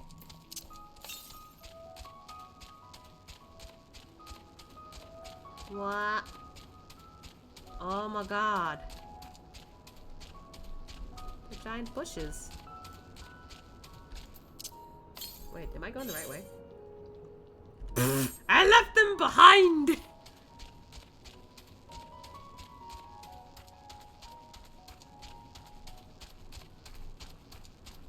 I knew that. I got too engrossed in exploring. Actually, this way. Yeah.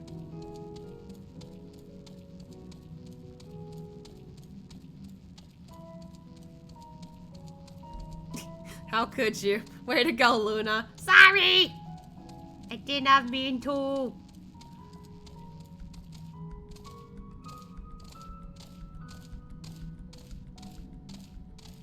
I was too excited. Oh wow, actually. if you look above here, that kind of looks a bit awkward. Maybe like a giant drill came through here. Ah, I have to get into a fight. You meant to leave them. No, I didn't. I wonder what could be here. Oh no.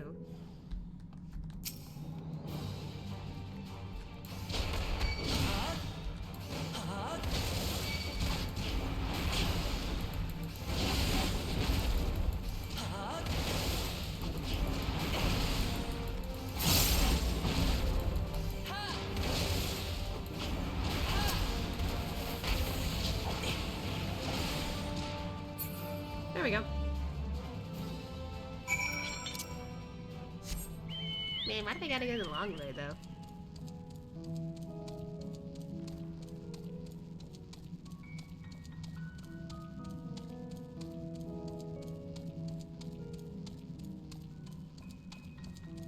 Yeah, the only thing weird about the cave system here is just the ceiling. I think. Oh, not you. Not you, little guy. Not you, mini Raha.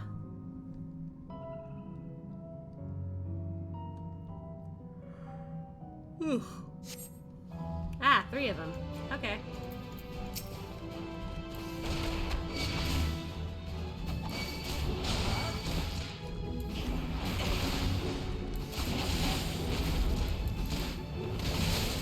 I like this music.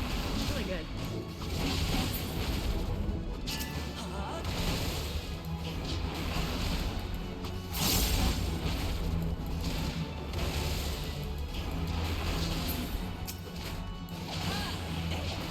There we go.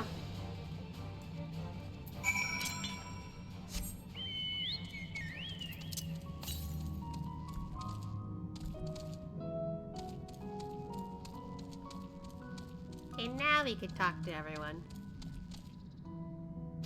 Oh. I guess that was quite a descent. You stole her.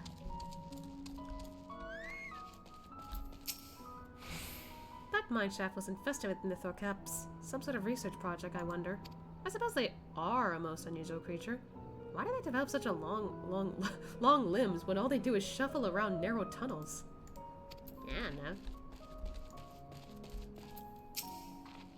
Ashia, did you know Cryo almost took a tumble back there?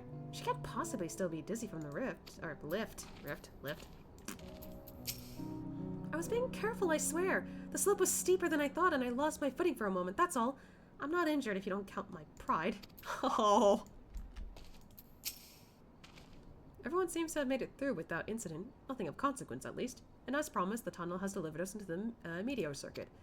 As I recall, this tier is where they kept a wide variety of samples for agricultural production. If Arnvald's assumption holds true, that specimens are being held in, collected in preparation for a great migration, that we should see evidence of such plans in the area's research projects. Let's follow the path to the nearest farming facility and see what we see. The memories of this place are a touch hazy, but if we keep to the path heading north, then we should eventually arrive at a farm of some kind. Okay, so nothing new here. Okay.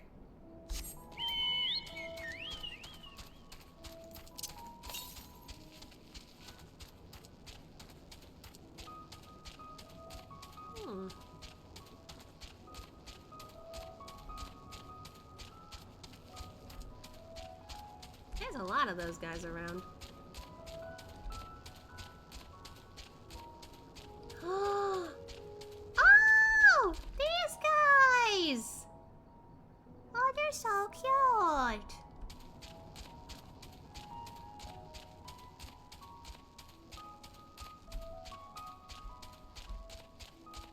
Oh my gosh, they're all here. That's so cute. Looks like someone else is here for this too.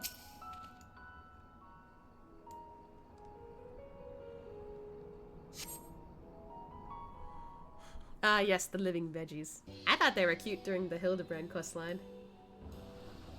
Oh god, it's the grapes!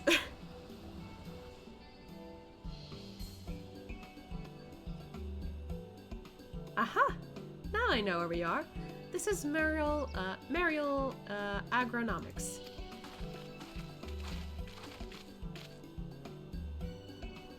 Labyrinthos is host to a wide variety of vegetation, which allows us to conduct studies of cultivation methods utilized in foreign lands. And it is this facility which coordinates and oversees those efforts. The fruits of their research go to feed their Labyrinthos colleagues, or so I hear. More notable successes might make it to the Agora. Food so exotic you'd be hard-pressed to guess their origin, let alone how they might taste. Indeed, mystery vegetables without a name, only a list of nutritional benefits scribbled on a card. I see no gleaners hereabout, yet these workers seem to share that same sense of urgency. It's possible they know of something of the Forum's plans and their underlying motivations. Worth looking into, wouldn't you say? See what you can coax from the workers. The rest of us will do the same, or cast about for useful clues.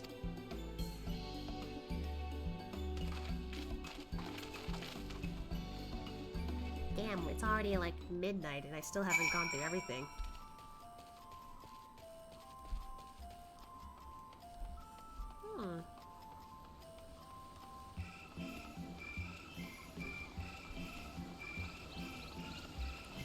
Spaceman. Hello. Oh, hello there. We weren't expecting visitors. Not with the use of the lift being restricted. How did you make it down here anyway? No, it's fine, it's fine. The mine shaft, you say? Well, you're a much hardier soul than I. Under normal circumstances, I could work such tenacity with a guided tour of the field. But I'm afraid the Forum has us filling order lists of a mile long. Massive yet detailed requests, literal wagon loads of crop samples, and hardly any time to put them together. When I first started this grand reorganization, I assumed we'd be shuffling around old stocks to make room of the new. Then came the orders for ridiculous quantities of seeds we've already thoroughly researched. Passing strange, eh? I pressed for an explanation, and was met with vague assurances that all we would be revealed in due course. Not the most satisfying answer.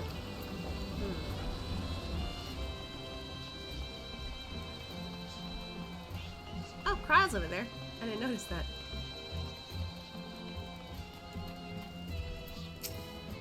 A field full of ripe vegetables being left to rot on the vine.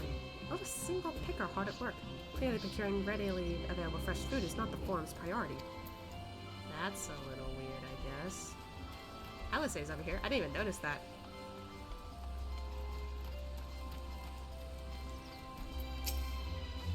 I'm told this cart holds the harvest meant for the larders here. Nothing out of the ordinary. Alfie's over there.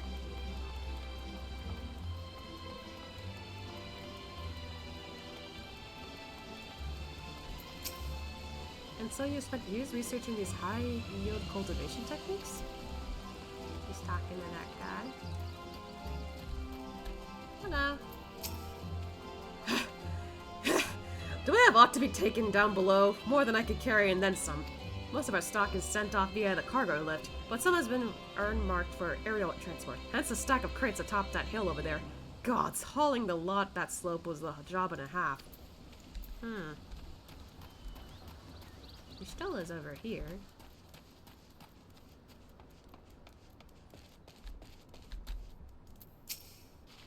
I took a moment to survey the surrounding area. There are several other facilities nearby we can investigate if we fail to learn aught of value here. Okay. Hello. What crops are we raising? Well, as you can see, this one is a variety of grape. Only needs a good source of sunlight to grow, and the conditions here are nothing short of perfect. Hardly surprising, given that it's native to a particular local in the very place upon which Labyrinthos was modeled, a region in the south of Heavensward. It boasts remarkable habitat diversity, allowing for myriad flora and fauna to thrive. Chilly peaks in the north give way to swaths of temperate plains, which in turn transition into a hot, humid coastline. Such bountiful territory is ever consented, as you might expect. Contested. Consented? I guess, I don't know. Used to be called Corvos before the Imperials renamed it Locus Amoenus. Oh, the same place Grahas was originally from. The Forum saw it not as a surprise, however, but as a researcher's ideal environment, one whose climate we strove to recreate within the confines of Labyrinthos. It's since proved a rich foundation for countless experiments in cultivation. Interesting.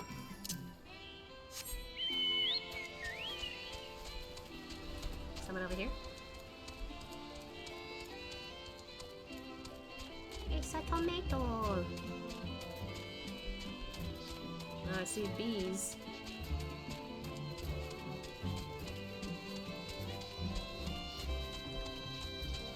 Oh. Oh. Oh, there's flowers here. Oh, those are pretty. The labels on these crates tell the story of their contents. Bundles of common seeds and saplings, accompanied by sheaves of reports. Yeah, this person's going through Endwalker too, it looks like.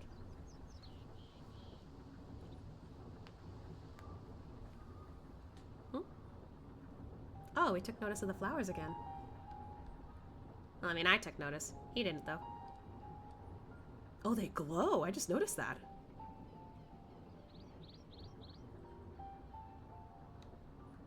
Hard to look away, isn't it? Hello.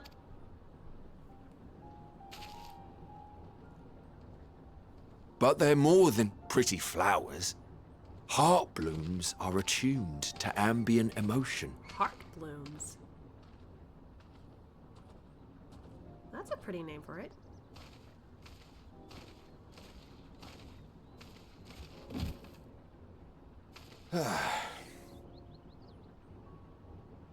You don't seem convinced, but believe me, it's true.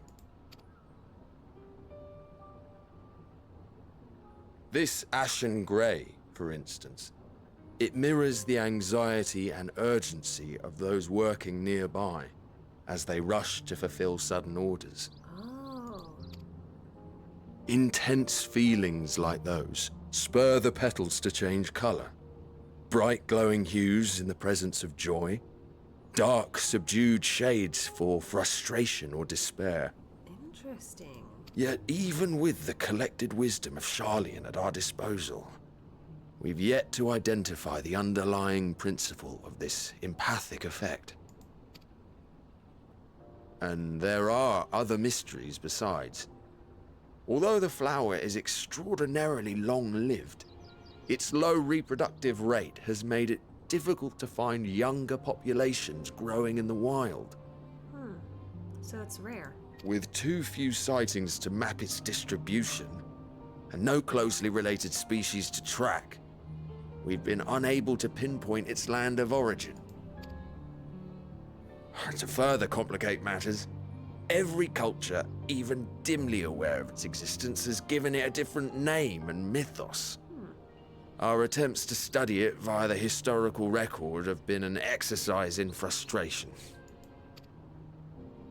As an avid botanist myself, I should one day like to unravel the Heartbloom's secrets. But I'm afraid other duties must take precedence. I will leave you to your thoughts.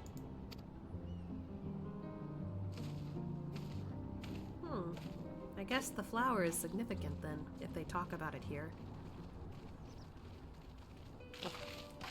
Hey guys. Oh, it's this song.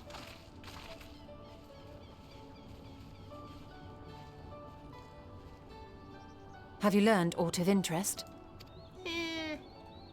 Little bit, I guess. A flower that reacts to one's feelings? Strange. I must say, I have never heard of such a thing.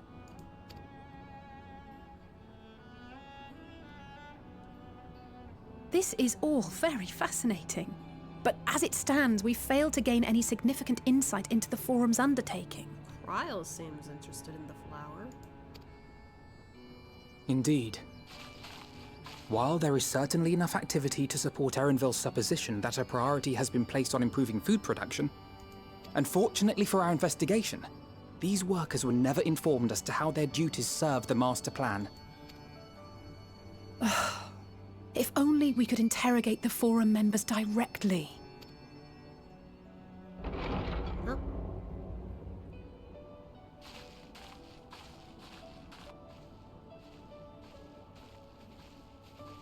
Ask and you shall receive? Question mark? Isn't that the entrance to the Archaean?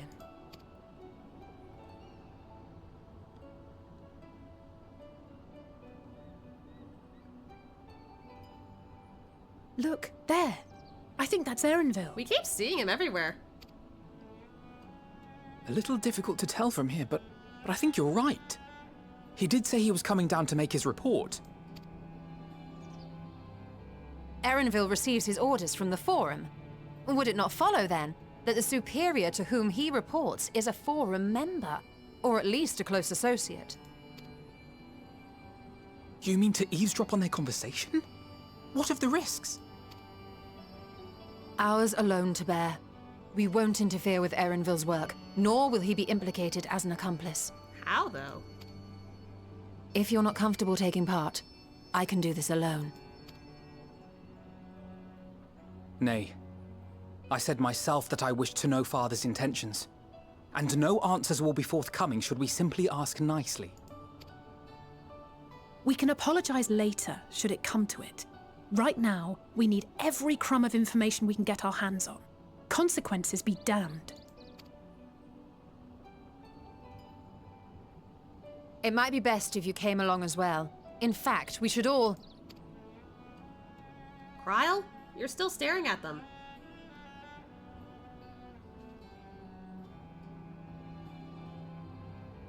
You okay? Kryl? She looks like she's in a trance.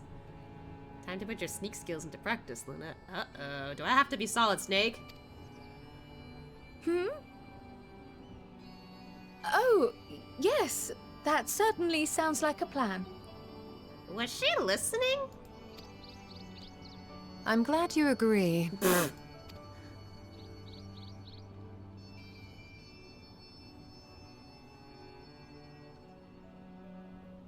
Quickly! Erenville is on the move. We need to get closer before we lose him.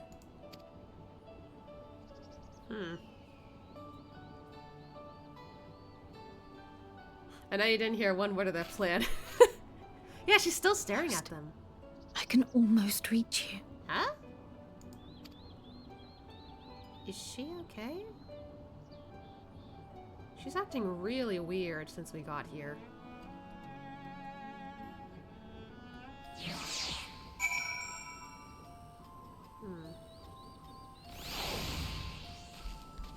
You're still staring at them from here. Forgive me, my attention has been elsewhere. We were following Erenville, weren't we? Yeah. It feels wrong to spy on Erenville, helpful as he's been, but what other choice do we have? Let's get after him already. We've waited too long as it is. Okay. Is Kryl still feeling unwell? I've never seen her so distracted. Keep an eye on her, but keep moving, too. We cannot let our quarry slip away.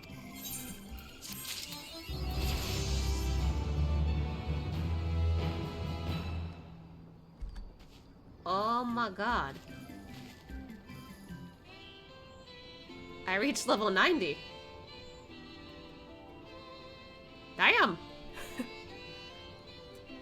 From the looks of it, I'm not allowed to gain any more XP because I don't have Dawn Trail. But... woohoo! That's awesome.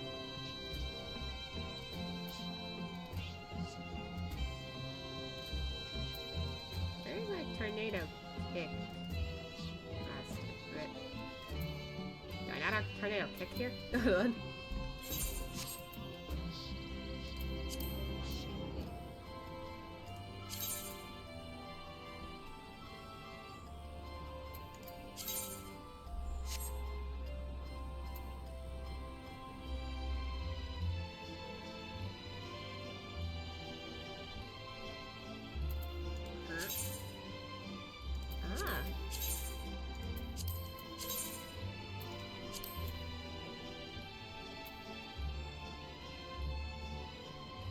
Okay, this thing. Ooh. Cool. Oh yeah, Endwalker cap is 90. Yeah, I haven't gotten Dawn Trail yet. So, that's gonna be capped for a while. But that's cool, I can take on enemies during this part. Yeah, good job! Woohoo! Sweet science, what's that all about? Sweet. Only, well, a lot more to go if I'm going to work on this for future stuff. That'll be a hassle. Did you see which way Erenvel went? Is she still distracted? Yep, okay. Moving on. Erenvel was headed westward along the path outside the Archeon. Come, we can still catch him. Okay. Off we go.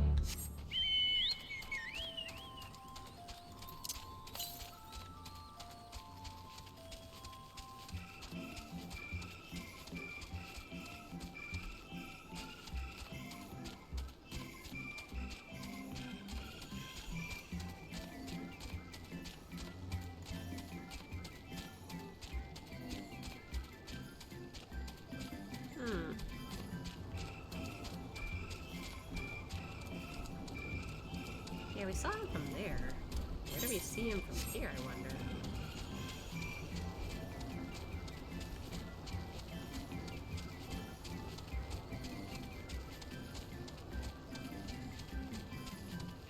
Oh, there they are.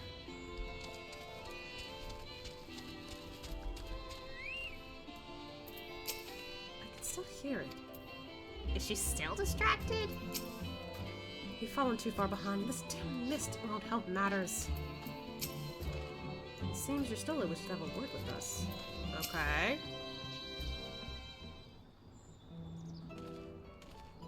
What are we doing here? Hold a moment. I have an idea. Hold on. I'm adjusting my legs. Ugh.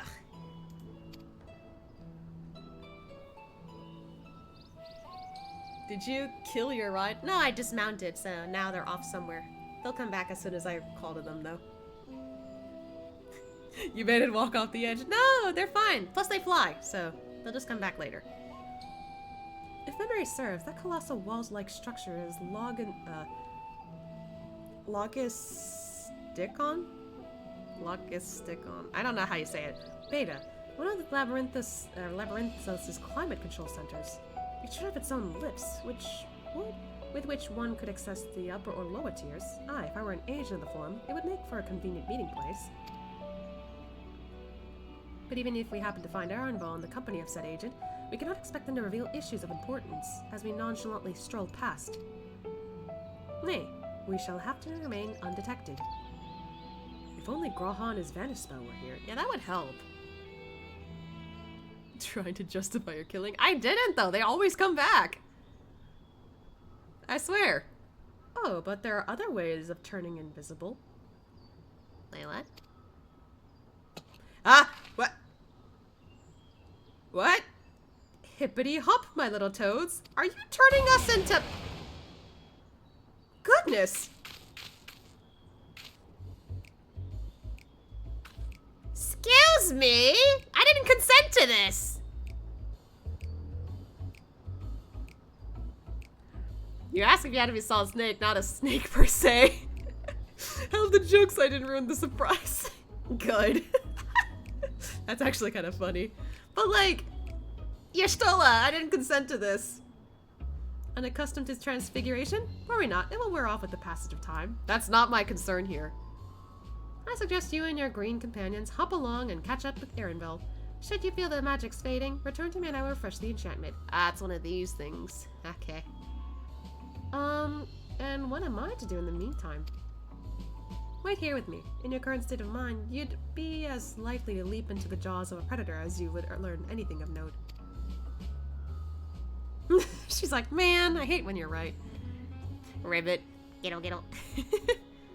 Which reminds me, where are the creatures hereabout? In that form, you are essentially defenseless. Alright, fuck. You must remain transfigured in order to progress the quest objectives. Jesus. Man. Ribbit. I would have enjoyed being a toad for a little while, if only to change of pace. But Y'shtola is right, I'm too preoccupied with other matters. Ah. Ribbit. Oh. No way. Alpha Toad and Ala Toad are now accompanying you. Why? The frog frog toad jokes keep coming. Oh my god, no way. Rivet, rivet, rivet. Not you. No. Not you. Rivet, rivet, rivet. I think she's mad. Oh, here she goes again. I'm wasting a minute here. So. Okay, let's try again.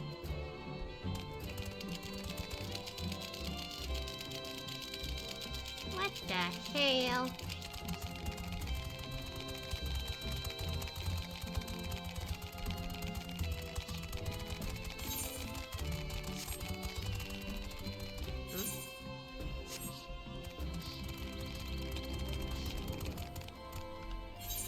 Shit, I keep pressing the wrong button.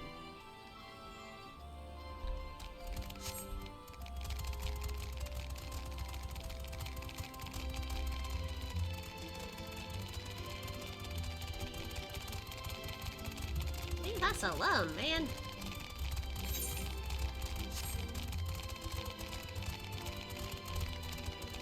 Oh my god, the way we hop. It's so cute.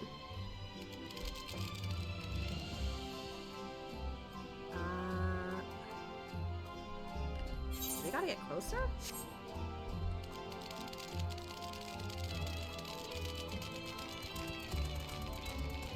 They can't see us.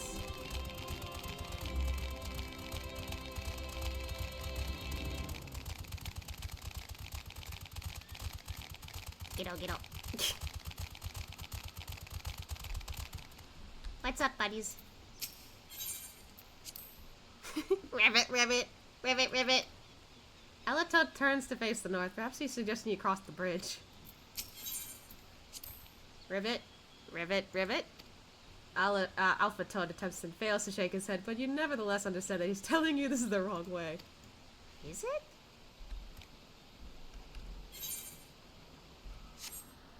But there's something over here.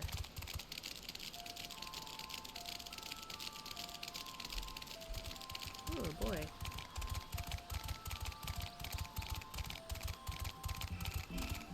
Is it the wrong way?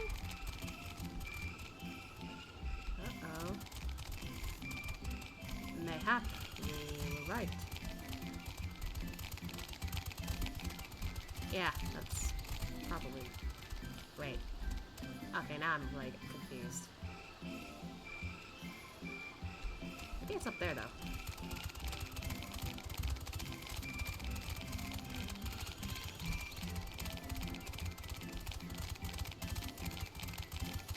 Turn around, please.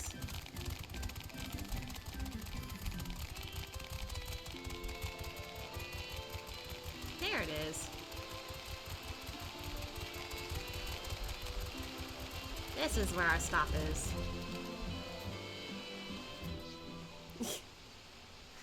Would he be accidental? That's actually kind of funny. Oh. We found them!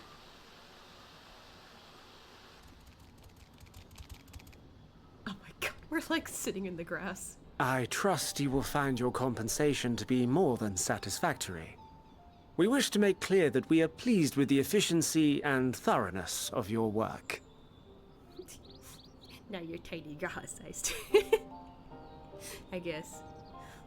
True, that's hilarious. Literally, you have the same name, little Alatoad, Alpha Toad, Axitoad, or Ashy Toad. That's kind of cute. Not suspicious that 3 toads running at you. No, not at all. We're probably. Oh wait, I was about to say like we're probably just like creatures that live around here too.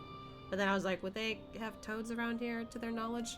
So much so that we have come bearing new tasks in need of your competent hand. Ah, more work for your payment.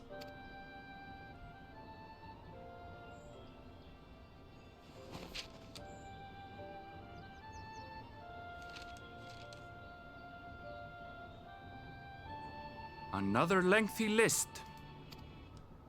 If I may speak frankly, the Gleaners have been pushed to the point of collapse by your unending demands. We are not familiars to be exploited. We are Sharlayan scholars, and we deserve an explanation for this unseemly treatment. What warrants such urgency? Even he's getting mad.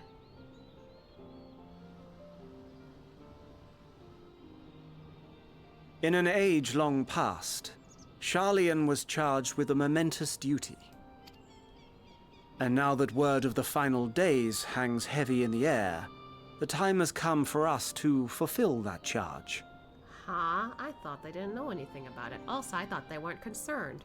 I can say no more, but I promise you this. All will be revealed in due course. And when it has, you will understand that your toil was in service to the greatest good.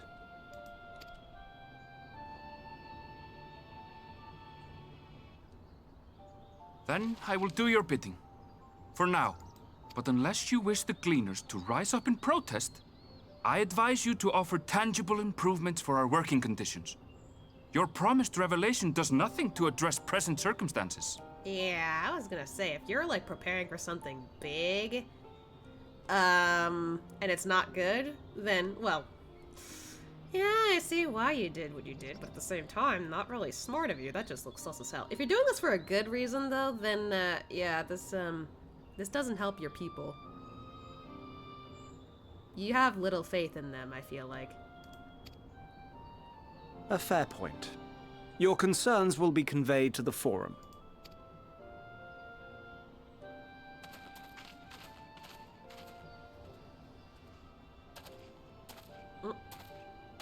Oh.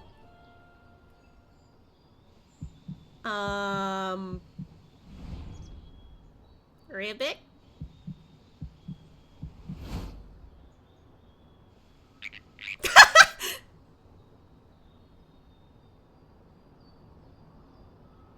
I hope that was informative. You may consider my debt to you repaid in full. He knew it was us! While I do have my reservations about the Forum, I want to believe that they have our best interests at heart. Which is why I'm reassured that you're busy sniffing out the truth of things. We can ill afford to place all our eggs in one basket, this master plan of theirs, without first understanding the risks involved. No shit, them motherfuckers staring at him. Who else would he think it is? Well, I mean, I don't even know if he knew that one of them could use magic to change them, so that's why I was like, how did he know that? At least. I don't know.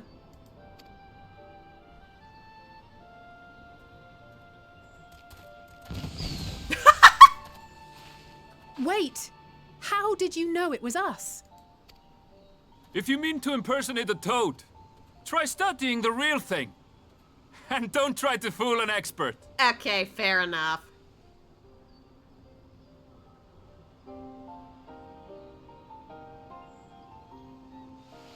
Fair enough, we weren't acting like actual toads.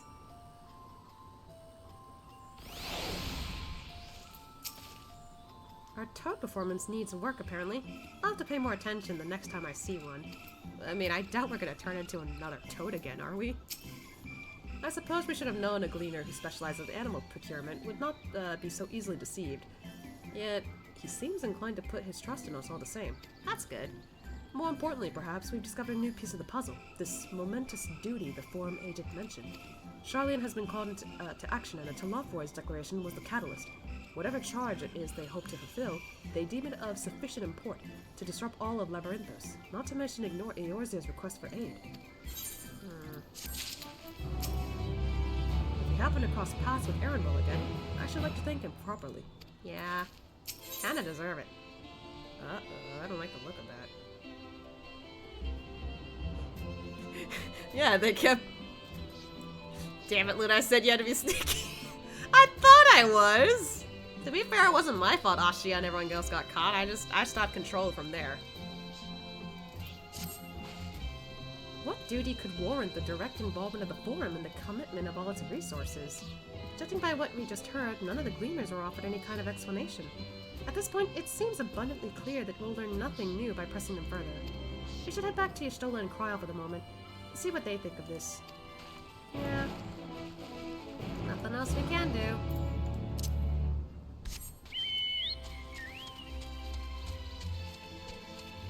Feels nice to run around in on a chocobo again. Ribbit. No! No more rivets.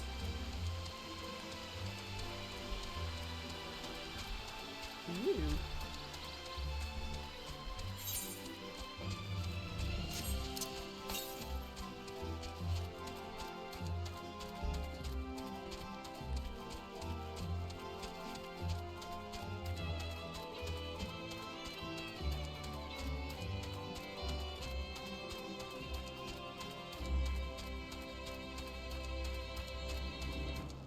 There they are. I was like, I'm waiting for them to come into view.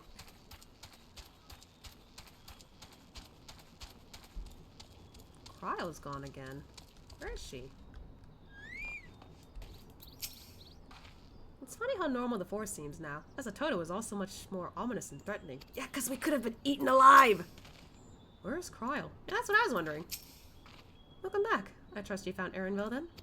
Yeah.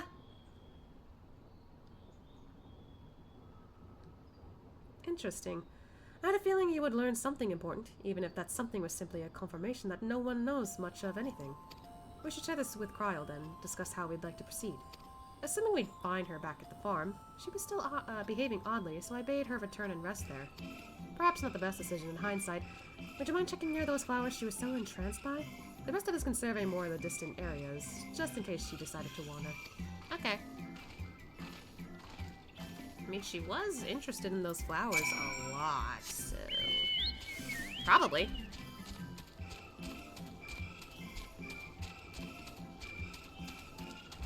I'm guessing that flower is plot relevant if she's that invested. Kyle! Oh, I see her. She's up there. Oh wait, I can't get up here from here. Damn it!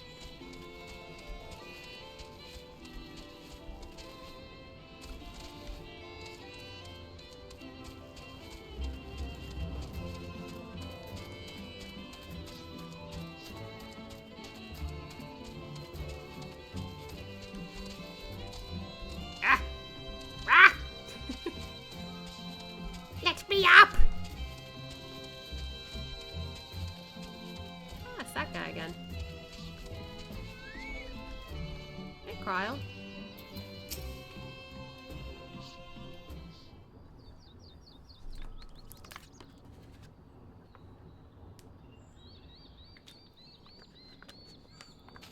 Yeah, she's staring hard at those things. Oh! Why'd you pluck that?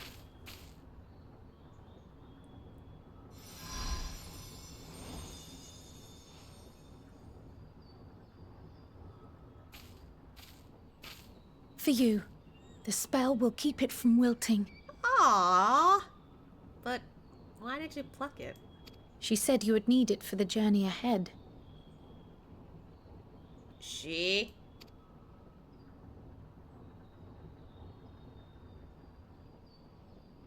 Will you speak with her now? I cannot hope to match Minfilia's clarity, of course, but...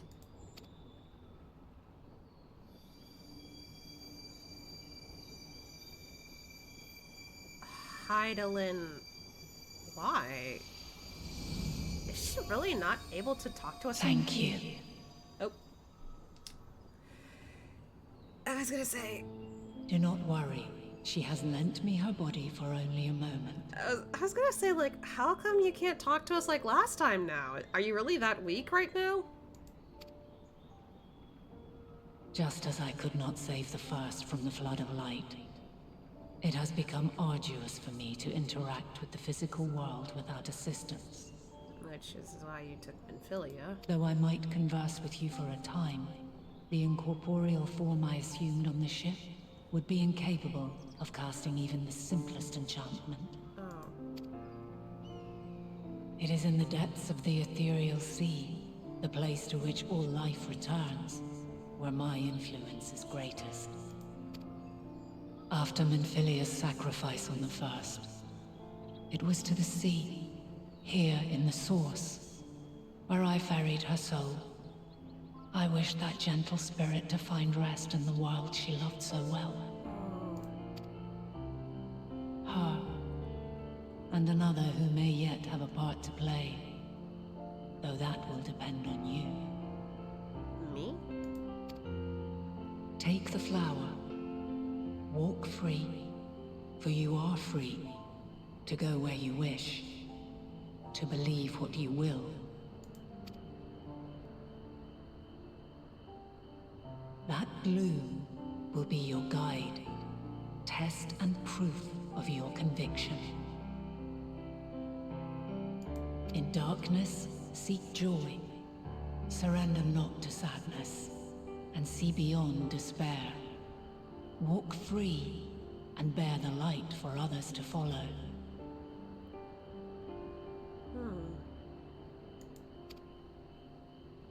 Together, raise it aloft and let it shine, till the end, blinding and radiant.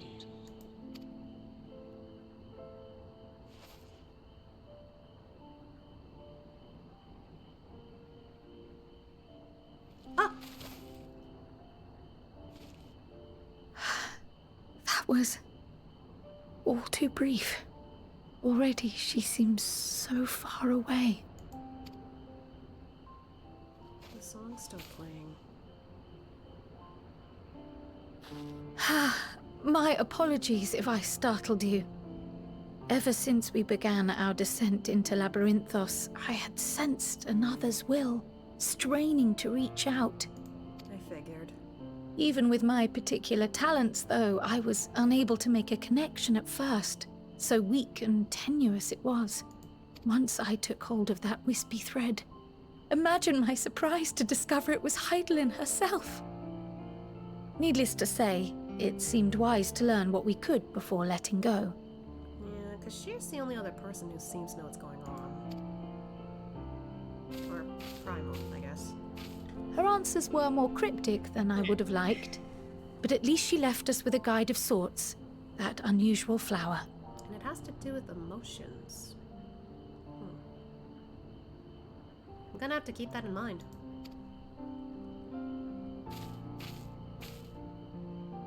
Yes, we are definitely making progress. You can't be serious. We've done nothing wrong. Uh-oh.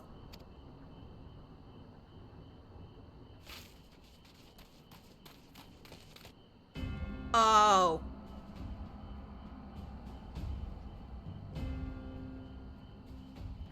Oh, it's the dad. Shit. Master Fortuno, what business has the Forum with us? Obstruction and suppression, apparently. Mistress Baldessian, our records show you facilitated the Scions' entrance into Sharlayan by claiming them as assistants for your organization. We are aware of your investigations. After alerting the major institutions to the presence of potential troublemakers, we received word from an Archean custodian. I knew it. That guy didn't seem like he trusted us. A group operating under the auspices of the students, skulking about Labyrinthos and engaging in clandestine behavior. Clandestine? We may not have entered Sharlayan as Scions, but we did naught to conceal our identities. Our only purpose in this city is to seek the truth. I can think of no reason why our actions should warrant the Forum's intervention. Man, this song again is making me think of frickin' Vothri. I hate it. 'Tis not our way to discourage the pursuit of knowledge, but the timing of such pursuits must be considered, not to mention their potential impact. The money guy? No, not that guy. Someone else when we tried to, like, explore around here. He's like, nah, can't let you through. Nah, the guy who wouldn't let them take the elevator down. Yeah, that guy. Like, he wouldn't let us go down. Aaronbold is nice. Like, he had nothing against what we were doing. With the world in chaos, we, the true caretakers of wisdom, have committed ourselves to an undertaking that demands the utmost discretion. You know that makes you extremely sus, right? And we will not risk its success by turning a blind eye to disruptive foreign elements in our midst. What, then, is to be our fate? Will you put us on a ship back to Eorzea? The Forum will convene to examine your case. The results of said inquiry will determine your future in this city. As for your absent companion, he has already been detained. Wait, Grawha was already... Oh no. Grawha! But why? Is reading a crime now, too? Reading is encouraged, celebrated even. Not, however, of the volumes shelved in the restricted section of the library. Oh, he decided to get risky there.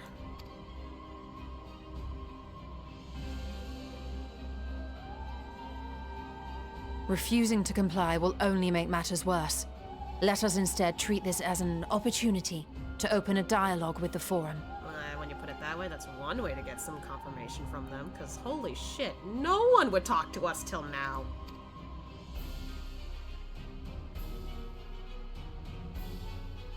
Silence is often one's best defense.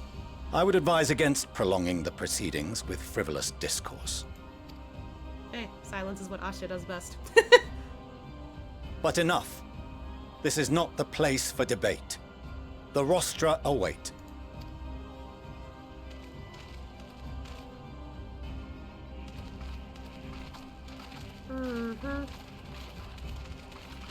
Hopefully whatever Grawha learned was a lot more than we could figure out before. But he's smart.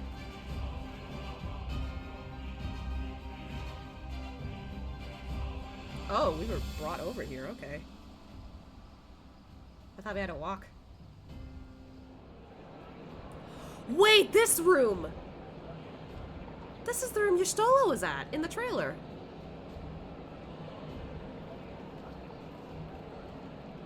Oh, Kryl's... her hoodie's down. That's a first. Forgive me. I was careless. It's fine. You got far, from the sound of it. So some of the scenes that play in the trailers don't always play in the game that that rating he was doing, what he was doing when he got caught there. Okay. I figured.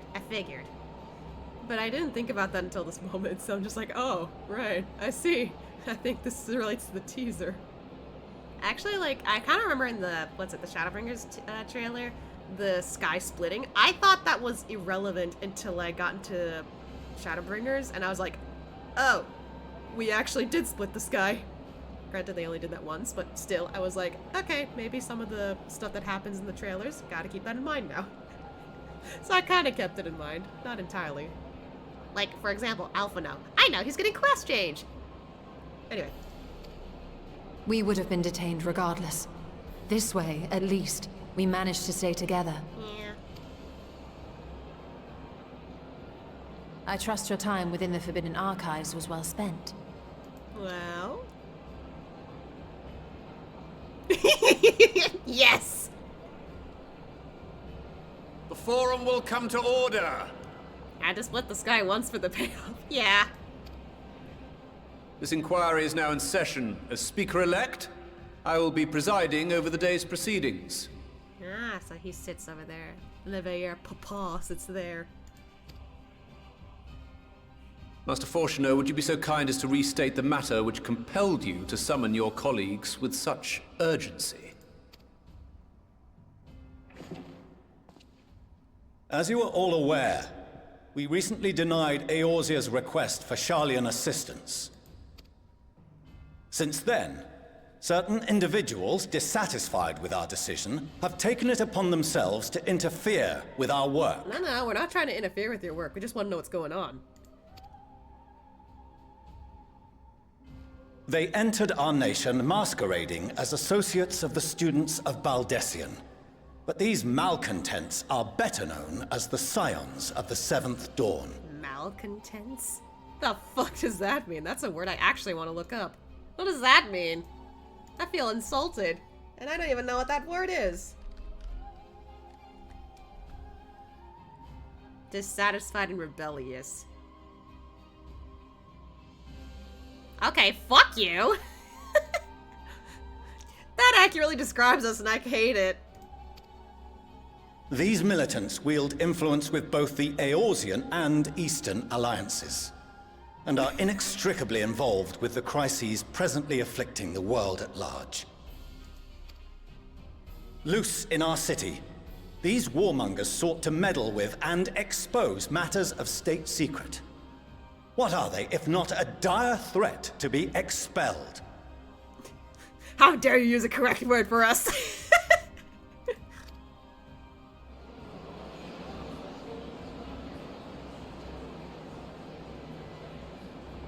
You have tarnished the good name of the students. Galuf would be ashamed. Hey, fuck off!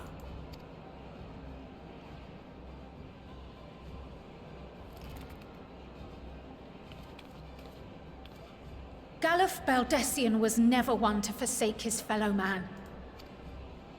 Even if this nation closed every door and retreated from the world, he would have found a way to help the Scions, help every soul of this star fight back against the coming doom.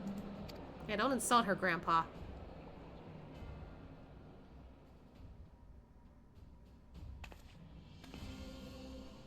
A terrible enemy stands poised to lay waste to all we hold dear.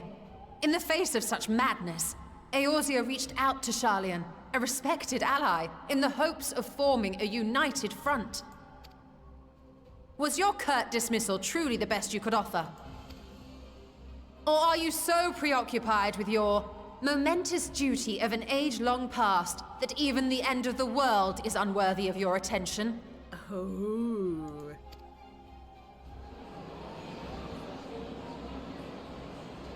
Whence came this revelation? From the mouth of a forum member within fortuitous earshot. Ha! Then it seems your findings support my own. Oh, do tell.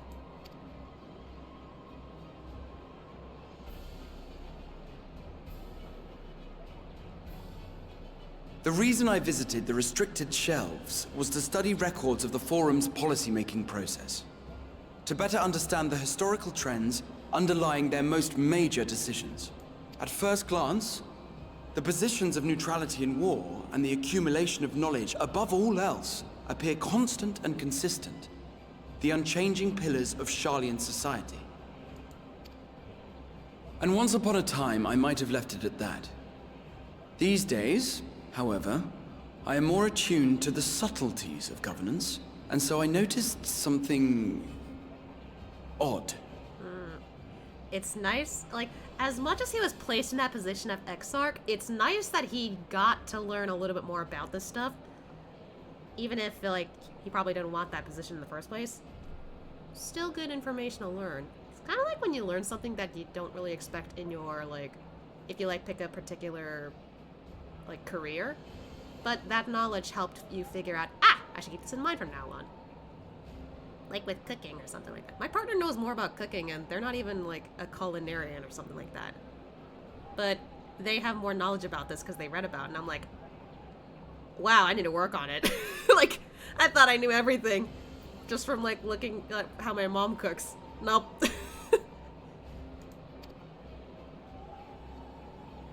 Same with art. I struggle with that too, even though I'm like, you know, that's my hobby. From a particular point in time, the purpose of these policies shifted. Oh, that shut them up. No longer was knowledge preserved for the benefit of society. Rather, society was to be gradually reshaped to ensure the preservation of knowledge. Oh.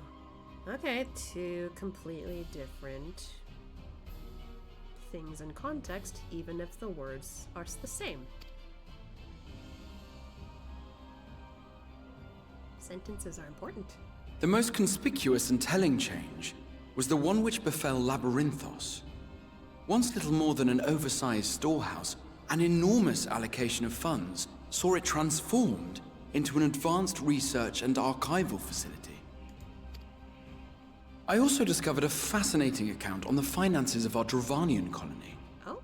The settlement attracted students from far and wide, and the connections and tuition fees thus acquired were funneled into further improvements for the archives. Now, there is no question that our nation's progress is tied to the acquisition of wisdom. Nevertheless, the vast resources diverted for this purpose borders on the obscene. That is very weird, yeah. But returning to the matter of when, our change in course appears to have been made some 270 years ago. That's a while. The very same period when Sharlayan scholars in the hinterlands began a formal study of the ethereal sea. That is a very big coincidence. You found something, did you not? And whatever it was, gave rise to your oh-so-important duty. Mind your tongue, Archon. If you had seen... Oh, so you did see something. Yes. We are bound by a duty we cannot ignore. Knowing this, what would you have us do? Abandon our vital work and join you on the field of battle? I mean, we're not telling you to. We will never choose the way of the sword. We will fulfill our mission, not through strife and bloodshed, but survival. Come what may, we shall live on. We must. Wasn't that from the teaser? Do as you must, then. But we Scions will fight until the heavens fall, until our last breath. I was kidding.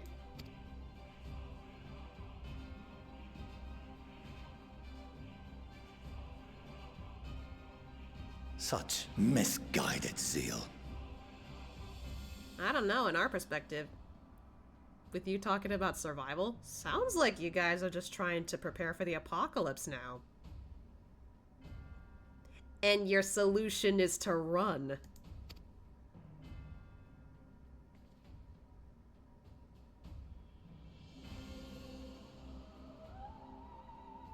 Father, Master Fortuno, I fail to understand the stance you have elected to take. But by the same token, I have yet to find a compelling argument to counter the challenge you put to us in Gridania. Still, in the midst of my uncertainty... Is he the dad of the tall grip that's the... No. I got my answer. Okay. I must trust in myself to do what is right, as others have chosen to trust in me. Are involved. So I will continue, as I always have, weighing the consequences of my every action, and allowing my hope for the future to inform my decisions. That's quite enough. Have you all forgotten the reason for this assembly? Hello? Skolok Monteshane. He's the head of the Studium and an old friend of my grandfather's. Oh. Hello, sir. Honestly, every discussion devolves into some interminable debate. Terrible habit. Let's return to the topic at hand, By their own admission, these Scions have resolved to fight alongside the Eorzean nations against the doom which swift approaches. But there exists no evidence of an attempt to incite our citizens to do the same. Legit, we haven't asked anyone about joining us for the cause. We're just asking, hey, do you know what's going on around here? For some reason, they're not helping. We just want to know. That's it. Furthermore, while our decision may well have been the correct one, we cannot simply bull our way through these disagreements without inviting doubts or objections. Put yourselves in their place. Who among you would leave a tome unopened if an elder forbid you read it with no reason given? No. If we're to quell further discontent, then we must conclude this matter with a fair and even hand.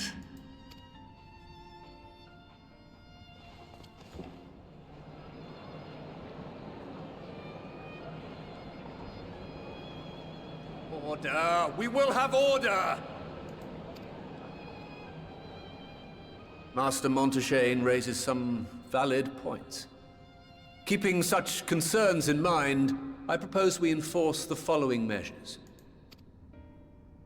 Until further notice, the students of Baldesion are to cease any and all activities within the domain of Sharlayan.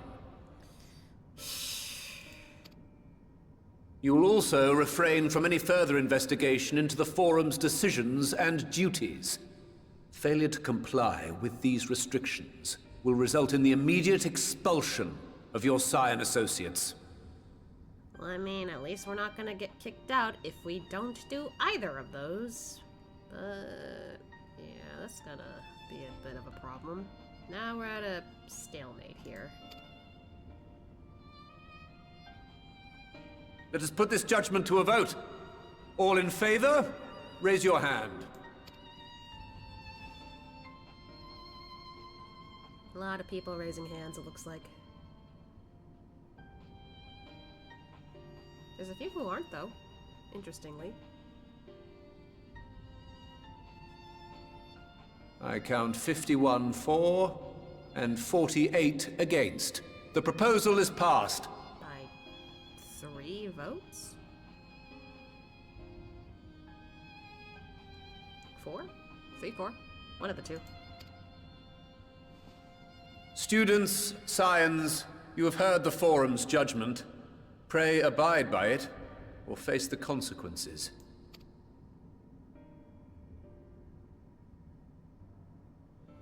Well, guess we Honored members, I thank you for your time. This inquiry is concluded. No more sneaky.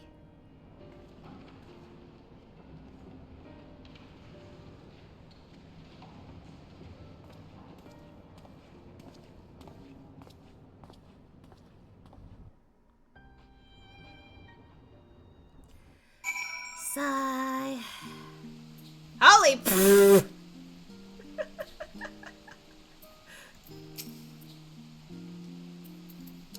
Hello. Nice timing. Didn't expect to see you there. I guess Ether got to work, eh? Guess who made it in? Yay! Nice. Sorry, I was just like, so scared.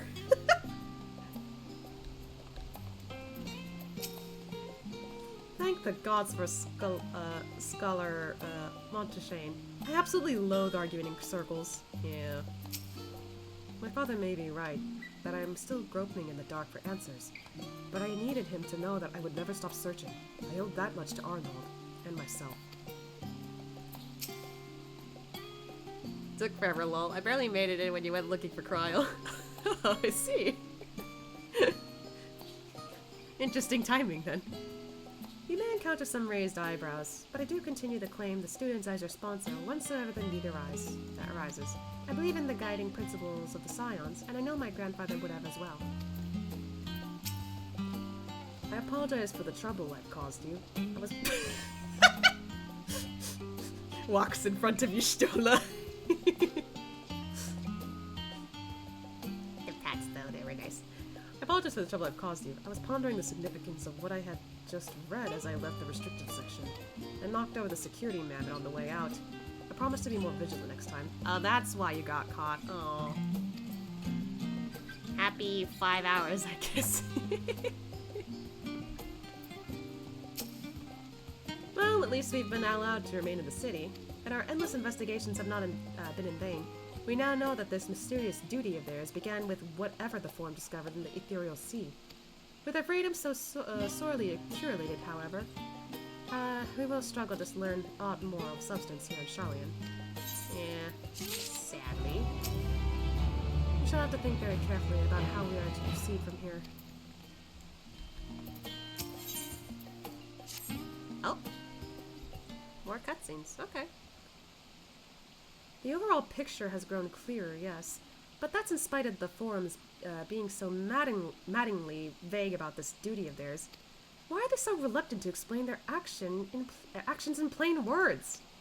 I don't know. That got really cloudy here. Survival. Come what may. Is father's work so vital that it takes precedence over his own family? Alphino? Alice? It is you. Wait, who's that?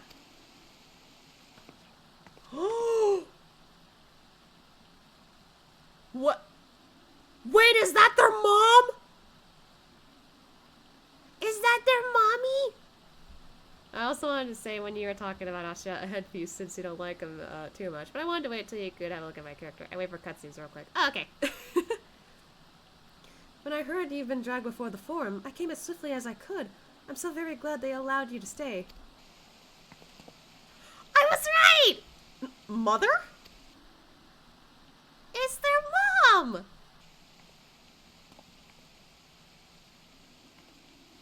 Oh, she's so pretty! Ameliance, I think was her name. Yeah, that's how you say it. Ameliance Levier, at your service. And you fine people must be the Scions of the Seventh Dawn. How lovely it is to finally meet you. Oh, she's so pleasant! I love her already! Oh, everyone's shocked. Mother, please. We don't wish to make things difficult for you. If word reaches father that you were here... Oh, bother that.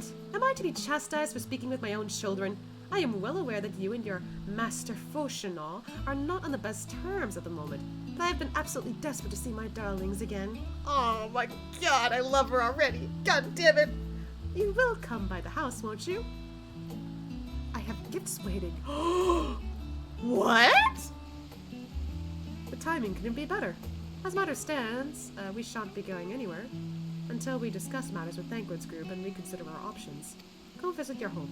We will be back at the Annex when you are ready to rejoin us. I'm not sure we... Asya, what do you think? Asya?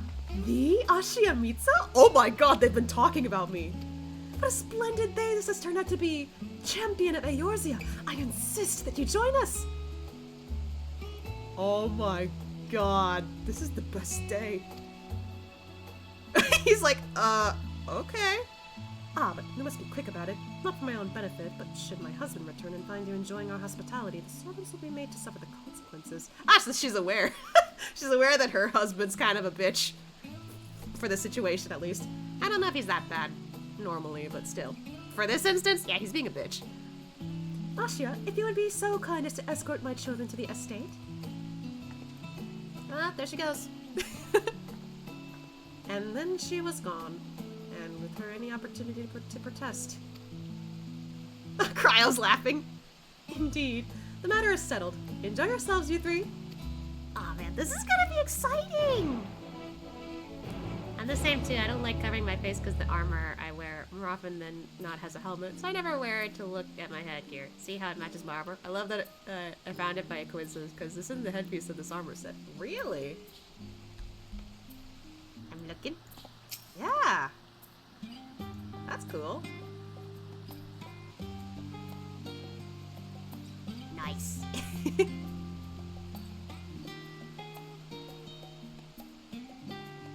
I keep staring. Oh, hold on. It's just like, it's freaking cool. What the heck? I don't know what I'm doing anymore. It's all motherfucker. Well, he is a male aura. Hang out with time with Mama. Yay! I'm sure Alphino thinks nothing of it. He invited classmates over all the time. But well, that wasn't the most... It was a different time for me, alright? Okay. I apologize. My mother is not one to take no for an answer. Still, I am glad, relieved even, to see her in such high spirits. Aww. What do you say, Asya? Though it seems we shall have little enough time to enjoy it, will you accompany us on our visit home? Oh! They're both gonna follow me! Let us give Alice a push then, and be on our way. Fine. If we're going, then let's get it over with. But be sure to stay in this entrance hall. No peeking into our private chambers, thank you very much. Hey, your room, your privacy, okay. How's the weather up there? Pretty sure that's not, you know, not the first time that's been heard. Why ever not? Your room is always perfectly neat and tidy. Everyone has things they'd rather keep to themselves, don't they? Cherished mementos you couldn't bring yourself to throw away, childhood toys. Never mind. The Levier estate is that way. Straight down the stairs. Come on. Hey, I bet Asha has a few toys. Actually, yeah, at our FC. We got Asha's got his own private room. He's got a few toys. Windy. We got the twins following us. Aww. The Levier estate is in the northern part of your journey's end, just down the stairs from the Rostra. Oh, and please don't make a fuss when we get there. It's only a house. I don't know, I was already, like, gulping it. I was like... After all we've been through together, it's just strange to be here with you now. To come full circle and see how much has changed. Yeah, a little bit. Alright. There any... Oh, there are some spots we could talk around for a bit. There's one. Wow. Zircon went really far ahead. Oh, I see him. There's a spot. Good job doing. As children, Alphino and I would often wait here for our father to come home from work. Oh. Must have been a day when his meetings ran long, because I remember growing restless and leaning out over the railing to watch the water rush by. Father, of course, arrived at the exact moment, came pounding down the path in a panic, crying out my name. He was worried about you! Reasonably so. When Alisai and I were little, this bridge was as far as we were permitted to wander alone. I say alone, but my mother or a servant was always someone nearby, keeping a watchful eye. And now look at us, traveling to different continents, different worlds even. Yeah, you've grown. Gone beyond the bridge even. Apparently there's also a thing over here? Oh! The fountain. Care to talk to me about that? We used to come here all the time with grandfather. In summer, I would dip my hands and feet in the fountain and splash it out. Aw, that sounds adorable. Not often, though. Even back then, he wasn't very fond of playing in water. He'd make any excuse to avoid it. Aw. Which would explain how I came to swim like an auk, and he sinks like a stone. Oh yes, this is where I first practiced magic on an actual person. I would say I'd fallen, you see, and scraped her knee quite badly, so I tried casting a simple restorative spell I had only just learned. How she smiled when the wound closed, the joy and relief. That was, I believe, the very moment I chose the healing arts as the main subject of my studies. Aw, that's so cute! What the heck? That's so cute! You know, I kind of want to take another picture here. Let me see if I could do something like that. Maybe over here? I'm gonna try and get this angled right. Alisai. Okay, that's actually perfect.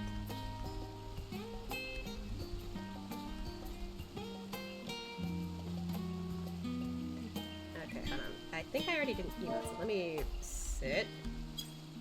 And then jump. Okay.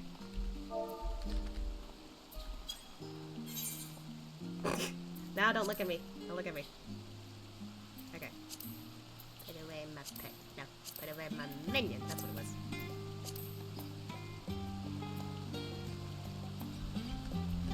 It's gonna be an interesting one. Okay, real quick. Pause everyone. Unpause Ashia.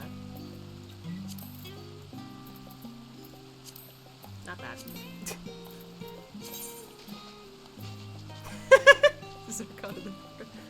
Almost dying fighting monsters in that same reason. Imagine that.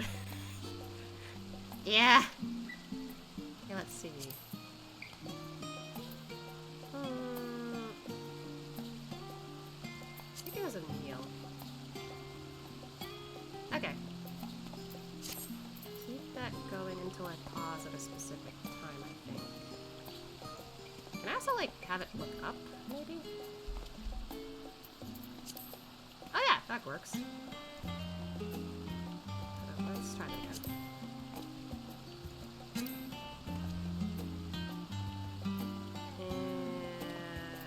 Okay.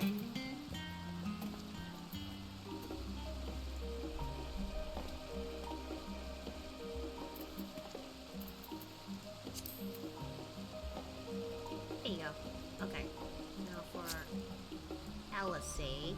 I want her to look in this direction. Whoop. Pause her.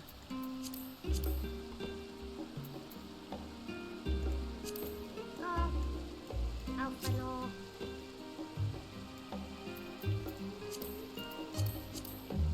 Okay, maybe a little bit. There we go.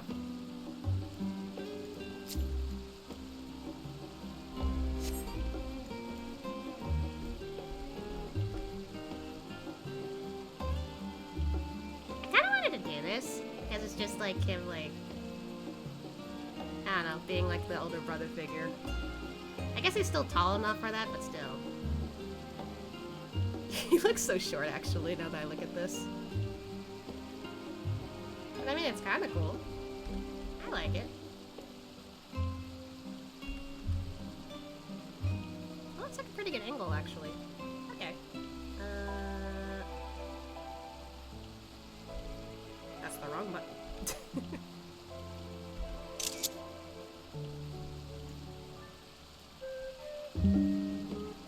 There you go. He looks like he's inspecting their tummies. Nah, that's not what the intention was. He's just like looking up at them like, you know, they're like his siblings. He does, like, in canon, like headcanon, I think he would see them as siblings. Okay, so... Alright. And one more, but I need to, like, have them look in front of the fountain this time. Ah! This is awkward.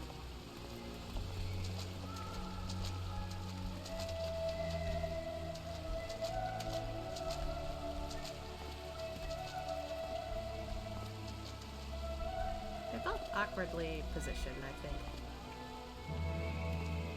Oh, and actually, this might work. This might work in my favor, actually.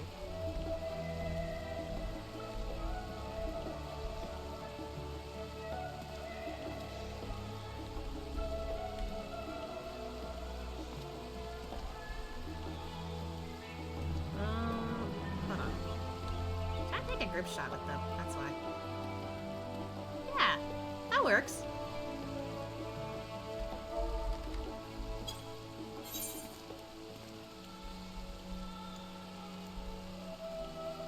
Okay, open. Minion.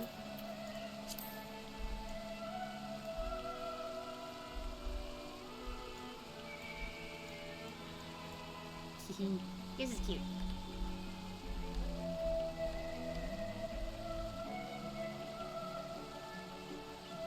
I think it's gonna be hard to do like a group hug here though, since you can only hug one person. So.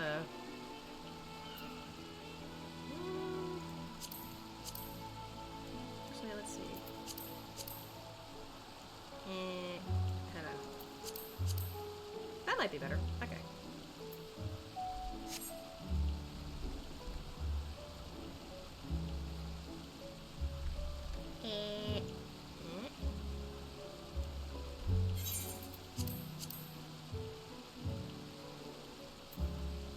I wonder if I could...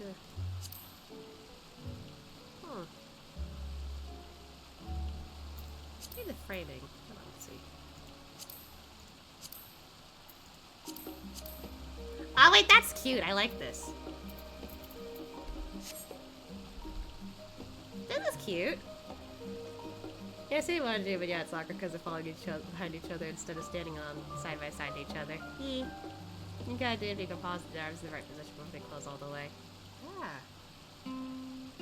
It'd be a lot of work though, but I'm okay with this. Freaking fog. Okay, let me pause all of them so no blinking. And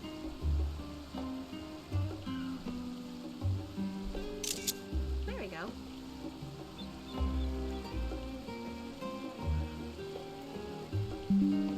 Nice. Okay, now we're good.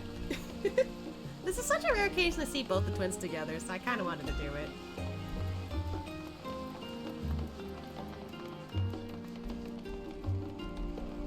Oh. Over here.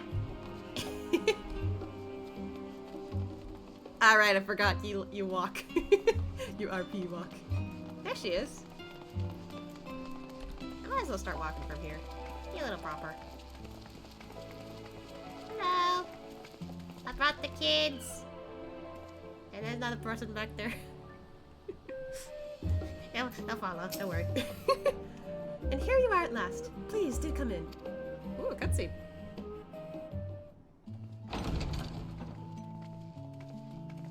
Those are some big ass doors.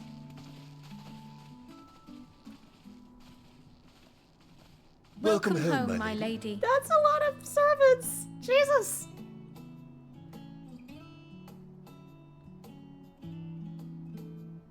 Oh god, it's so fancy here. Ashia's not used to this. I think even at like Ishgard, he was like, whoa, in the church. Like he was just blown away. What? What are you gawping at? Sorry!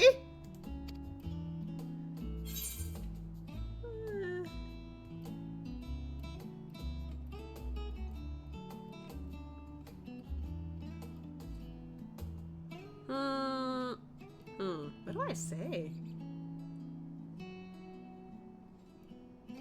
I feel like saying the top one would seem like it's a bit much and she'd be embarrassed by it. Saying the middle one, I'm not sure. Saying the bottom one, he's like, oh, like, it's really nice in here is all. One of my friends thought it was surprising to see that I walk around everywhere and gotta keep appearances. Hey, I don't see anything wrong with it.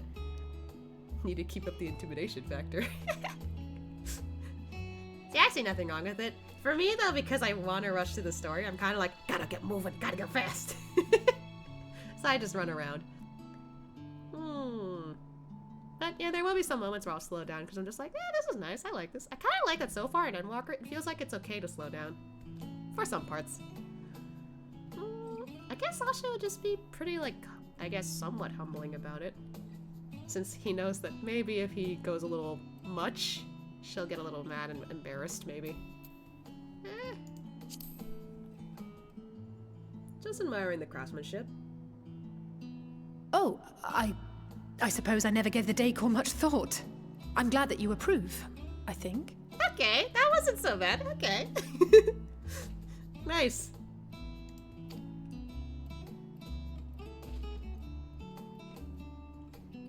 Lord Fortuneau is not to hear of this visit.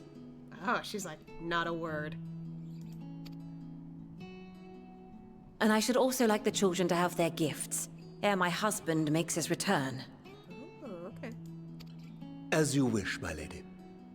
Okay, I've only heard him once, but I already like his voice. Why does he give me like, okay, not entirely Sebastian vibes, but kinda, just a little bit, just a tad. Master Alphino, Mistress Alice, if you would accompany me upstairs. It's funny I do that, but when I do that, I switch classes. I refuse to run on my Dark Knight. Doesn't match his look unless he's in a battle. That's how my brain works for how I see my character. I love it. I love that. We shan't be long. Okay, take your time. Well, I say that, but we're kind of in a rush, I guess. so the husband doesn't return.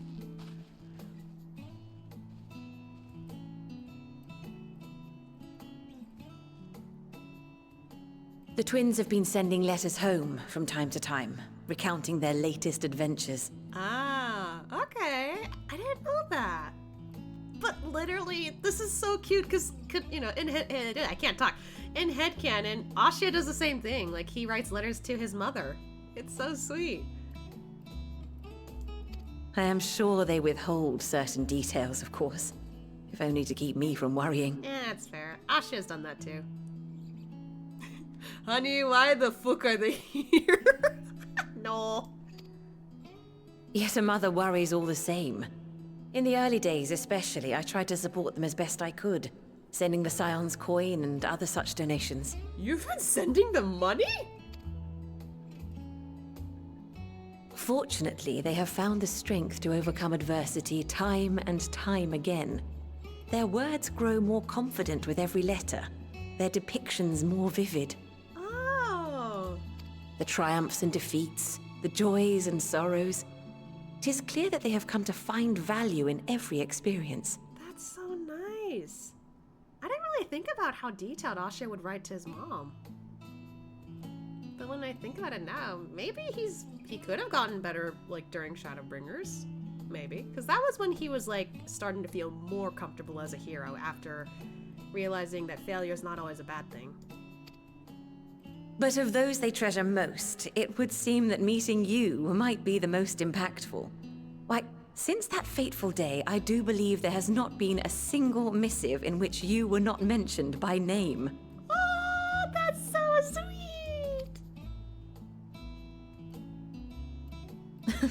He really does give Big Brother vibes to them, huh? 'Tis plain they care for you, and I am glad they have such a steadfast companion watching over them. Oh my god, this is so nice. Aww.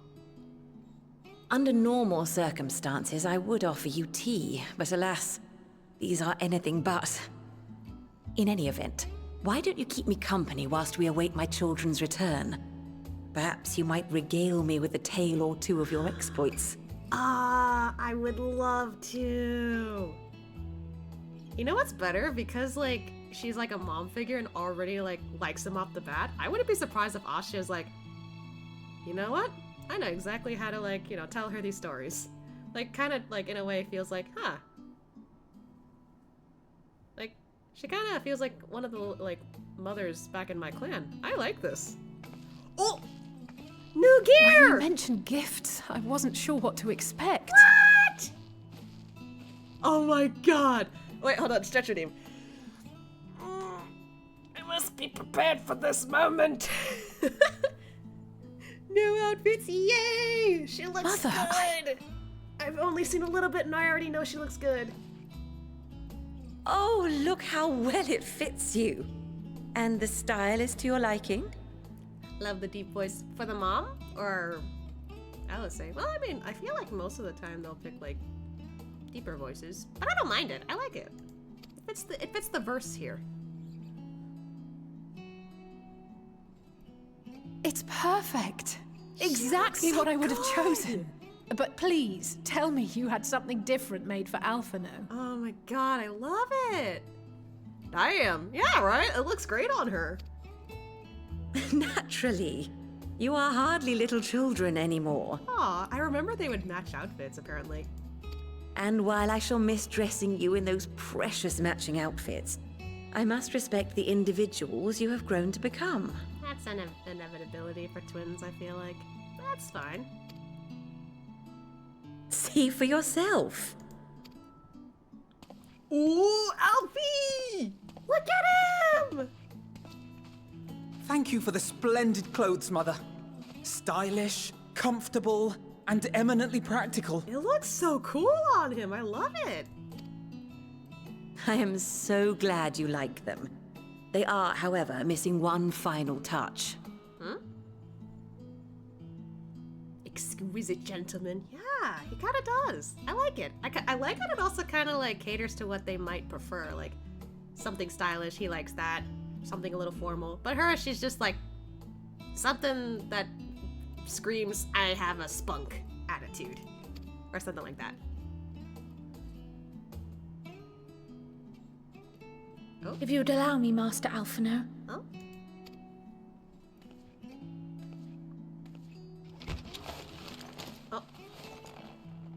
Oh. That's where he gets the sage weapons?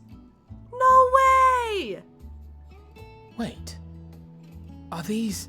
That's so cool! Job change time. Wow, I didn't think we'd get both of those in the same scene. A sage's tools of the trade. They belonged to your father. I didn't know the dad used to own these. Huh. They're both shocked. They didn't know. Though he may as well be chained to his desk these days. As a student, he was often called upon to venture into the field. He wielded those armaments, both to heal and to harm in no few battles. None so fierce as those you two have braved, perhaps, but battles nonetheless. Wonder why he gave up on the fighting, though. Thus did I pull them out of storage. To show you that he was not always the man who stands in vehement opposition to you now. I know they just said it, but what are they and what do they do? They're weapons for the healer class. I've seen a few sages already, but apparently they also do pretty good with damage too. Not sure how good though.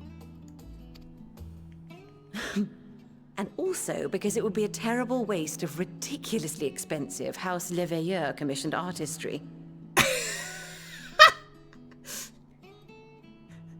I like her. Legit, she just went, man, we've had this for so long, and this was really expensive. It'd be a waste never to use it.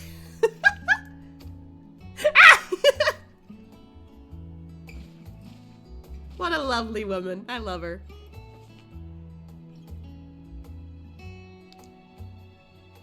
Oh, it's a dropstone. I am told these devices are quite difficult to master. But someone of your extensive experience should soon have them darting about with grace and aplomb. Aw, and like Asha's back there smiling like, I'm so proud of these kids. May the wisdom in that crystal serve you well. And please, try to find common ground with your father, that you might come and go without need for this awful subterfuge. Okay, so she probably knows exactly, or not entirely, what her husband might be thinking. And she has known him for a lot longer than the kids, I bet. I hope that, like, you know, thought process of her is gonna work out well in this relation fix, because, I don't know. Sometimes the other parent doesn't do much help in situations where kids and parents have a little bit of a scuffle in arguments. I don't know. I only say this because, like, I've seen stories of this before, and I'm just like, are you sure you're not just, you know, meh? But from this, I want to say she probably knows what she's talking about, and I think the kids will listen to her as best as they can, because, I don't know, she seems to be the one who knows pretty well what her husband's like. I trust her. I'll trust her advice. We will, Mother. I promise. My final gifts to you, before you run off, are an observation and a suggestion. Wow, a lot of gifts, huh?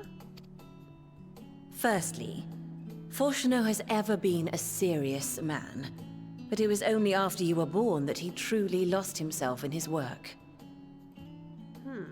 I may not know the Forum's inner workings, but I know your father's.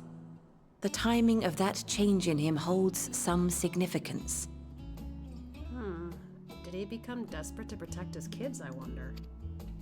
Secondly, do not seek to best your father with words. Far better that you simply show him. Let him discover the merit of your actions, after they cannot be undone. Show with actions, not with words. I like that advice.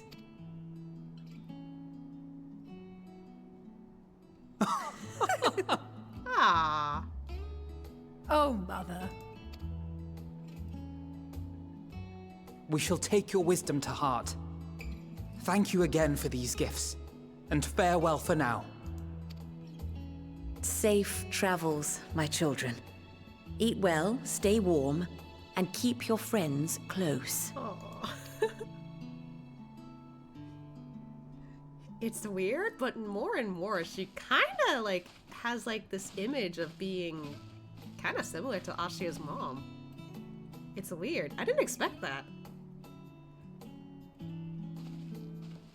The only difference is Ashia's mother, like, how I ended up writing just a little bit of lore for her, but how she ended up growing up was that she wasn't sure what she wanted to do with her life for the longest time. Oh shit! Sage! I didn't realize you changed class. Nice. But, what was I saying? Yeah, like, she didn't know what she wanted to do with her life, and until she had Ashia, she was like, I know what to do. Like, she decided to full-on be in mother mode did whatever she could to help people around her clan, around Gridania, since that's kind of where they lived. And all in all, she just figured I might as well do the best I can for my son, because he'll be the one who will do a lot better than I could in life. I have faith in him, and I'm just like, oh, like, I don't know why I wrote that story for her, but it was so nice. I wasn't expecting to write lore for her until I thought about it. Look above my little, my character, look at my little dragons. Wait, what? Oh! Wait! That's adorable! That's so cute! Wait a minute, I didn't notice that till now. That's so cute. I like it. That's really cute. They are dangerous. Don't mock them. That's the vibe I get. Alright. Let's move on. Oh, look at their outfit. That's awesome. Oh, they're staring at the... Aww. My favorite weapon for Sage. Fear the baby dragons. Yes, fear them. I love it. And that was that. Whoa! I'm getting shocked by Sage stuff. Only the gods know when we'll be back again. Yeah, I hope they come back soon, though. Thank you for indulging Mother's request. I can see it meant a lot to her. And I, shall refrain from inquiring as the content of your private conversation. Yeah, for all you know, like, we were just talking about the, like, fun times he's had here. Our visit was all too brief. For now, however, it will have to suffice. As will these tokens of home that we will carry with us. These gifts will help us, to help us remember who we are and whence we came. But enough sentimentality. Let us return to the annex and rejoin our companions. Okay.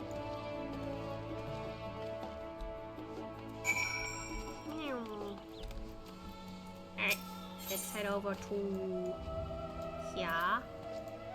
Whee!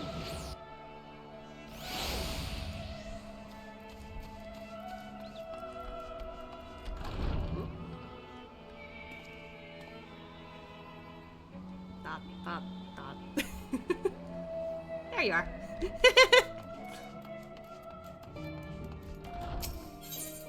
Just taking my time like, Everyone's here. Don't think for a moment that I'm jealous of Alphina's new weapons. They're far more suited to him than me.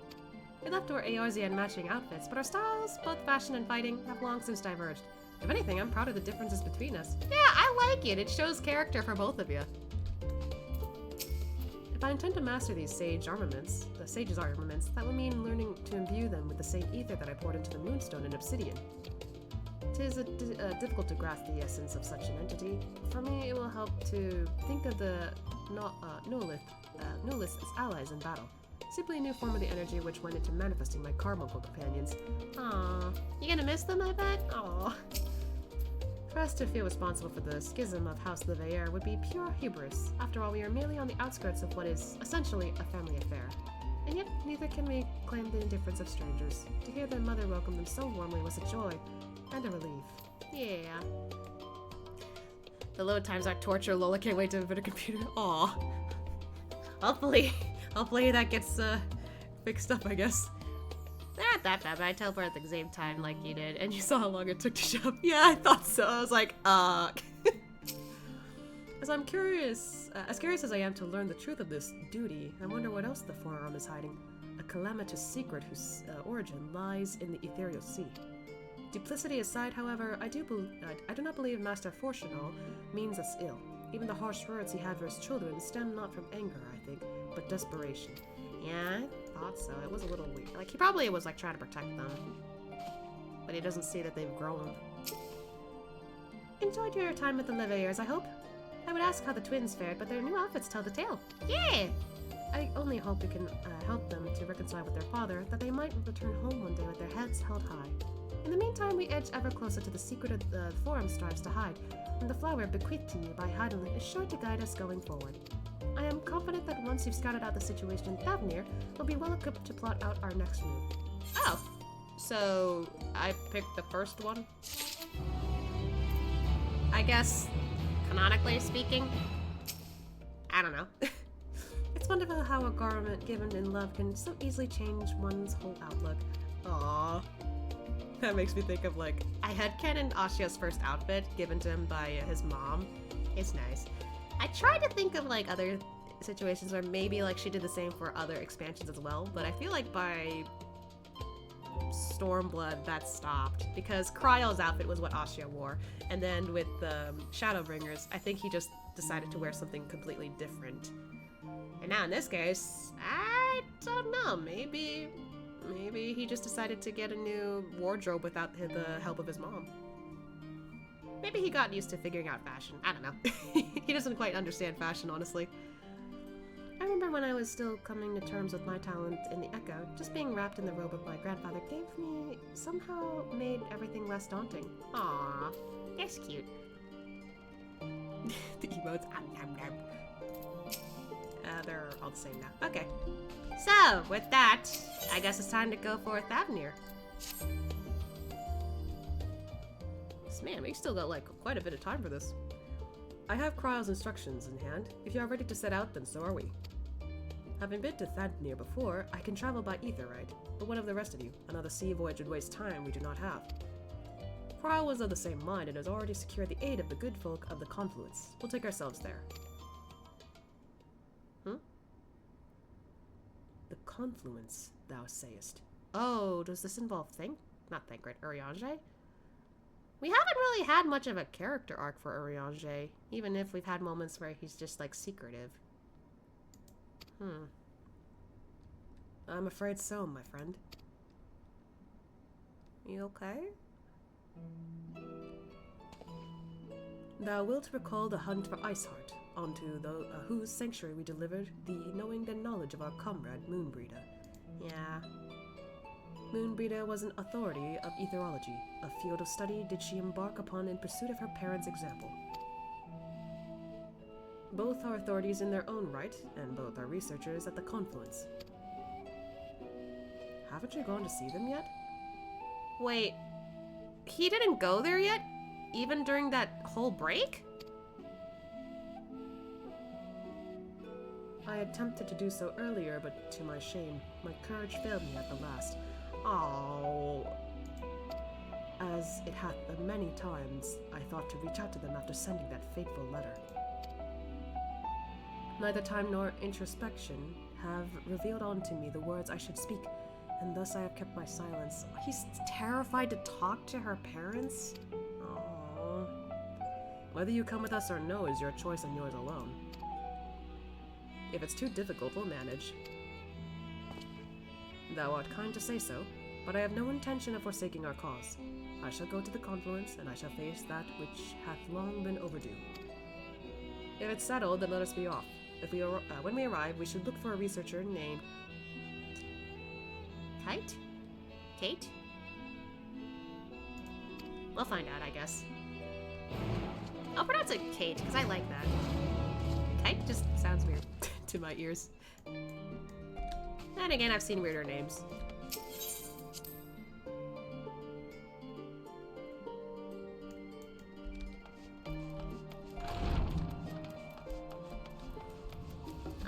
So where is that actually? Oh, it's not that far from here. Okay. So is it up here somewhere?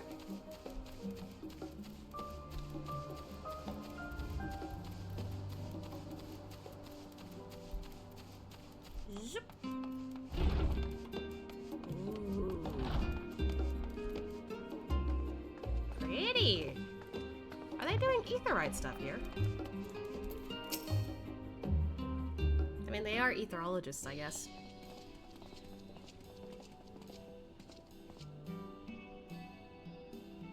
Well now, this is rather a lot of stern faces. Are my library books overdue again? Not to our knowledge, we're associates of Kryle of the students of Baldessian. We seek passage to Thavnir and understand that you can assist us. Ah, the test subjects! What? Welcome. I don't like the sound of that. Test subjects? Oh, you hadn't heard? Well then, allow me to explain. So, in order to travel to an aetheryte, you ordinarily need to be attuned to it beforehand. Otherwise, you can't use it as a beacon to seek out while you're a mess of ether hurtling along the lifestream. An inconvenient but incontrovertible limitation of aetherite teleportation. What? Look, I heard that. I clearly heard test subject. But what if I were to tell you that there's a way to travel to an aetherite without being attuned to it? Really? A way to teleport instantly to places you've never been. For long years, we've labored to make such travel possible, that people might move about more freely.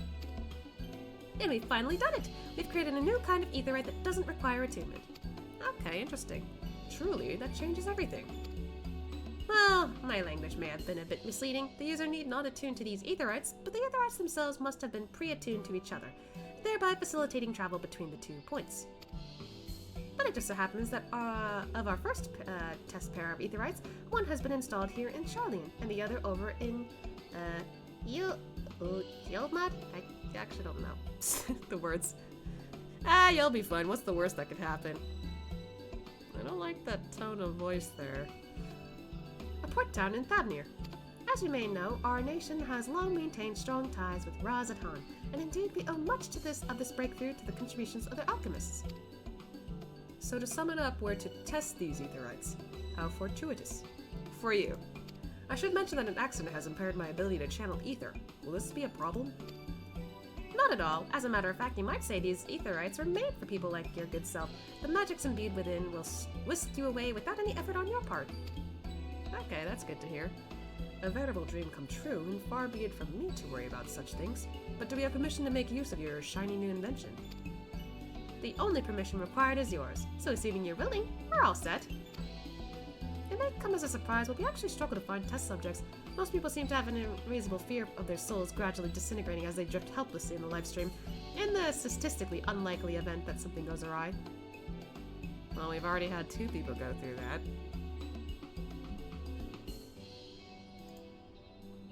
Anyway. But it's plain that you aren't most people. Mistress Kryos truly knows how to pick 'em. Ryle, what did you sign us up for? If I might change the subject, are Master Wolfsum and Mistress, Bloida? I actually don't know how to say the name, sorry. Not present today. Oh, you didn't hear? They recently resigned their posts. Their expertise was needed elsewhere. A large-scale project helmed at the forum itself, as I understand, but I'm not privy to the details. So even they're busy with stuff because of the forum. I see. Any other questions? Nope? Then let's get going before you change your minds. Please stay to your preparations and head outside to the Aetherite Plaza. I'll be along shortly.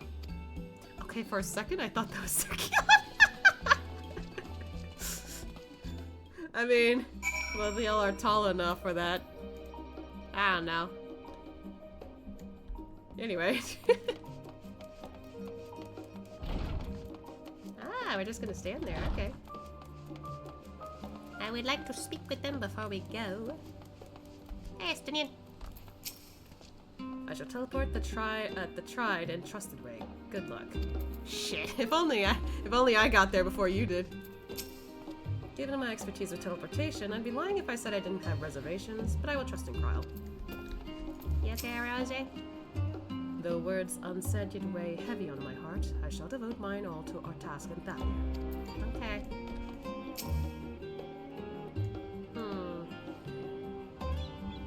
Oh, well, that outfit, okay. That one Vieira was looking fine.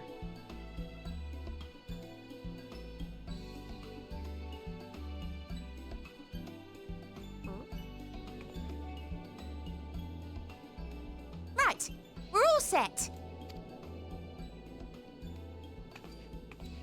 Just the 4 of you, was it? I like that her earring is an aetherite, it's cute. 3. I'm already attuned to the crystal in Thavnir. You are? Oh. I would have preferred more test subjects. I don't like how you're calling us that, ma'am. Oh, well, never mind. If our 3 travelers could line up here, please.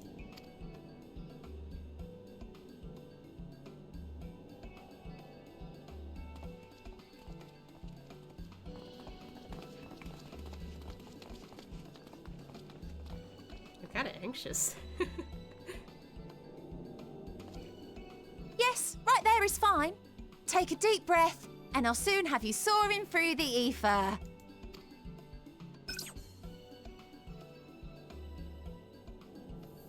Oh.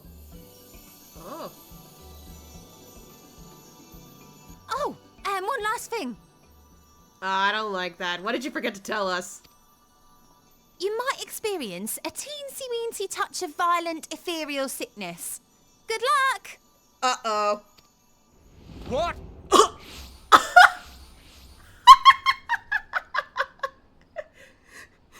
Just no.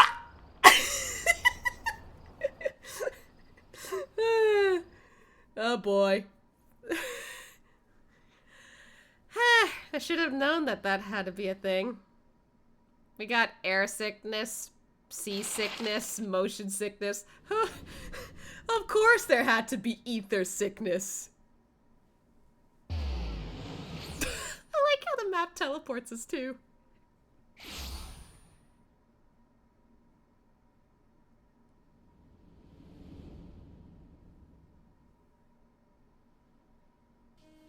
Ooh, that looks pretty. Thavnir, home to city-state Rads at Han. Oh, it's so colorful. Rising from the southeast waters of the Bounty, this Isle of Plenty served as the battleground for a conflict between two peoples.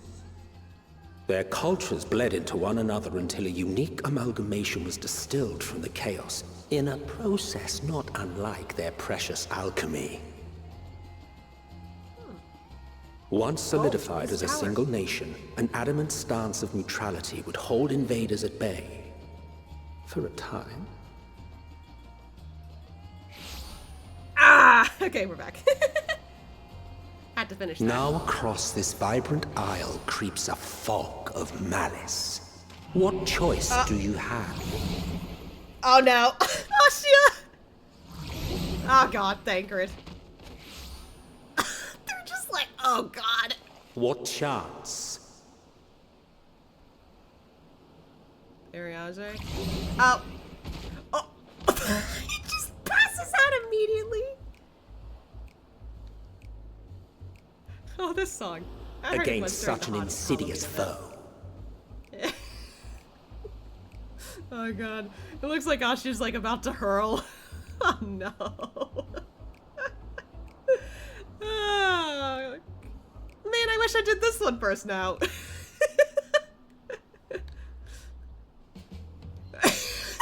Ah, god. He's in a fetal position. Oh dear. You alright, Ashia?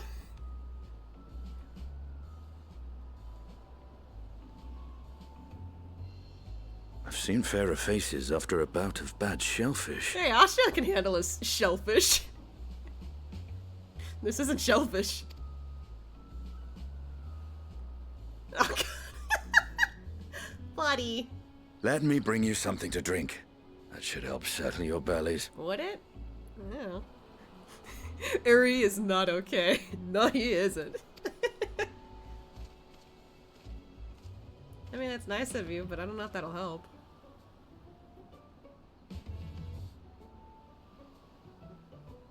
There was a note with Kryle's instructions. Oh?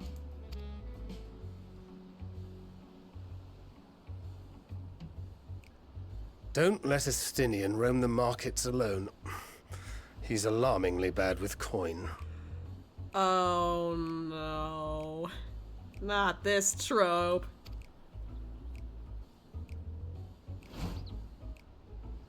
Oh.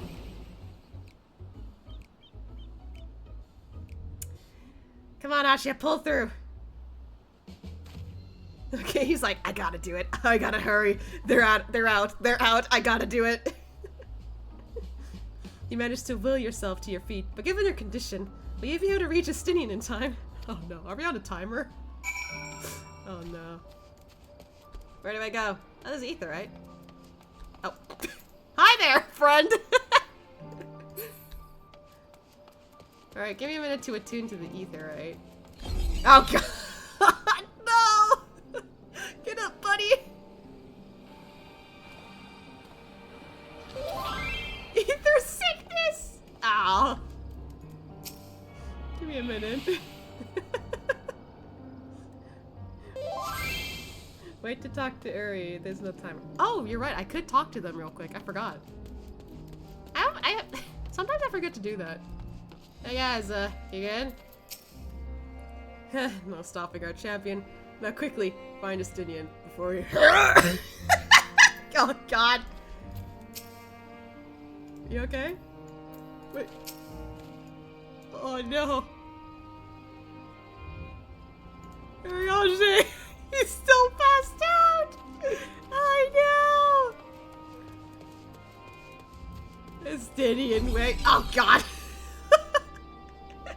Justinian, no! Wait! Justinian! Hold on! Oh, fuck this ether sickness! Justinian! You there. I need 3 drinks. Something that helps with ether sickness. Buy them. Manus, a traveler. Greetings. Greetings and welcome.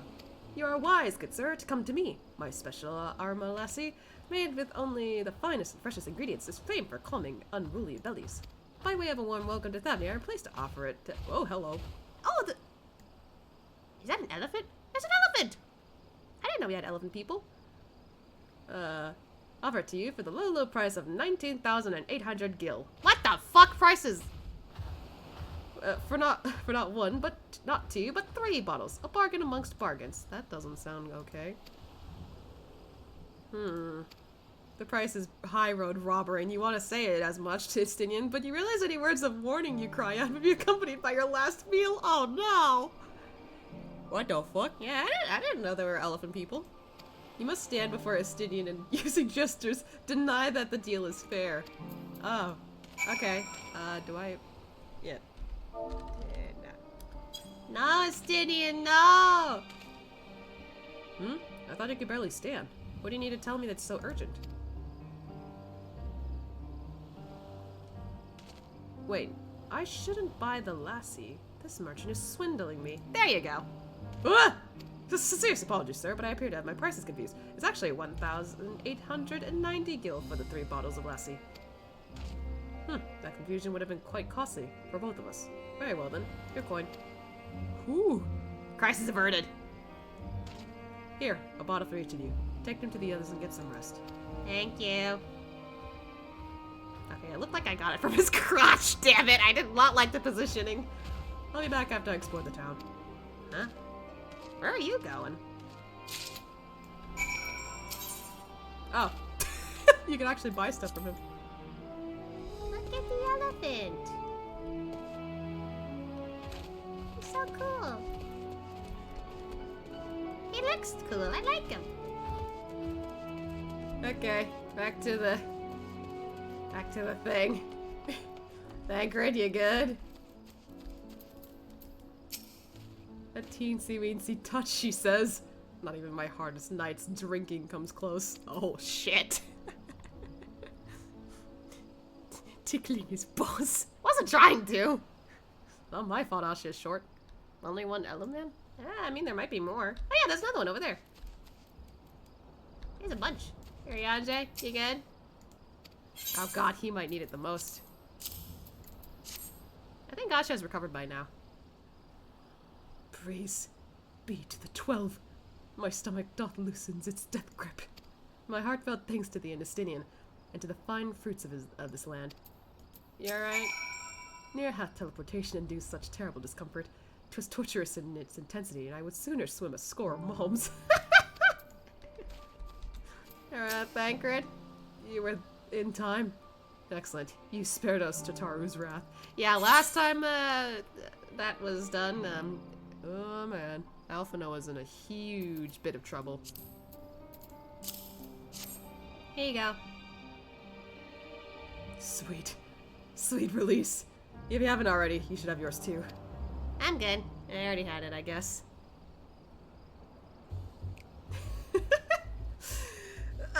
Never doing that again. Damn, it's been another hour already. Yeah. Right, I'm ready to get on with it. That lassie surely worked wonders. Back on your feet, I see. Thy hair. Wait, what's wrong with this? It's a ponytail! Wait. Now that I think about it, the teaser was also a ponytail. I'm shocked I didn't make a comment on that until now. I didn't think of that. I was just like, wait a minute. Worse than Thancred's heaviest drinking nights, and Uri would rather swim moms. That's insane. Like, both of them just like, this is worse. Huh. I wouldn't know if this would be worse than Asha's, like, own, like, I guess, issues. Because I don't know if I actually mentioned this one time, but there was a time when, for the longest time, Asha couldn't cast any spells. Now, after Shadowbringers, he's able to, because, Ardbert and Asha's souls, like, fused. I kind of headcanon that helped cure him from, like, using spells, so now he can, like, cast magic whenever he wants. He doesn't do it still, but he's practicing off to the side. But back when he was younger, he couldn't use any spells at all. So the one time I think, what was it? Yeah, like he was on a hunting group with some people in his clan, and all of a sudden they were attacked by a random beast out of nowhere. Asha decides to try and use like a spell to create a barrier, but because he doesn't know how to do it properly, he ends up shooting out fire instead.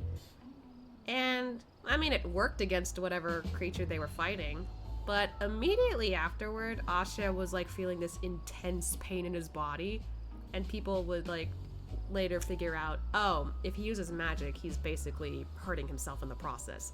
He can't use magic, otherwise he could kill himself doing this. The safest he could do is attune to aetherites, like, you know, have small lights, like, using, like, a light source or whatever, and I think that's about it. Like, I don't know, there could be some other minor things he could do, but other than that, he can rarely use a lot of magic for combat or healing, because if he does it, he's gonna hurt himself bad. So, I don't know if this instance is worse than his one-time trauma, I guess. It was pretty traumatic, but he kind of got over it pretty quickly, but still, he's just like, okay, not doing that again. Anyway, hi, I've bound it. 'Tis the most I can do against this heat short of shedding my armor. May I ask where you got the cord for it? Oh, also, the elephant people here are related in some way, to the elephant mobs you fight in the Azim Steppe lore-wise. There's 2 tribes and that other one is a more aggressive one. Oh, okay. Interesting. A local vendor. The man said it's a Thavnirian weave. Tough and not easily unraveled. And how much did it cost? 9,400 gil. Steel, I was told. Just nothing fancy, but I've always valued function over form. He got swindled again, didn't he? That's incredible. I dare say not even Alphino could hold a candle to you. Jesus Christ.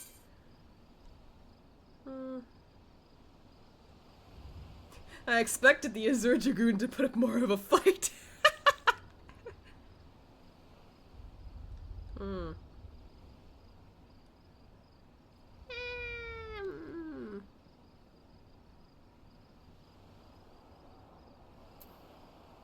I guess this would be, like, pretty understandable.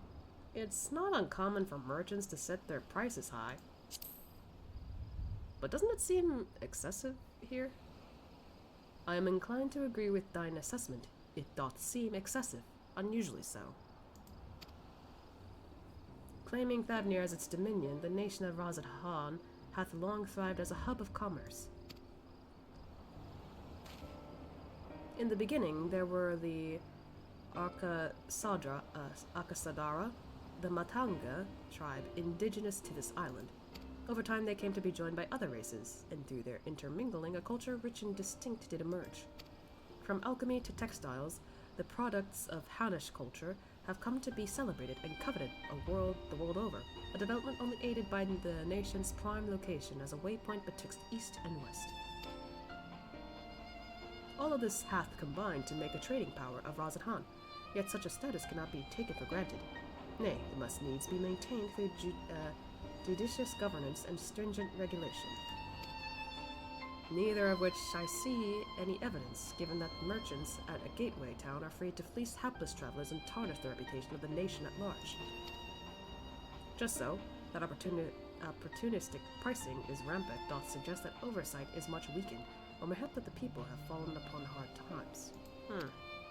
Whatever the truth may be, to be prudent to ascertain this current state of affairs. Prudent and practical, aye. We've naught to lose by learning more. So ere we seek out Quao's acquaintance, shall we see what information we can gather here in, Yildamad? I hope I'm saying this right. This is a new place, I don't know. Excellent. We didn't exactly get off to a flying start, but we'll make up for it.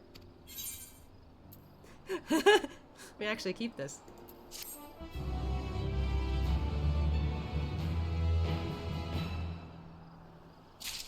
Holy shit! Rawr! Where's my... Hold on. I got spooked.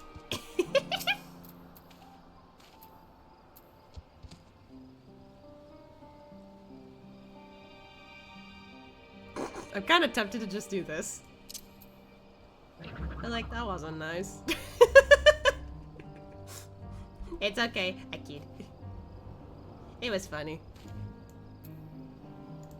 Alright, so... Ariane, what do you got? Be thou assured that I am quite recovered. Lassie is truly a boon for unruly stomachs. I like Estinian's new look though, I'm not gonna lie. Is it truly so amusing to see my hair bound?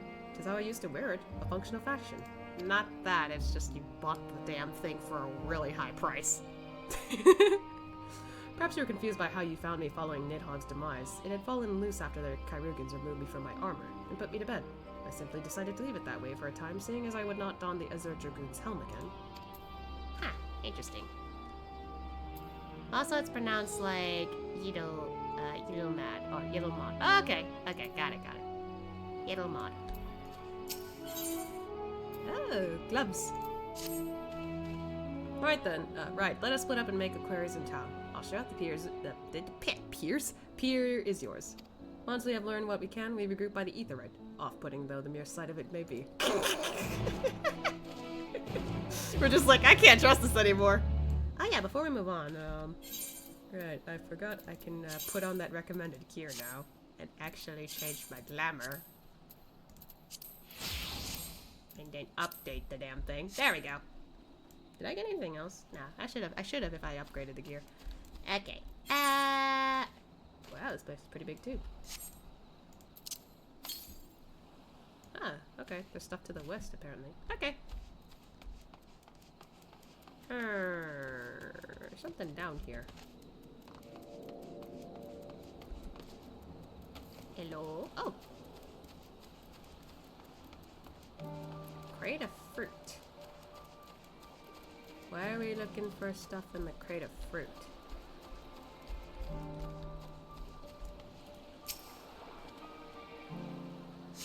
This crate is laden with fruits, but they are on the verge of spoiling, as if they have been left too long. Why, though?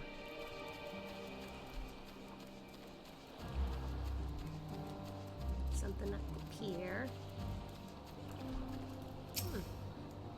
Probably for ships to come by. That's a lot of boats, though.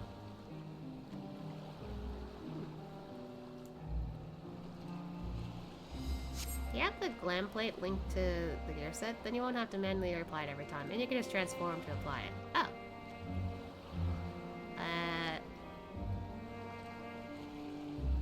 Wait. Is there something I'm not aware of? Gazing out from the pier, you spied boats moored off at nearby isles, with the silhouettes of larger seafaring vessels farther away. Compared to the ports you have visited in the past, there appears to be very little activity. Wait, how does that work exactly? Like...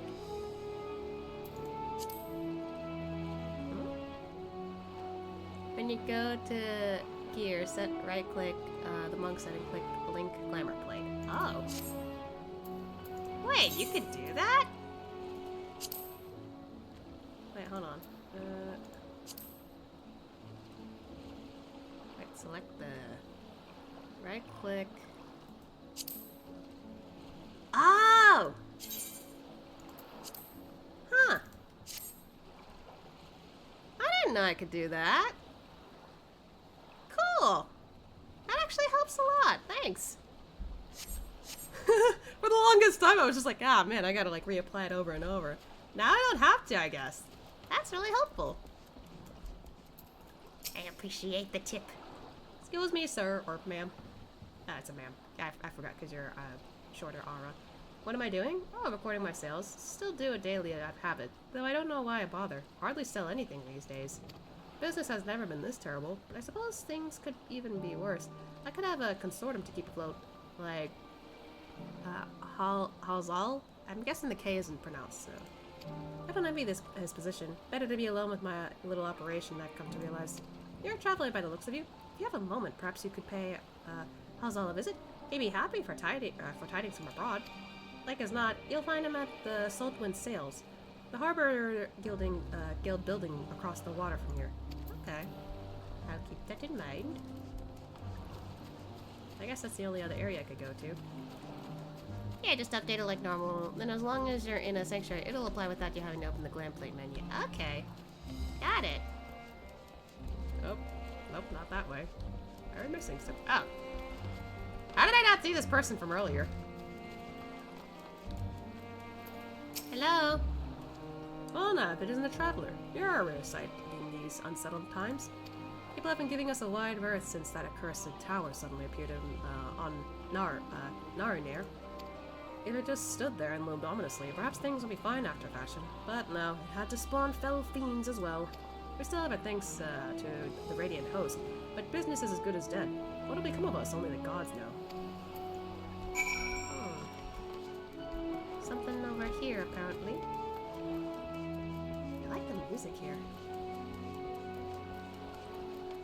Oh. Hello? Ooh, it's pretty in here. I like it. I like how colorful the place is.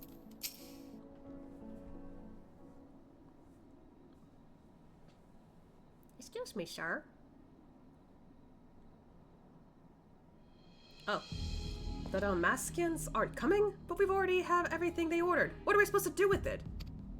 I don't know, but yelling at me isn't going to help. All I know is that their plans have changed, and that's that. Look, you must have known this might happen. The Empire is at war with itself, and the Providences are in chaos. And then there's the tower sitting on our doorstep, spitting out monstrosities.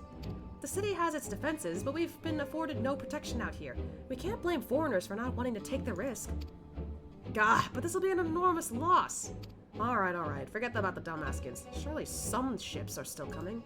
We have fresh produce, handicraft, medicines, all the perennial Hannish favorites. Our consortium works closely with merchants and artisans to supply only the finest wares. Quality is guaranteed. I know all these things, Hazal. I do. Which is why I regret to say I have nothing for you. All voyages have been cancelled or indefinitely postponed. And you are? Sorry, I didn't mean to eavesdrop. Wait, you're a foreigner, aren't you? A merchant? Please tell me you're a merchant. No, sorry. I see. That's a shame. I'm sorry, but we're discussing important matters. If you need something, please talk to one of the others. Excuse me? Hello? My name is Matsia? Matsia? I think that's how you say it. I'm here to see Hazal. He's a bit busy. Oh, it seems he's busy. I'll come back later then. Aww. The element is cute. Yeah, I kind of like him. I think it's a him. Yeah, because I've seen the others where they're like fully clothed, and I'm assuming that's the women, and then these guys are the guys. Where is he? Hello? Oh, there he is. Damascus was an area in Final Fantasy XII. The Stormblood raid had some of the characters, and it linked some characters from Final Fantasy XII. And Final Fantasy Tactics, I know you know not much about the other Final Fantasies, just like telling you. No, you're fine. It's informative. I get to know more about lore with other games, which isn't bad. Hi there. Yes? Can I help you? Ah, I remember seeing you back in the guild. You wanted to speak with Hazal, too, didn't you? I'm Matsia, a fisherman of Akyali, a nearby village. I sold my catch to Hazal, who offers it to foreign merchants, but he hasn't bought anything for a while now. When I heard that the consortium has been struggling, I became worried and decided to come and see him. Just as soon as he's free, anyway. He's a hard-working man, and I dare not disturb him. Aww, what a sweet elephant. Okay, looks like we got something new here. Gloves.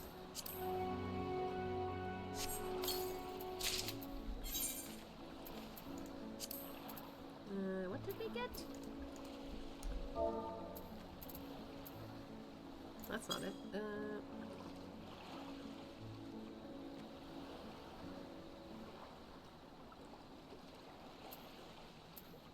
Oh, this one. Okay.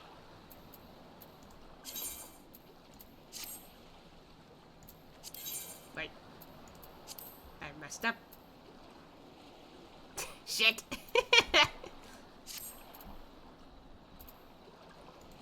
Every time. There we go. Should I redo that or is it fine? I guess.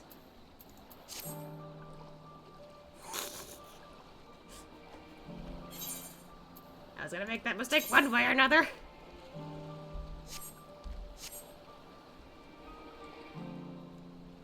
Unless I did it right. I don't know. Nah, you did it right. You just have to transform with the little button on your hotbar. Ah, okay. There's fine then. Anyway.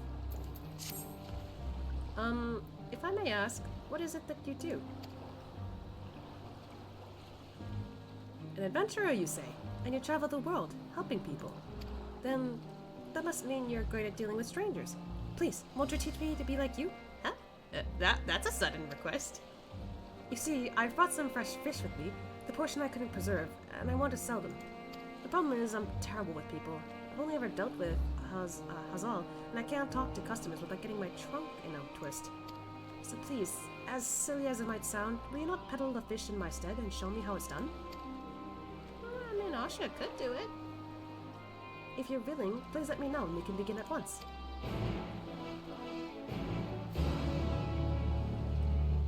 Oh, okay.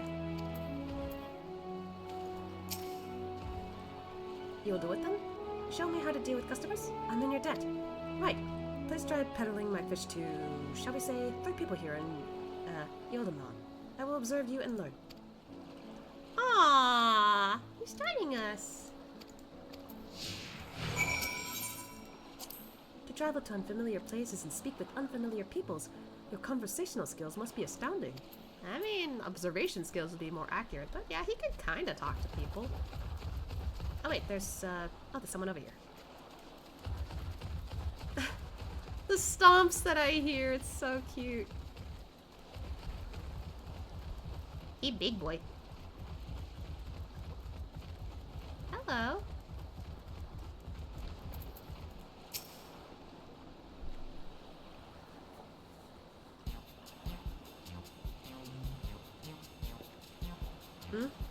Yes? Maybe it wouldn't hurt to, like... That second update that appeared is something they added that lets you update profile every time you update your gear set. Ah!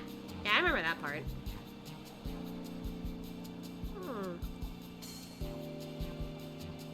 I don't know if I should say the top one immediately, should I? Because what if he's not interested?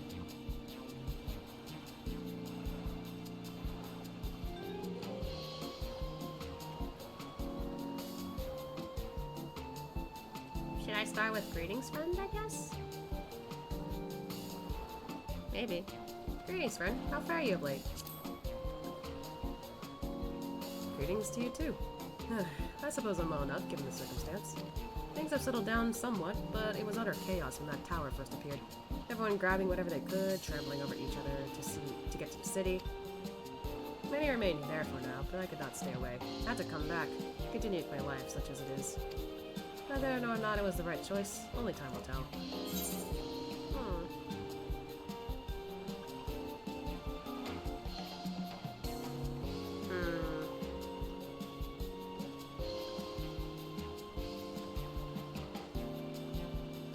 I mean, I guess there's no place like home, but don't do anything dangerous, say? Oh, trust me, I don't. I'll make sure to keep well clear of the tower. Oh, RPG girl for life. Thank you for the follow. I love you found the wolf pack. Wait, I lost my train of words here. I think I was here. And when no monsters emerge from it, I heed the Radiant Host's instructions. I hope they deal with it soon so we can get back to our normal lives. Days when you could earn as much as you gave, and tuck into a meal satisfied that you did good work. Speaking of meals, why not have some fresh fish today? That's a good chance to, mention that. Fresh fish, you say? Oh, you're a fishmonger. When you bait me like that, how can I not bite? Nice. Very well, give me some of your fish.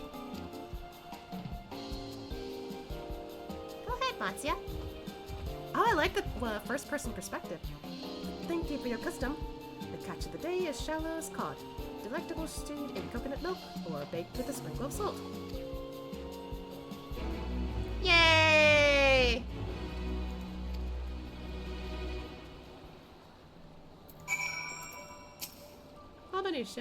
Not many visit here from other shores anymore. Even Eleanor has seen a few merchant ships in its docks and has felt the loss of coin they bring most keenly. How was that, Matsuya? That you should make a sail in the first attempt. I've learned a lot already, and I hope to learn more still. Okay. Who's next, I wonder? That first sail was pretty easy. Granted, I didn't want to immediately jump into hey, you want to buy some fish? I don't think that's a good tactic for something. I don't know. Some things like that, I don't think it works. Ah, they're over there. Hello.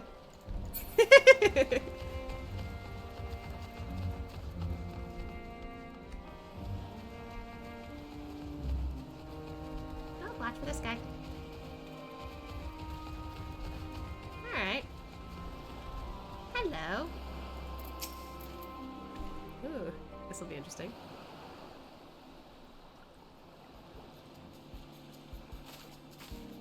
A hawker, are you? Do you sell fruit by chance? If so, I want to buy some arma. Let's say a dozen. They're going to be export quality. What do you need so many arma for? Why, for eating, of course. It may seem like a lot, but of late, I go through that much in no time at all. I'm a stock taker by trade, but with no vessels coming these days, the wares are beginning to pile up. By the same token, nothing is coming in from overseas, but not a day goes by that someone doesn't come asking when the next shipment is arriving for this and that and this and that. I swear the fog is following me. The Silent Hill. I don't know if that's the best part for the joke. Anyway, all of it wears me down. I find myself feeling constantly hungry.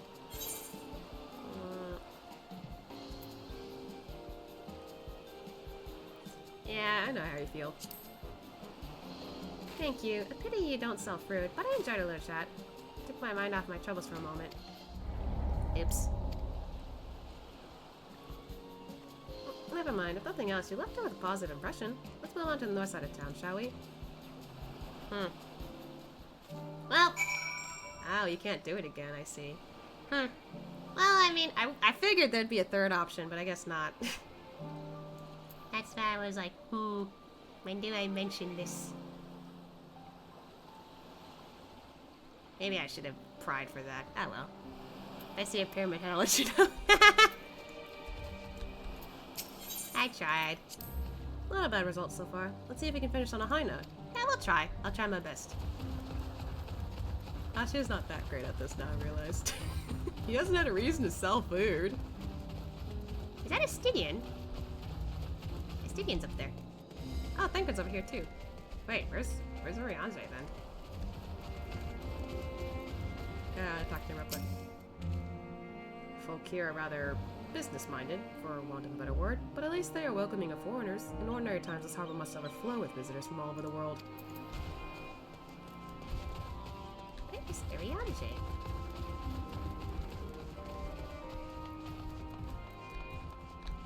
Stinian's over here. Are you trying to buy fish? Seeing as there's dried fish, I wonder if there might be dried squid as well. Oh, yeah, that's a thing, for sure. Is it further back here?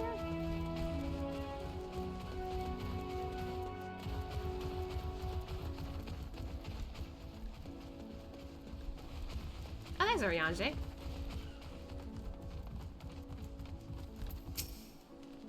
It is a storehouse like any other at first glance, yet in contrast to its scale, there is a distinct lack of activity. Alright. Hopefully this one will go well. We'll try. Hello.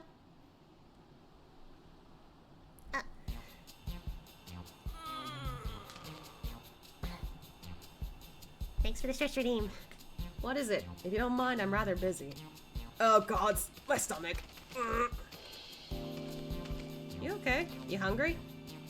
Ether sickness? No, nothing so unusual. In my hurry to get back to work, I just ate a little too quickly.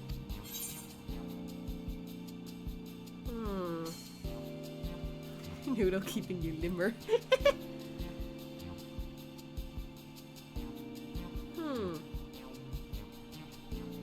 Would fresh fish do that though? I don't know. I'm worried that the next choice of dialogue isn't gonna work out. She barely stretches if I don't. Yeah, that's true. That's why the stretch redeem is there. You should take it easier. Eat more slowly and savor your food. Would that I could, but I can't afford to be idle. Like as not, circumstances will surely get worse before they get better. And so I'm working as hard as I can while I still can. Better to be prepared. What an industrious young man you are. Well, it's not like I'm trying to impress anyone. Dang it. Have to excuse me, I must be getting back to work. Take care. Damn, I only got one. Ah well. I tried though. Too bad we couldn't make a sale, but we did manage to build something of a relationship. Thank you so much for your demonstration. It was truly an eye-opening experience. Come, let us return to the pier.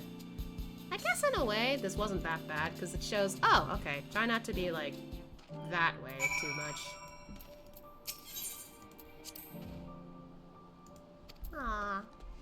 I did try my best. I'm not really good with the sales thing. I kinda thought I was, but I guess not. At least my first attempt was good. Her partner gonna ask her back was like a grandma. Okay, that's just...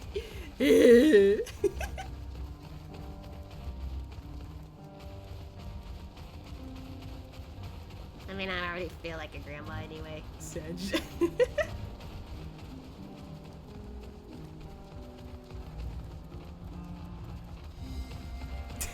Ow, my back!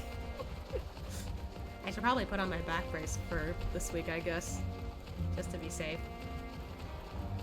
Well, we tried, Matsuya. At least we got one. That wasn't so bad. Thank you so much for showing me how to talk to customers. You managed to sell one of the 3 people you approached. It was difficult, but when you put your mind to it, you succeeded. Though you did fail too, but there are lessons to be learned in both success and failure. By applying yours, I'll endeavor to become a better peddler. Yeah. Honestly, this might also, like, show character a little bit for Asya too, like, because I said, like, he doesn't like failing. That's his, like, fear of failing. But now that he's failed at least twice with this, he's like, it's alright, I'm good. I'm good with it.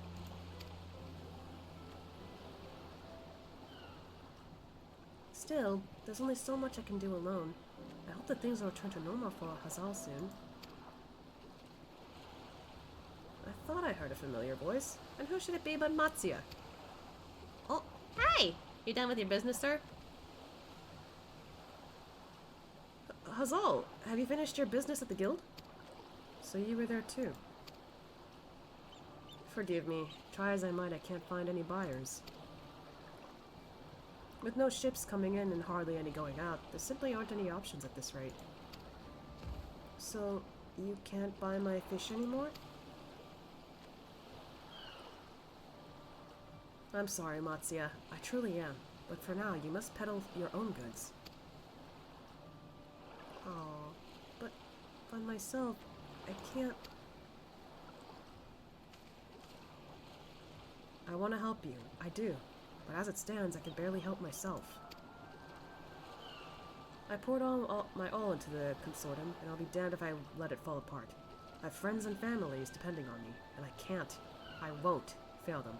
The sisters as my witness. Oh, that was all. Who's gonna stream until she's 90? Guys, Asha and Graham find a kiss. Let's get my back. No. Can't take that long for them to kiss. Not to worry, using what I've learned from you. I'm sure I'll manage. Somehow. Well, I had best return to my village. My thanks again, and please take care on the road. Bye, Matsuya. I feel bad for him. Poor buddy. Oh yeah, I could move around here.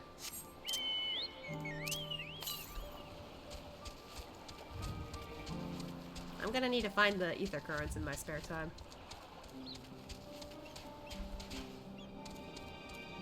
Hi, guys. There you are. Gotten over the ether sickness, have you? I've been over it. What do you mean? Mayhap owing to the island's small size, the tower's impact upon the people's lives doth appear more pronounced here than Eorzea. Probably. I see you've been busy. Managed to learn a tidbit or two, I trust? They can't sell shit. I see. We also heard that the tower is affecting many locals' livelihood. But to think that it would be to such an extent. For another notable, if not wholly unexpected, discovery, disappearances, and kidnappings are disturbingly commonplace. Uh-oh. I don't like that.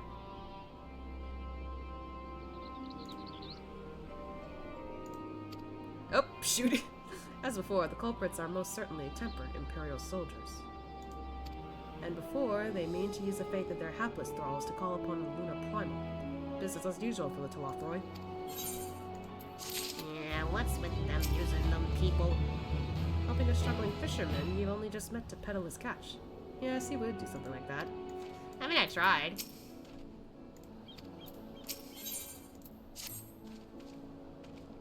That Matsuya fellow you were helping, he's Sadara, is he not? Apparently, it is almost exclusively his people that are being kidnapped. Should he be traveling alone? Oh, that's a concern. Huh? If summoning is this perpetrator's aim, it doth stand to reason that the Akasadara would be their primary targets. For 'tis the faith of their ancestors which prevaileth in this land, and many are devout adherents still. We'd better go after him. Akieli lies to the west, as I recall.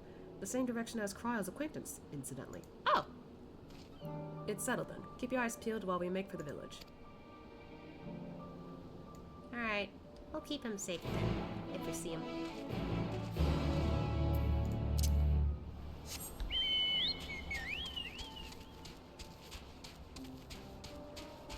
Okay, let's get the chocobo keep real quick.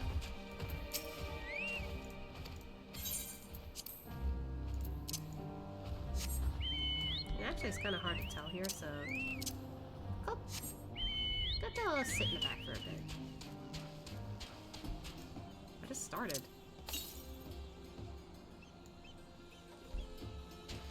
Okay, maybe we'll just do this real quick. There's elephants! You do not see Matsuya nearby, but the elevated ground up ahead may provide a better vantage point. Okay.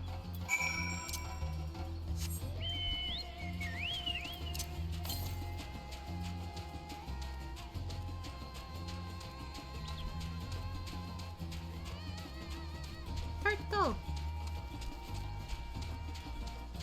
There's an elephant. Oh.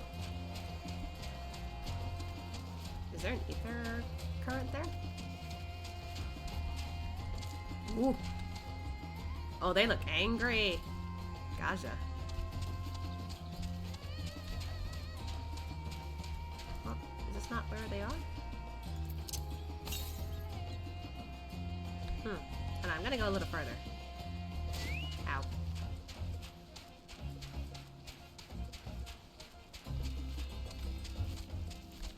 Did I pass it? No? Oh, there it is. I want to grab that real quick. This music's so fun, though.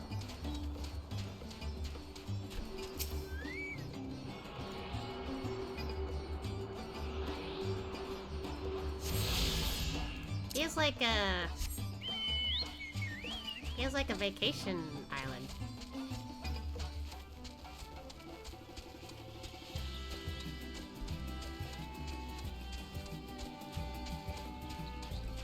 Those Gajas are scary.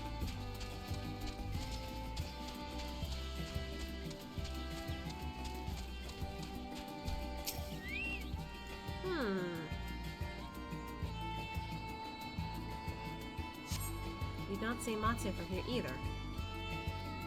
No, leave me alone! Help! Somebody help! Uh-oh. Matsuya's voice, and it came from the north. Matsuya! Oh no. Not the boy. Oh, wait, it's over here.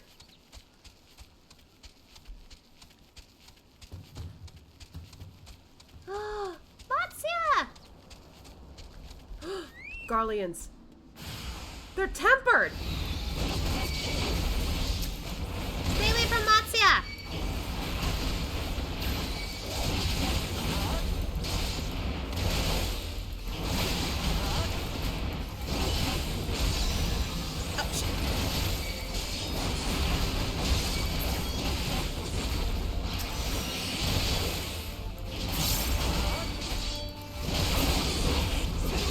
Any more?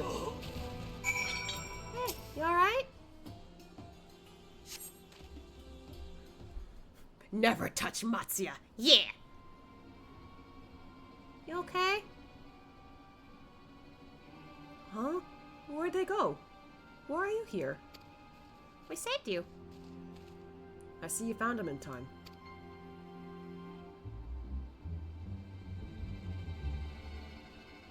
You and your friends came to look for me? I don't know how to thank you. On my way home, I took a moment to stop and rest, think about what to do about, well, everything. And then those men came. Kidnappers. We heard that the Arca Sodara were being targeted. Surely you have as well. Perhaps it's best if you took refuge in the city. We've considered it, me and the others, but fishing is all we know. The ocean, all we have. I see. That's your decision to make, but you should take care not to travel alone.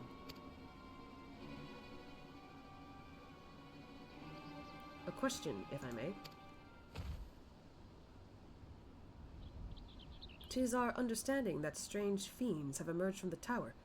What canst thou tell us of those beings? Not much, I'm afraid. I have no idea what they are. But I've heard that some bear an unsettling resemblance to our divinities.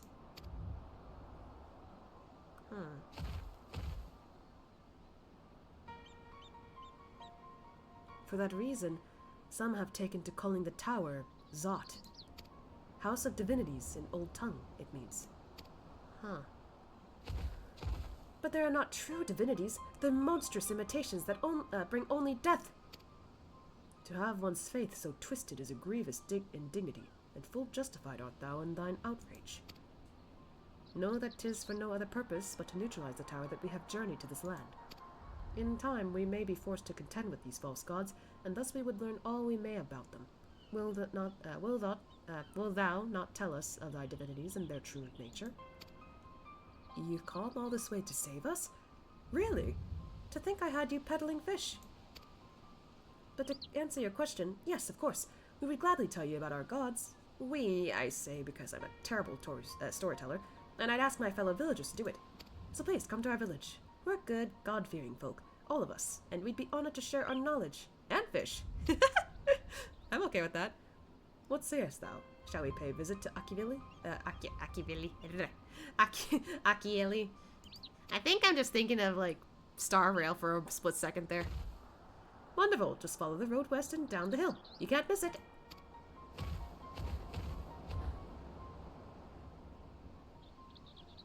So 'tis the simulacra of the Thavnirian gods that are being summoned. If any doubt existed before, there can be none now. The kidnapped Hunish are imprisoned in the tower. I pray that we will be able to save them. Yeah. Though indeed, saving them will mean confronting their false gods. Like as not I, as you said. We'll do it, I can't English. We'd do well to study their religious traditions. To Akieli. Akieli? I think that's how you say it. I'm tempted to say Akivili, but that's frickin' Star Rail.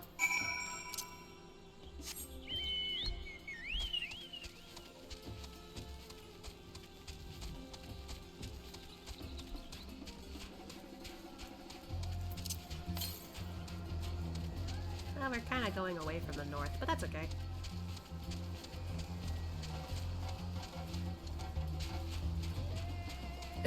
Final Fantasy X Star Rail. Yeah, I'm kind of mixing those two up.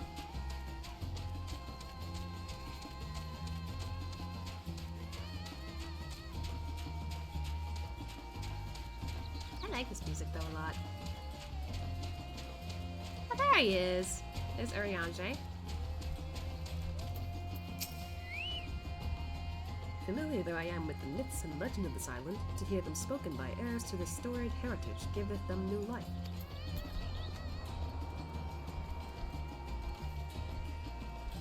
Ooh, more fish! A charming little village. Shame about the hideous tower. Yeah.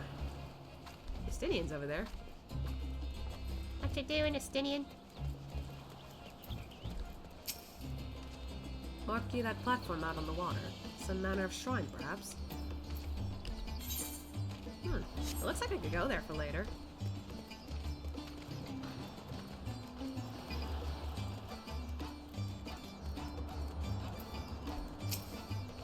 Welcome to, Akiali, my friend. The name means white beach, and there isn't much here to save that, but please make yourself at home. Ah. Your companions have already begun talking to everyone. Feel free to show yourself around and do the same. Any one of us can tell you about our gods, but you could do worse than to start with, Kanga and old, Hasvedia. They're free at the moment, as it happens. Okay. Hello, sir. You wish to know about our gods? What a curious visitor you are. Most want fish. In any case, I'm happy to oblige. Now, I don't know how it is whence you hail, but our isle is home to many gods. They can be divided into two groups. The Manusya, beings of wisdom who assume the form of men, and the Murga, beings of might who assume the form of beasts. Together, they are divinities, their forms and personalities many and varied. Some are kind and gentle, others stern and temperamental, just like we mortals can be. All are possessed of great insight and experience by heeding their teachings. Whoa! Hello. We strive to be better people and live better lives. Where's the other one? Ah, over here. Hello. Interested in learning about our gods, you say? That's what I like to hear. Prick up your ears, then, and listen. In ancient times, the Manusya and the Murga deities, who look like men and beasts respectively, were locked in conflict. Eventually, seeking the wisdom of the Manusya, the Murga cast aside their own heads and took up those of their foes. Likewise, the Manusya coveted the might of the Murga, and so they too resolved to trade heads. Thus were born new gods possessed of both might and wisdom, and they ushered in an age of harmony between the two factions. From then on, as a sign of their esteem for one another, the Manusya have worn animal faces, and the Murga the limbs of men. Interesting.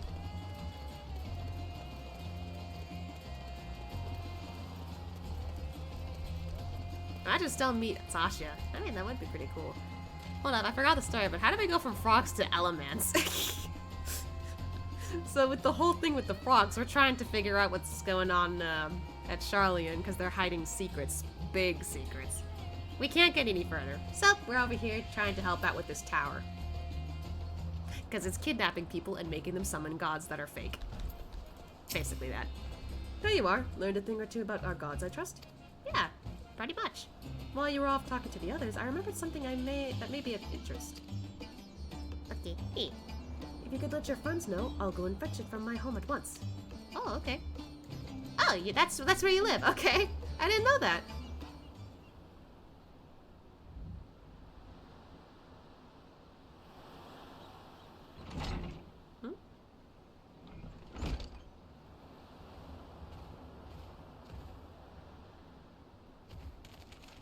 Apologies for the wait. I wish to show you this hanging scroll which depicts 3 of our most revered deities. By all means, we should like to see it. That'd be useful. Living next to a beach must be nice. I mean, it depends on the... Whoa! That's really good art. But I was gonna say, I think it depends on the area. Some beaches are better than others, I think. Eh. They are Manusia. You've heard of them already, yes? 3 sisters. Interesting. The center one is the eldest, Cinderuva, a goddess of wisdom. For this, alchemists hold her in the highest. Oh, that's why that one guy said sisters. I get it. To her right is the middle sister, Sanderuva. As a goddess of wealth, she counts many traders among her followers. And on the left is Minderuva, the youngest sibling. She presides over the crafts, and so is beloved by weavers. Although each is worshipped for different reasons, the sisters are usually portrayed together in these works, which people keep in their homes for good fortune. Interesting, I like that. Want the clear water, not the doo-doo one. Yeah. In like fashion to the Manusia, the deities of Eorzea preside over myriad aspects of life. And what are the Murga, if I may ask? The Murga hold power over nature. In ages past, they were revered as guardian deities in times of conflict. If you have the occasion to visit our temples and ruins, you'll find their images there. Among them is a god who possesses a Gaja head, so elephant, and he's venerated as the progenitor of the Arca Sodara. And then there are dragons. They occupy a special place in our history. Oh, there's dragons here too. You worship dragons too? It's said that an ancestor of the satrap... Oh, I read that right. Okay, I was like, satrap? That's the ruler of Razadhan, forged a covenant with the dragon divinity in ancient times. This divinity has since acted as the guardian deity of the satrap. Legend holds that if ever the satrap is in need, his dragon ally will fly to his aid. Dragon ally. You claim to be a terrible storyteller, but nothing could be further from the truth. The passion you bear for your faith is plain to hear. I am confident that the information you've given us will serve us well in our efforts to deal with the tower. That is very kind of you to say. Thank you. I will pray for your success. He's such a sweet elephant boy. Right, I believe it's time we sought out Kryle's acquaintance. An alchemist by the name of Nidana. According to Kryle's notes, we were to find her at a place called the Great Work, further north along the coast. Bye, Matya.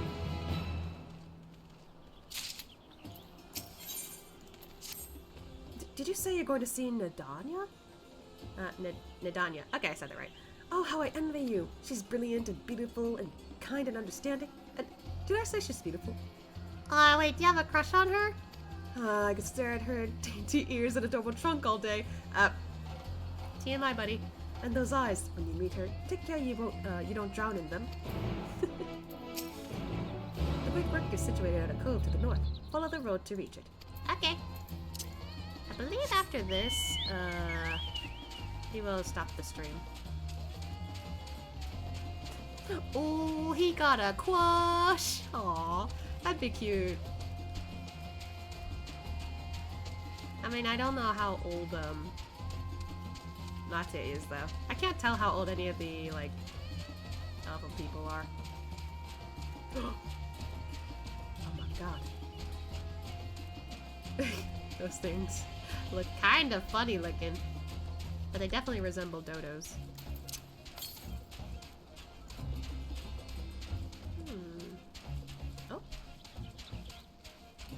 Oh, there's a building here. I didn't even realize. You know something else? I haven't played much of Genshin in a while, but it kind of gives me the vibes of Natlin a little. At least in terms of like color.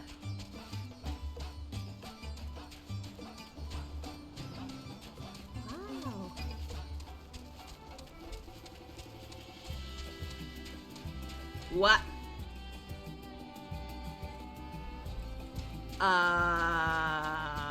What happened here? Uh-oh. I don't like this. If there was a battle, there's a conspicuous lack of blood. Wait, did they all pass out? In such manner did we find them. What could have befallen these people? Are they okay? What in the world? They was tired, that's all. I mean, for once, I hope you're right. Oh, wait, is she the... Oh, no. Are you alright?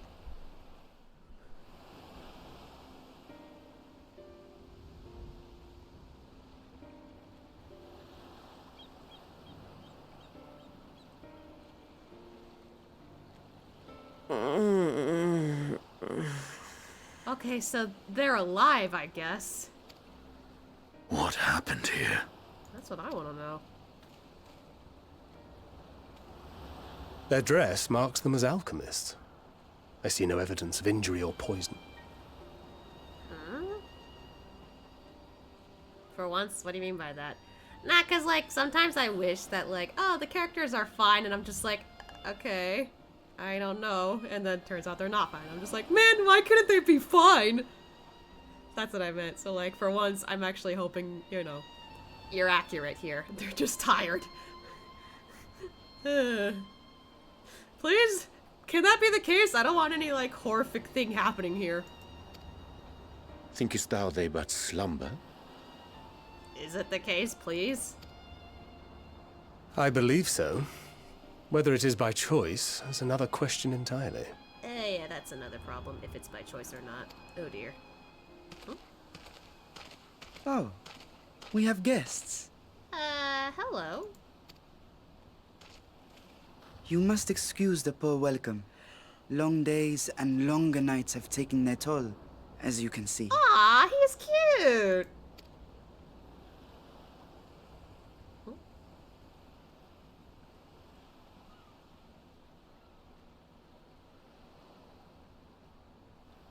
I am Vashan, servant to the satrap. My task was, in fact, to wake these good men and women, if you will allow. Wake them how? Long ass blade. Well, it is like a lance, so I guess. I wonder why he was staring at it though. Is it because he knows that it's like a dragoon lance? And dragoons are, I guess, known for slaying dragons? People of the great work, I come bearing new scales. Huh? Scales? We have new scales? What? Huh? They just shot. Oh, whoa. They just shot their eyes open. What the fuck? Yes, my friends. Gather round. I have them right here. Those are big scales.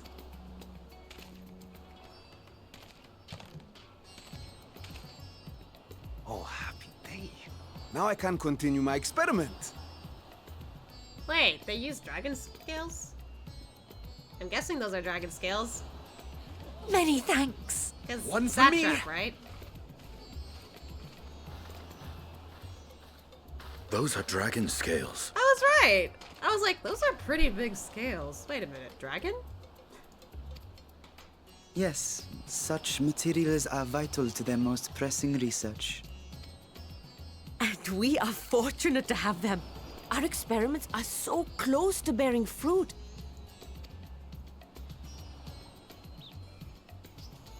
Soon we will have a talisman capable of nullifying the etheric emissions from that accursed tower.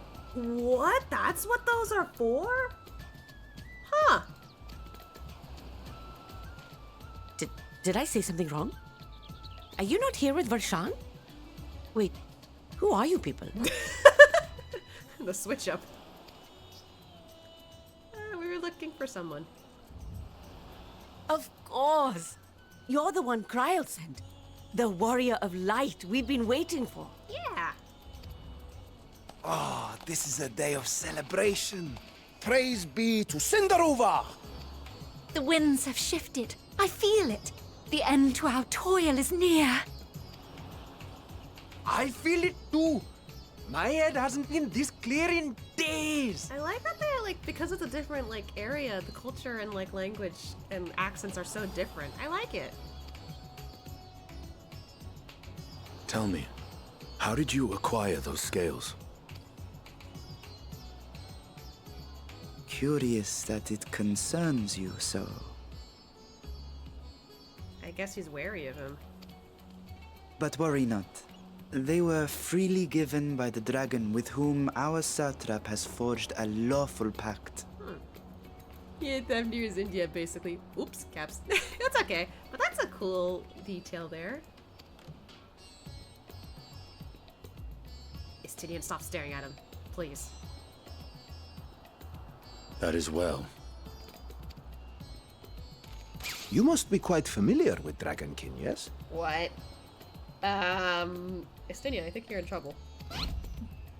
Is this their congealed blood I see on your weapon? Speaking of dragon blood, you yourself have been infused with it, have you not? Istinian, run. I should like to draw a file or two, if so. Now, see here. God. Come along. I must insist that you visit our laboratory. Bye. Cease your shoving, or so help me. Bye, Istinian. Arianche just prayers. Oh dear, your poor companion. What with the new scales and your timely arrival, my colleagues are a little giddy with excitement. Giddy is a bit much, I feel like. If you don't throw hands, I don't think you can. They're just too excited. They're defenseless. No harm will come to him, I promise. Meanwhile, shall we find a quiet place to talk? You sure? I'll take your word for it, I guess. As you may have guessed, I am Nidana, the alchemist who sent the request to your Mistress Kryl. We have workshops across the nation collaborating on this research project. But it is here, at the Great Work, where I collate our results. Come with me, all of you, and I can explain the crux of the situation. We appreciate it. I'm glad they were just tired. Noodle was right. Noodle was right. For once, something I was hoping for actually happened. That's awesome.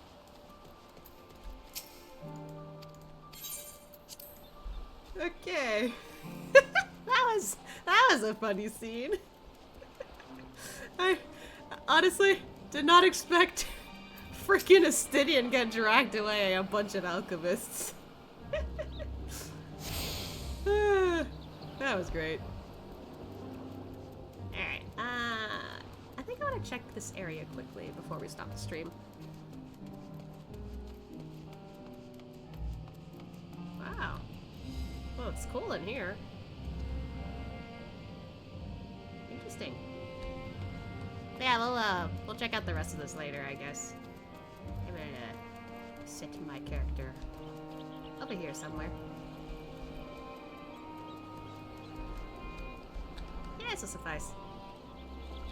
Well, like, goodness gracious, that was funny.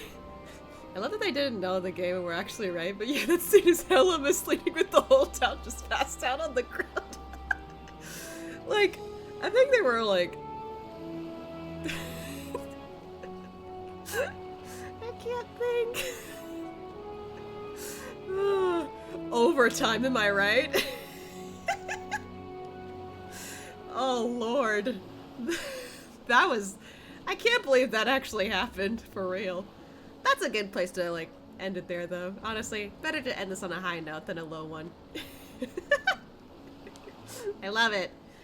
Okay, so, this is where I'll end the stream. But no worries, there will be more to come for the following week. Obviously, I knew they were sleeping. I tried to do the hair flip as best as I could. Thank you for the final stretcher name for the night. Noodle. Yeah. Okay. Woo! That felt great. Yeah. So, that was day 1 of Endwalker. Holy shit. tomorrow, same time, 8 p.m. Eastern Standard Time, I will be continuing some more Endwalker. What the fuck? Game! I wasn't ready to finish!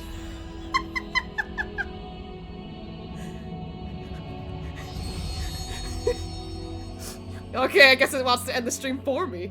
Shit, okay.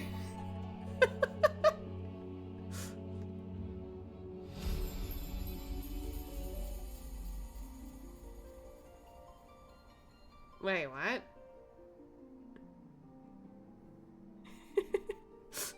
Did the servers just die?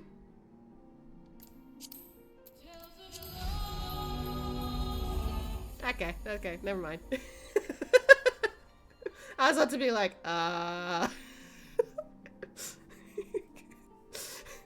someone clip that.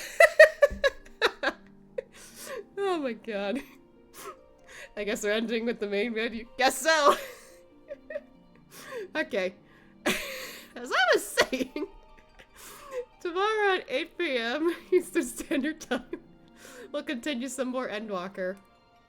I will say, my partner has given me some permission to stream a little earlier if I want. So if I decide to change the time, I will update that on my Twitter and I almost said Bluetooth, Blue Sky. But other than that, the time should stick to the same routine for now. So yeah, more Endwalker tomorrow, 8 p.m. Eastern Standard Time, of course. And I guess we'll continue from where frickin' Estinian went, I guess. Hopefully he's fine.